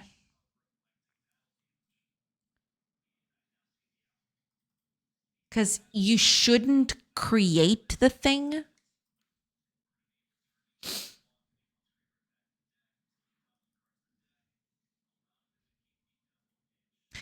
You should only create the thing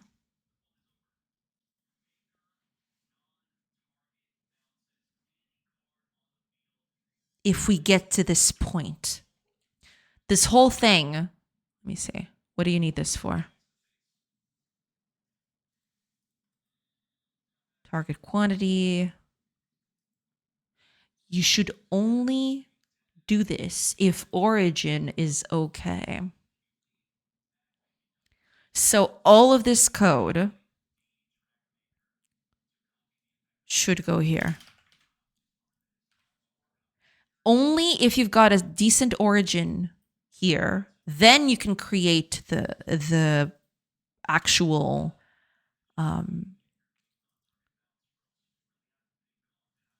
the target candidate. Otherwise, you don't create it. If something happens and you can't access the origin, then you don't create anything at all. You just leave. And that should fix that, hopefully. That's not what I wanted to click. Oh, well, it's fine. So that should fix that, hopefully. Because let's do the same setup again. Actually, I want to see what's happening. Okay. So let's build the same structure.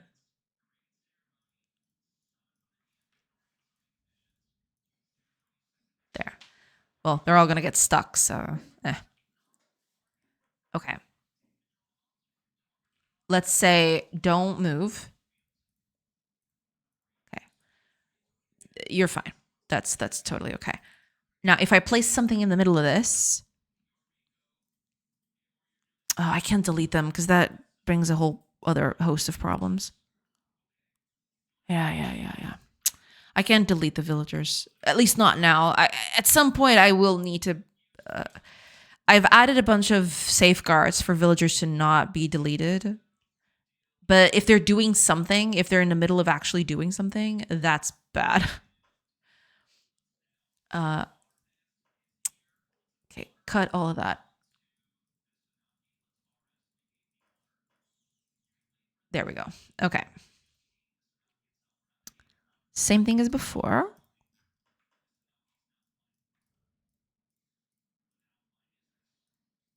There.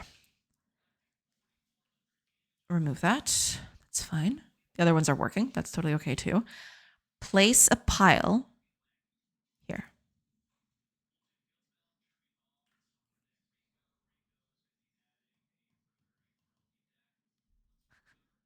It just breaks. Whoops.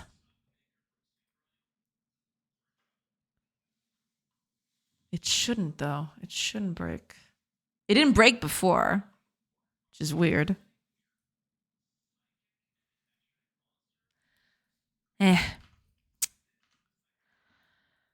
Why is it breaking now?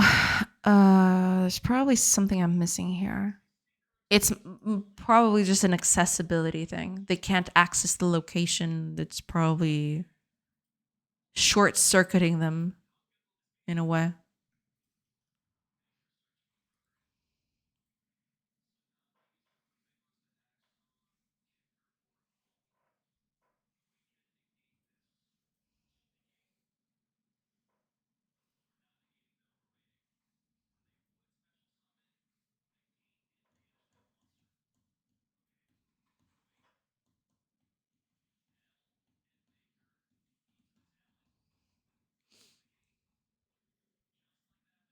Position, interaction position.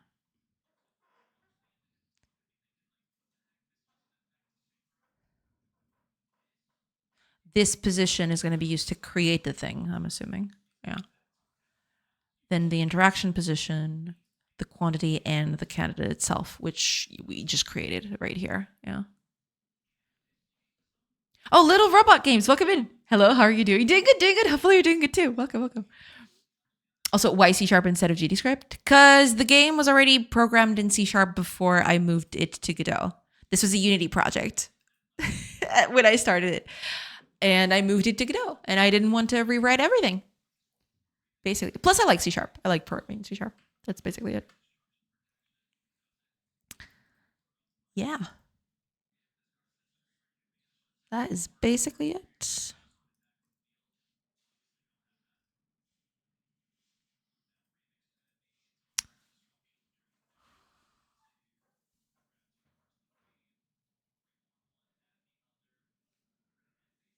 Faz sentido.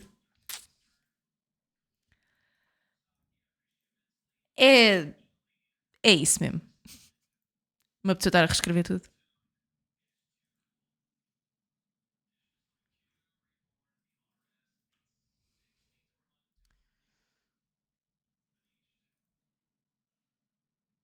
Why are you failing? That doesn't make any sense.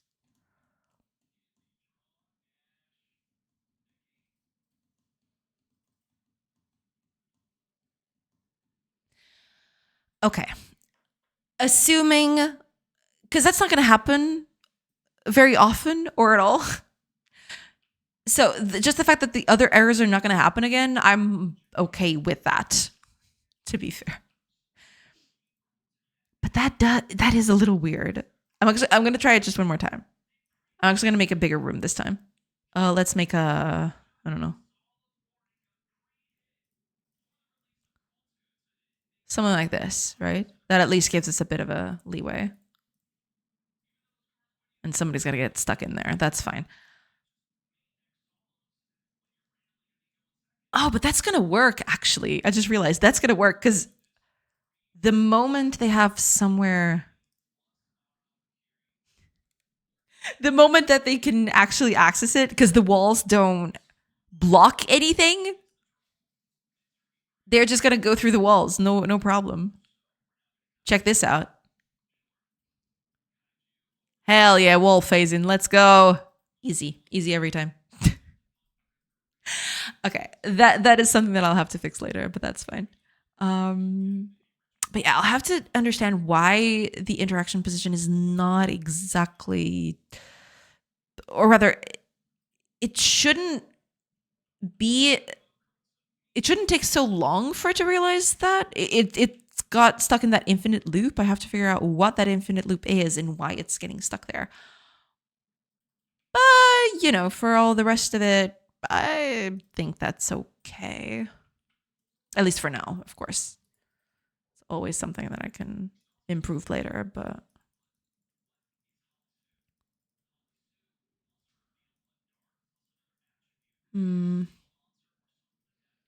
yeah, I guess that's about it.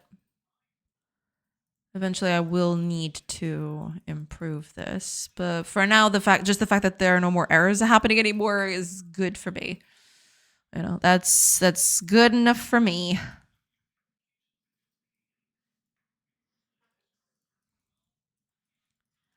Build me a bunch of beds so villagers can sleep on them. And also we'll need oven.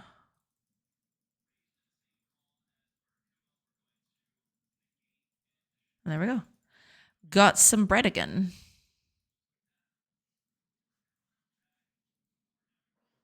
Cool. All right. Yeah, that's the thing. Eventually, I'll figure out all of these errors and little problems and things. Thankfully, you know, this one was easier to catch. Sort of, kind of. But yeah, we'll see.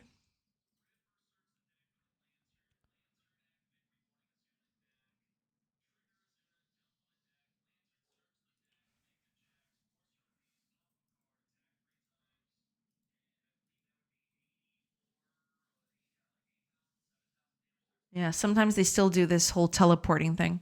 I have no idea why. It's probably just a leftover animation that it doesn't get cleaned up correctly. Maybe. It's probably that. Hard to say. So long as it doesn't happen all that often, I'm okay with that. But yeah, I definitely need to fix that at some point.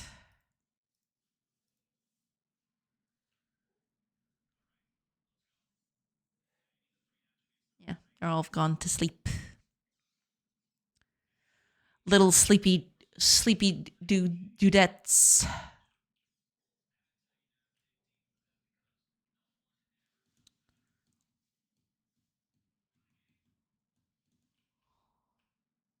Okay, I think that's gonna be it. Yeah, I get the feeling that that other error I'm getting, I don't think I can fix it that in a minute or two. So I guess I'll just leave that for tomorrow. Okay, that'll be it for today. I'll have to go because it's getting around to dinner time. But I will find a cool streamer and we're gonna go jump over there. See, gonna get over there, see what's going on, ask what's up. Let me see. Who are our options today? So many options. All of the options.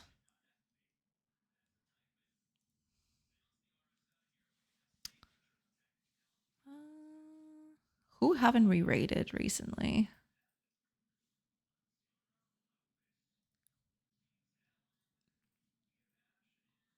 It's so hard. There's so many people I would have raid. There's just way too many people.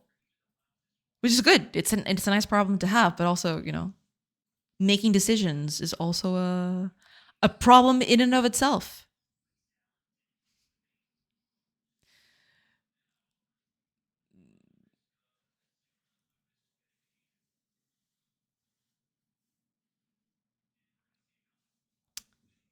You know what? I think I figured it out. Yeah. Vou pelo stream, mestre. Obrigada, Reef. Thank you. And thank you for the hydrate. It's one for the road, or so I've heard. Cheers for that.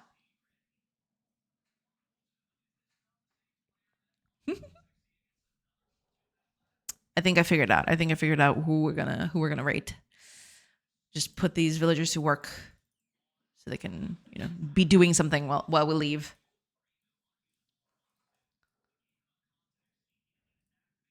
Oh, they're eating. A bunch of them are eating. All right. That tracks. They're all hungry people. All right.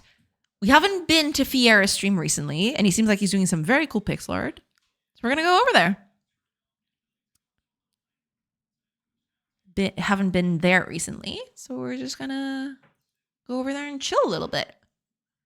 Yeah. All right, let's get that show on the road then. Let's raid Fiera. Yeah. But yeah, I mean,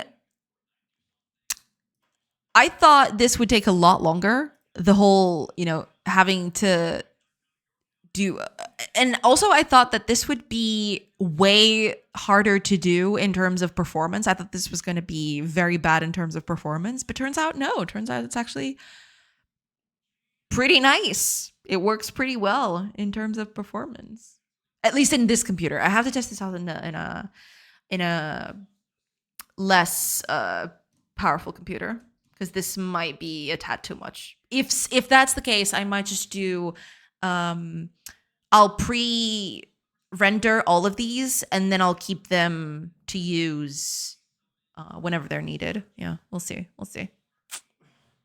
Thanks for the vibes. Have a nice night. Thank you so much. Thank you so much, Squid Pie. Thank you so much for being here. And yeah, huge thanks to Megatron for the raid today. Thank you so much for everybody who stuck around.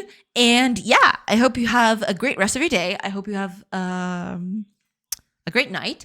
And yeah, I'll catch you all on tomorrow. Same time as usual, I'm gonna try to fix all of these bug problems and also maybe do something new, because I got a few ideas, but we'll see. So time to go. Bye, everybody. Let's raid. Let's go.